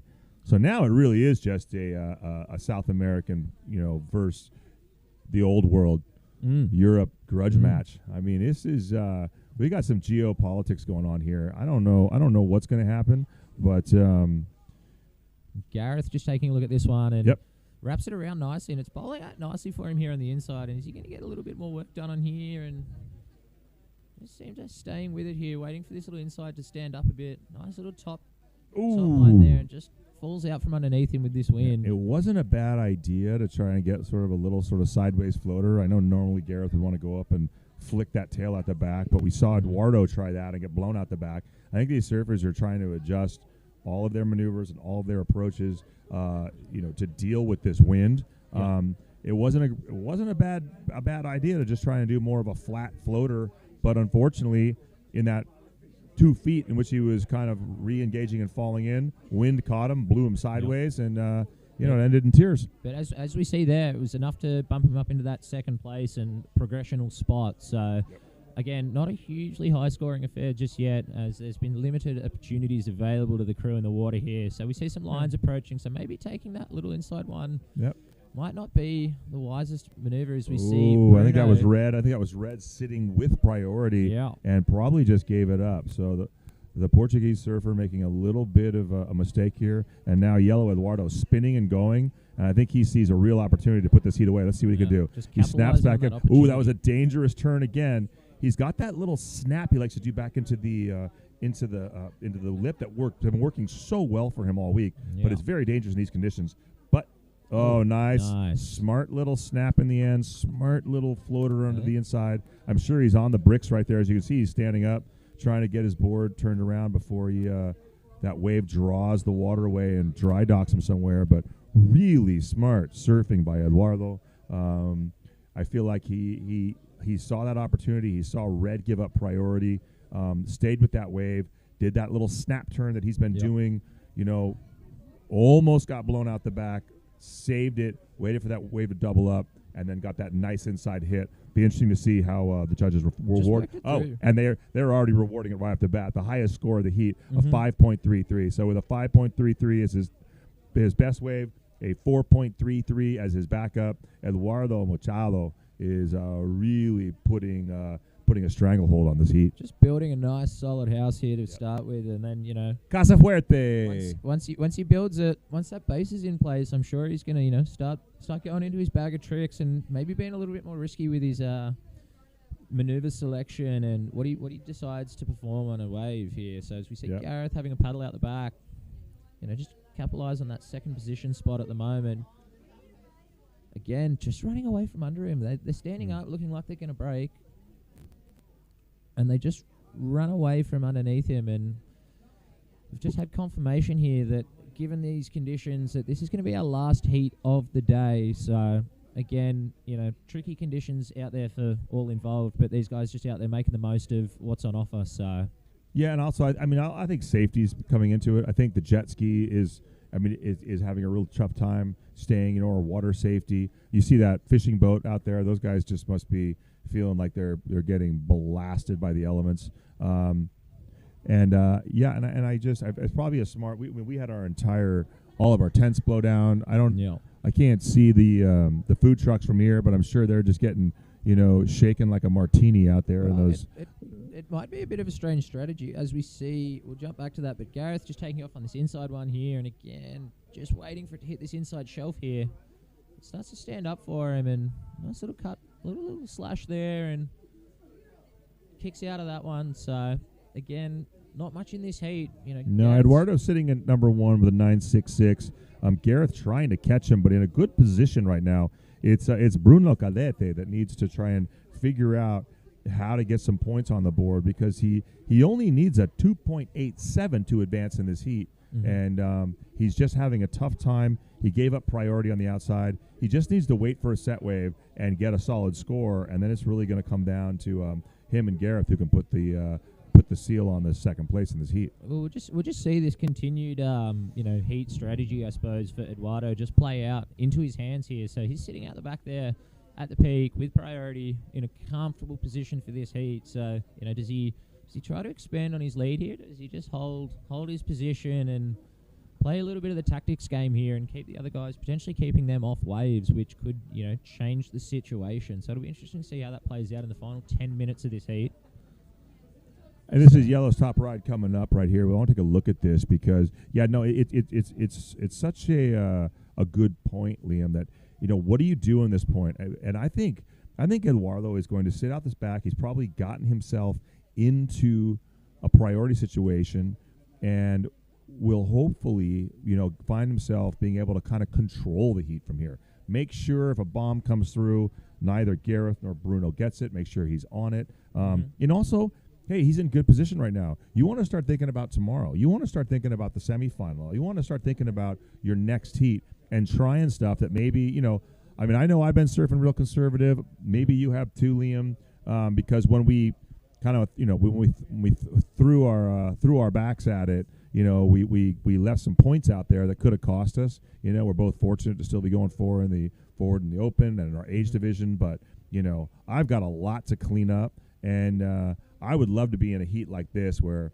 I felt like I was in great position, I had priority, and then I would try and take off on a wave and really sort of really sort of throw all my weight into it and see if I could push some limits. Well, that's just it. We'll just jump into Yellow's top ride here just to review what he's done and see where he's, capitalized. So just chips into this one, doing a little bit of work at the start. Nice that rail snap. carve. Yeah, and he was very cautious to make sure he stayed with it because he could see this section is standing up. And then just another nice snap, staying in the power position, which is safe with this wind, and also allows him to get this nice little floater and get up and down. Really well done by Eduardo. And I got to say, with 9 minutes left in this heat and 9 minutes left in this day, we're gonna pull the contest at this point. This is the benefit of having a competition that is run so incredibly well. So many decisions have been made, like suspending the Open for the day, running the age divisions today. If there's no shows or injuries, cutting those heats to 10 minutes so we can claw back some time. And right now, you're looking, it's Wednesday of the competition. Our window goes till Saturday. We have, the charts are all over the place. The wind charts are all over the place. I'm so honored to be a part of this competition, and mainly because of how, not mainly, there's a lot of reasons I'm happy to be here, but it's such a relief, and it's unprecedented to have a contest that can be so flexible and make sure to put the most important heats in the best conditions at the best time of the day, take breaks, cancel early. So I think this is phenomenal that we're going to pull the plug right here with, in about 8 minutes, take the day off. I think there's a braai tonight. Supposedly there's some wine tasting. I'll be looking at the charts and seeing who I'm surfing the next day. I'll be spending a lot of money on tequila shots and, kamikaze shots and enjoying Liam, do we have a heat situation. Do we have a heat? We're not in the same heat tomorrow morning, but I know Okay. I'll be tucked up in bed pretty early. I'm in the first heat of the 32 for tomorrow morning. What do you mean tucked in? What's wrong with you? For the first, You gotta live life, Liam. Don't worry, Ed. You see that side. But as we're seeing here, Eduardo just capitalizing on his priority situation, taking this one. Nice looking runner for him here, and just brings that little cut back around, but just blown off the back again. But it was smart. I mean, he was sitting outside. That wave looked like it had great potential, so he took it.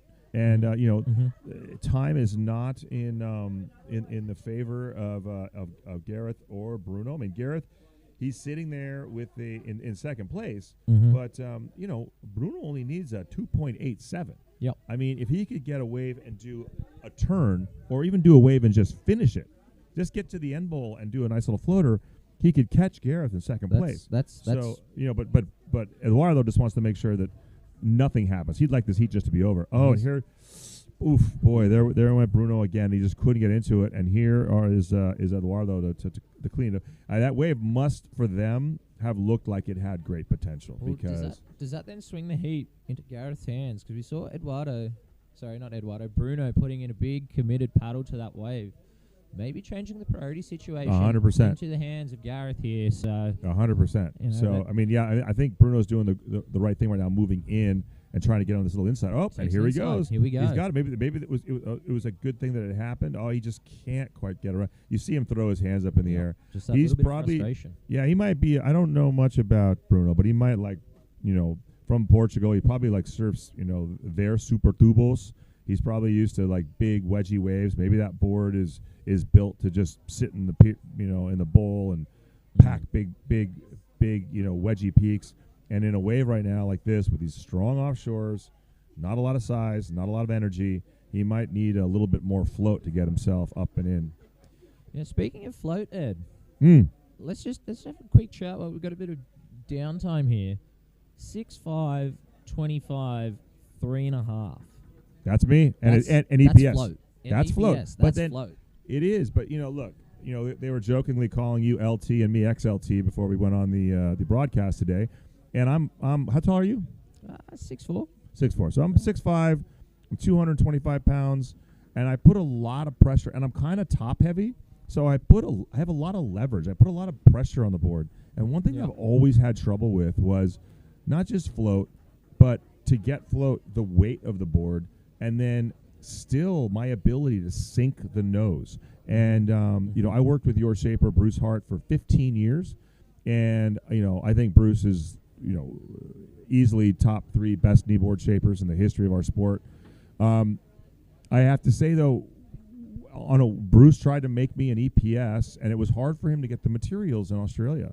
And it was Giggs who was coming back and forth to the States a lot, and just said, let me make it, through COVID, he worked on this new EPS super secret, formula, this incredible foam that is so strong, so fast, or so light, but for me, so buoyant. And, people are like, oh, EPS is too buoyant, you're on top of the water, and I get that for them. I ask anybody, put a 100-pound flak, put a 50-pound flak jacket on and paddle out your board, and you'll see like the difference, not just with paddling and not just with catching waves, but being able, especially a day like today. I was terrified they were going to run the Open today because I mean, at the two of us, we would be we might gotten blown to Jakarta. All right, so this was this opportunity. So this was Gareth hopefully trying to put this heat away, and he just couldn't stay with that wave. So 3.5 minutes remaining, so we'll wait to see if that's going to be, a critical error. Yeah, I mean, Bruno is still right there. He needs a 2.87. See Gareth take off this little inside, having a look, and trying. still running under him. That wave would have run most days. Just today, it just didn't. And there's a quick little testament to the crew here at J Bay and how just stoked they are on surfing. Yep. We see the free surfers staying off to the side there. Yeah. Being respectful of the contest area, but ready to just charge in as soon as this contest and heat is over. As we see Gareth come through the inside, looking for a little barrel and just doesn't let him exit there. But I was joking earlier today that I might have taken out my 6.8 just for if we had run it in this, because I would have had so much board that would have allowed me to catch these waves and stay with them. And then Albert said he was going to try and take out my 6.8 with a paddle to see if he could use some of the foam. But yeah, I feel like as kneeboarders, we don't get 0.0001% of the R&D that surfing gets. And so I love the exploration. I have so many of Bruce's board. My entire garage is a kneeboard museum. I have probably 30 boards on the ceiling of my garage. Somewhere in the, I have boards that mean a lot to me. The late Don Harris, I miss you. Nilo Pimp, my dear, dear, dear friend Eric Osland. I have one of Sparrow's boards up there. I have a guys' stash boards. Randy's got a couple. Will Perez's boards up there. But I also have some of my favorite concept shapes that I did with Bruce. Maybe some of them didn't work, but the double wing flyer reverse concave, crazy channel bottom. And I mean, they're just these beautiful boards that we would work on. We would try stuff. But I'm so excited to be working with Giggs Cier right now and Jason at Built here in South Africa, because they have materials that no one else has, and have the ability to manufacture boards that no one else does. I mean, my boards have 7 inches of rocker in the nose and 3 inches in the tail. It's virtually impossible for anybody else to get that kind of rocker in a board, especially a board that's, I have a 6.4, 3 6.5s, 6.6, a 6.8, and a 6.9 now. Right. Okay. And so it's just like, and we're doing all kinds of stuff with the tails and with the moving the midpoint forward. And I love R&D. I like the science of it. I like working with stuff. I was talking to Albert early. He has been working with Parks for a long time, and he's got files, and he works on his boards and puts his files in, and it's just the best. So yeah, everybody's been really, it's been really fun. It's always fun to do these things so everybody can come together and look at board design. It's some, I don't know about you, Liam, but I don't surf with a lot of kneeboarders. So it's been so fun here watching so many different styles and boards. Absolutely, and we've tried to touch on it a little bit throughout the heats. There's definitely some different shapes getting around. We've all seen some of the boards getting around. You're definitely riding some of the bigger size boards. I probably stick to a more standard size board for my sort of shape, ranging from 6.0 to 6.2 at the moment. But your fellow countryman Jack Barisford riding those K58 boards with their, all the intricate design elements there and the diamond noses and all sorts of different things. I mean, Charlie Harris from Australia riding an edge board with a big single fin and side bites. So no, it's very, very true. And I mean, it was amazing. Jack Barisford paddle out, and the goat himself, Simon, went, "Oh no!" as Jack did a 30-foot roundhouse cut back into the whitewater. Yeah. Well, the situation never changed in this heat. That is a final. Portugal goes down, unfortunately, for Bruno Cadete. He could not find that wave and catch Gareth Blanchard, who finishes second. And winning the heat, controlling the heat, Eduardo Machado. Congrats, my friend. And thank you guys so much. This was an awesome day 3 of the CineFX World. Oh, we got an interview coming? Okay. Yep. Yeah, so Okay. we'll cut across to Diego once he makes his way into shore with this offshore wind. We might be here for a little bit. No, we can talk more. We'll see how he goes. Kneeboard design. No one likes talking more than knee. My friend Randy Everett Reed, he was going to start a kneeboard talk show. It was called Kneeboarding with the Creedler. It had a theme song that our friend Max Bredos wrote, causing a stir with your host, the Creedler. Kneeboarding. Yeah. Unfortunately, I don't know if it made the pilot stage. I wasn't really involved with it. The show didn't go.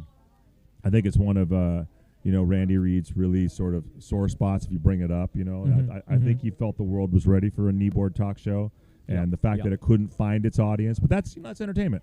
Absolutely. I mean, there's definitely a market out there. I know Mark McLeod and Albert started their own little talk show through COVID. Albert went to the extent, as he is with most things, a bit of a perfectionist, set up his own little recording studio under his house to, really present a top grade product. But yeah, just, talking boards, shapes, designs, fins, and, variations on that, just to, get a bit of creativity flowing and letting people go. Like, I mean, I know for but it's a rock star life, Liam. I mean, the problem for someone like Albert, I mean, he's a professor, he's a family man. And when you start putting yourself out there as a pro kneeboarder, it's the women, it's the money, it's the sports cars. I don't know if he starts slipping into sort of drugs and alternative lifestyles, but you got to be really careful. I think you might be glamorizing that one a little bit there, Ed. How for dare the you, general Liam? population, How dare the general you? population of kneeboarders, I don't know if that's the case, but maybe for Mr. Hollywood sitting over here, Well, I'm it looking. might be a little bit different of a story. You cut quite a swarthy path there, Liam. Big 6'5". You come hang with me in Hollywood with that accent and that smile. Oh my God, we'll have you. Are you married? I'm not married. Well, that'll change. I do have a girlfriend back home. Yeah.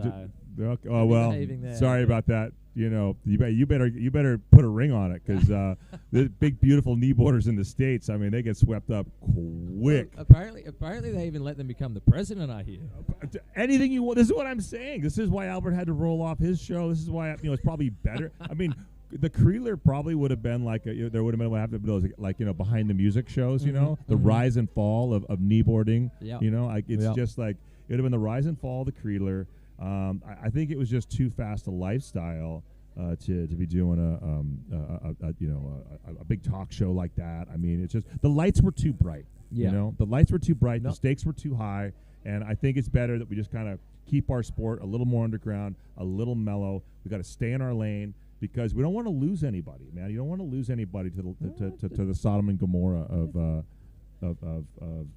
fly under the radar. Most of us, I dare say, here, but there's definitely a few superstars amongst the crowd here. A couple of big names that are working their way back into the fold, and a couple of big names just, really putting on a show here today. And, amongst them, the man, the myth, and just the all-round legend that's putting on a huge amount of work behind the scenes. Giggs Cier is just, as he's standing here in the doorway, directing more traffic around the place.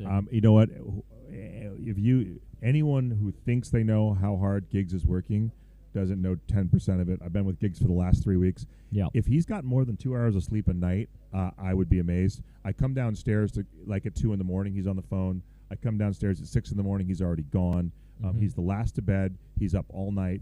He came down to the contest site at one point at 3 in the morning last week after we started setting up because the security had, gotten lost and there was nobody here, and he did a security shift from like 2 to 4 in the morning. Look, I'm not taking my chances with that man over there. He's a machine. He's an absolute human machine. being. But this has been a dream of his for so long. Yeah. He wanted to do his sport so proud.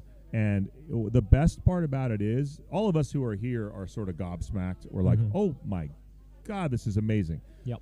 But to wake up in the morning to all the texts of everybody from around the world getting to come home.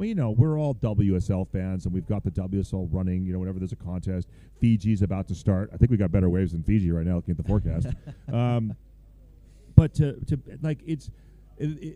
people are overwhelmed. They're so incredibly happy. All the boys in Nilo Cove in Orange County, the Robertson brothers and Wayne Kopit and Big Tony Alvarez and Tom Backer. I mean, it's incredible. These guys are just like, we can't believe this is happening. Oh, it's surreal. Yeah, It's at surreal. first they're like, at first we have to wake up, and watch the heats live. I go, no, it's on YouTube. Yeah. I can wake up and have my coffee and just do a replay of the day. Absolutely. It's completely bananas. And speaking of bananas, let's talk to the Brazilian himself, the Brazil nut, Eduardo Machado. Right, I'm standing here with Eduardo from Brazil. They call him the Brazil nut. Eduardo, tell us how it feels to actually win that heat. Yeah, it was good, very hard heat, strong wind, small waves. Yeah, but I take the 2 good waves on the heat and a good performance. And now next round. So therefore, looking forward to tomorrow, lying ahead. Anything else to the boys of Brazil back home? Boys Brazil back home, and we are on the game. As you can see, really difficult conditions, but all smiles all the way home from here to Brazil and anywhere else around the world. If you're watching us, don't stop, because we're coming back tomorrow with a continuation of the CineFX Kneeboard Surfing World Titles, Jeffreys Bay, Point Wave. Lower car park is the venue. Lead now or stand up and watch, or you might just get blown away. Did that echo? Who put that? Who put that effect in there? I think that's just a special Bobby talent, dragging it out, and the energy and passion that he has for our sport is incredible. Second to none. The old Bobcat. Yeah, but there was some VFX in there. That was a beautiful echo. Well, I mean, look, there couldn't have been a better end to this day than Eduardo Machado, the Brazil nut. Did you see the color? See the matching colors? Did. See, Absolutely. you know what? I told Albert day one. You tip those judges, you can get any color jersey you want. The combo. I mean, you've made it work in the red and red a few times, Ed. Red and red, red and blue, red, white and blue. Wait and America, see. here we go. I'm still alive in the Open, still alive in my my age division, and I think it's all. And I tried to explain this to Albert. He just looked at me like I was crazy.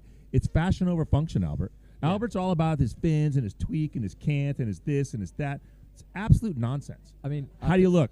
Look, after spending a couple of weeks with Albert on this trip, I can definitely say that, and as much as we all love Albert, he is definitely a man of form over fashion. Well and truly. Yeah. And by the way, doesn't get you very far in this world. That gets you far. Eduardo Machado figured it out. He's winning heats. Why? Because he's just this like flying banana. Yeah, going through those offshore barrels. It was great. With this offshore wind and the sea spray, it's makes it easy to pick him out in the waves and see that yellow color just flying through the section. So definitely, maybe something to think about for the competitors tomorrow. You better find a yellow board and a green jersey there, because you got some trouble, Liam. Or you need to. Well, actually, you're moving to America. We'll get you a green card, buddy. You can be red, white, and blue tomorrow. We're gonna get you wiped up in Hollywood. It's the beginning of the end, but it is also the end of this day 3 of competition here at the CineFX World Kneeboard Championships from Jeffreys Bay. A windy day, an eventful day. If you are watching at home and just catching this now, rewind to the beginning because we had some ballistic heats in the morning, starting with Giggs Cier, who hasn't slept in 3 months. I don't know. He's got a screw sticking out of his shoulder, and he went out and I think he smoked an 18.7. 18.7 heat total. So yeah, definitely one to look out for moving forward as the days progress.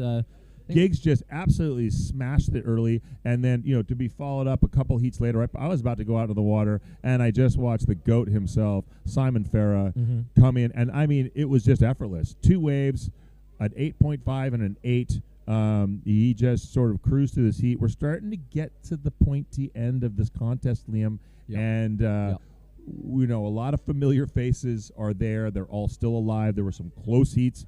Giggs had a harrowing heat yesterday. Lester had one as well, but they've maintained themselves in the open in this competition, and the forecast tomorrow looks beefy. Oh yeah, bit of size, just keep everyone on their toes, mix it up from today. But I think we're kicking off tomorrow morning with the remaining 2 heats of those age divisions, and then jumping straight into the round of 32. So we really don't want to miss those first up heats, and see what the top 16 looks like here in the 2024 edition of the CineFX World Titles here in J Bay. Fantastic. Well, Liam, it was awesome sitting down with you, and it was nice to close out the day.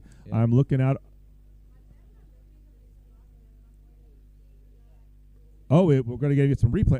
This production is just going through the bananas. I mentioned something, and all of a sudden, here it comes. We're gonna close it off with the high score of the day. Giggs opening the day with his 9+ point ride. Thank you guys so very, very much. Watch the entire day. Tune back in tomorrow. Gonna be amazing. Liam, it was fantastic. Can't wait to wake up tomorrow and do it all again. Absolutely. Thank you, Ed, for your time here on the mic today, and good luck for the rest of the surfing. And we'll close out the day with Giggs' epic wave from this morning. Cheers, brother. Cheers. This is Giggs again. Oh, Giggs again. Look at him. Oh, man. Look at that. This. Oh, I knew he was going for the barrel. Yeah. You can tell. He'd be happy about his performance here. Oh, nice little man. whack off the top.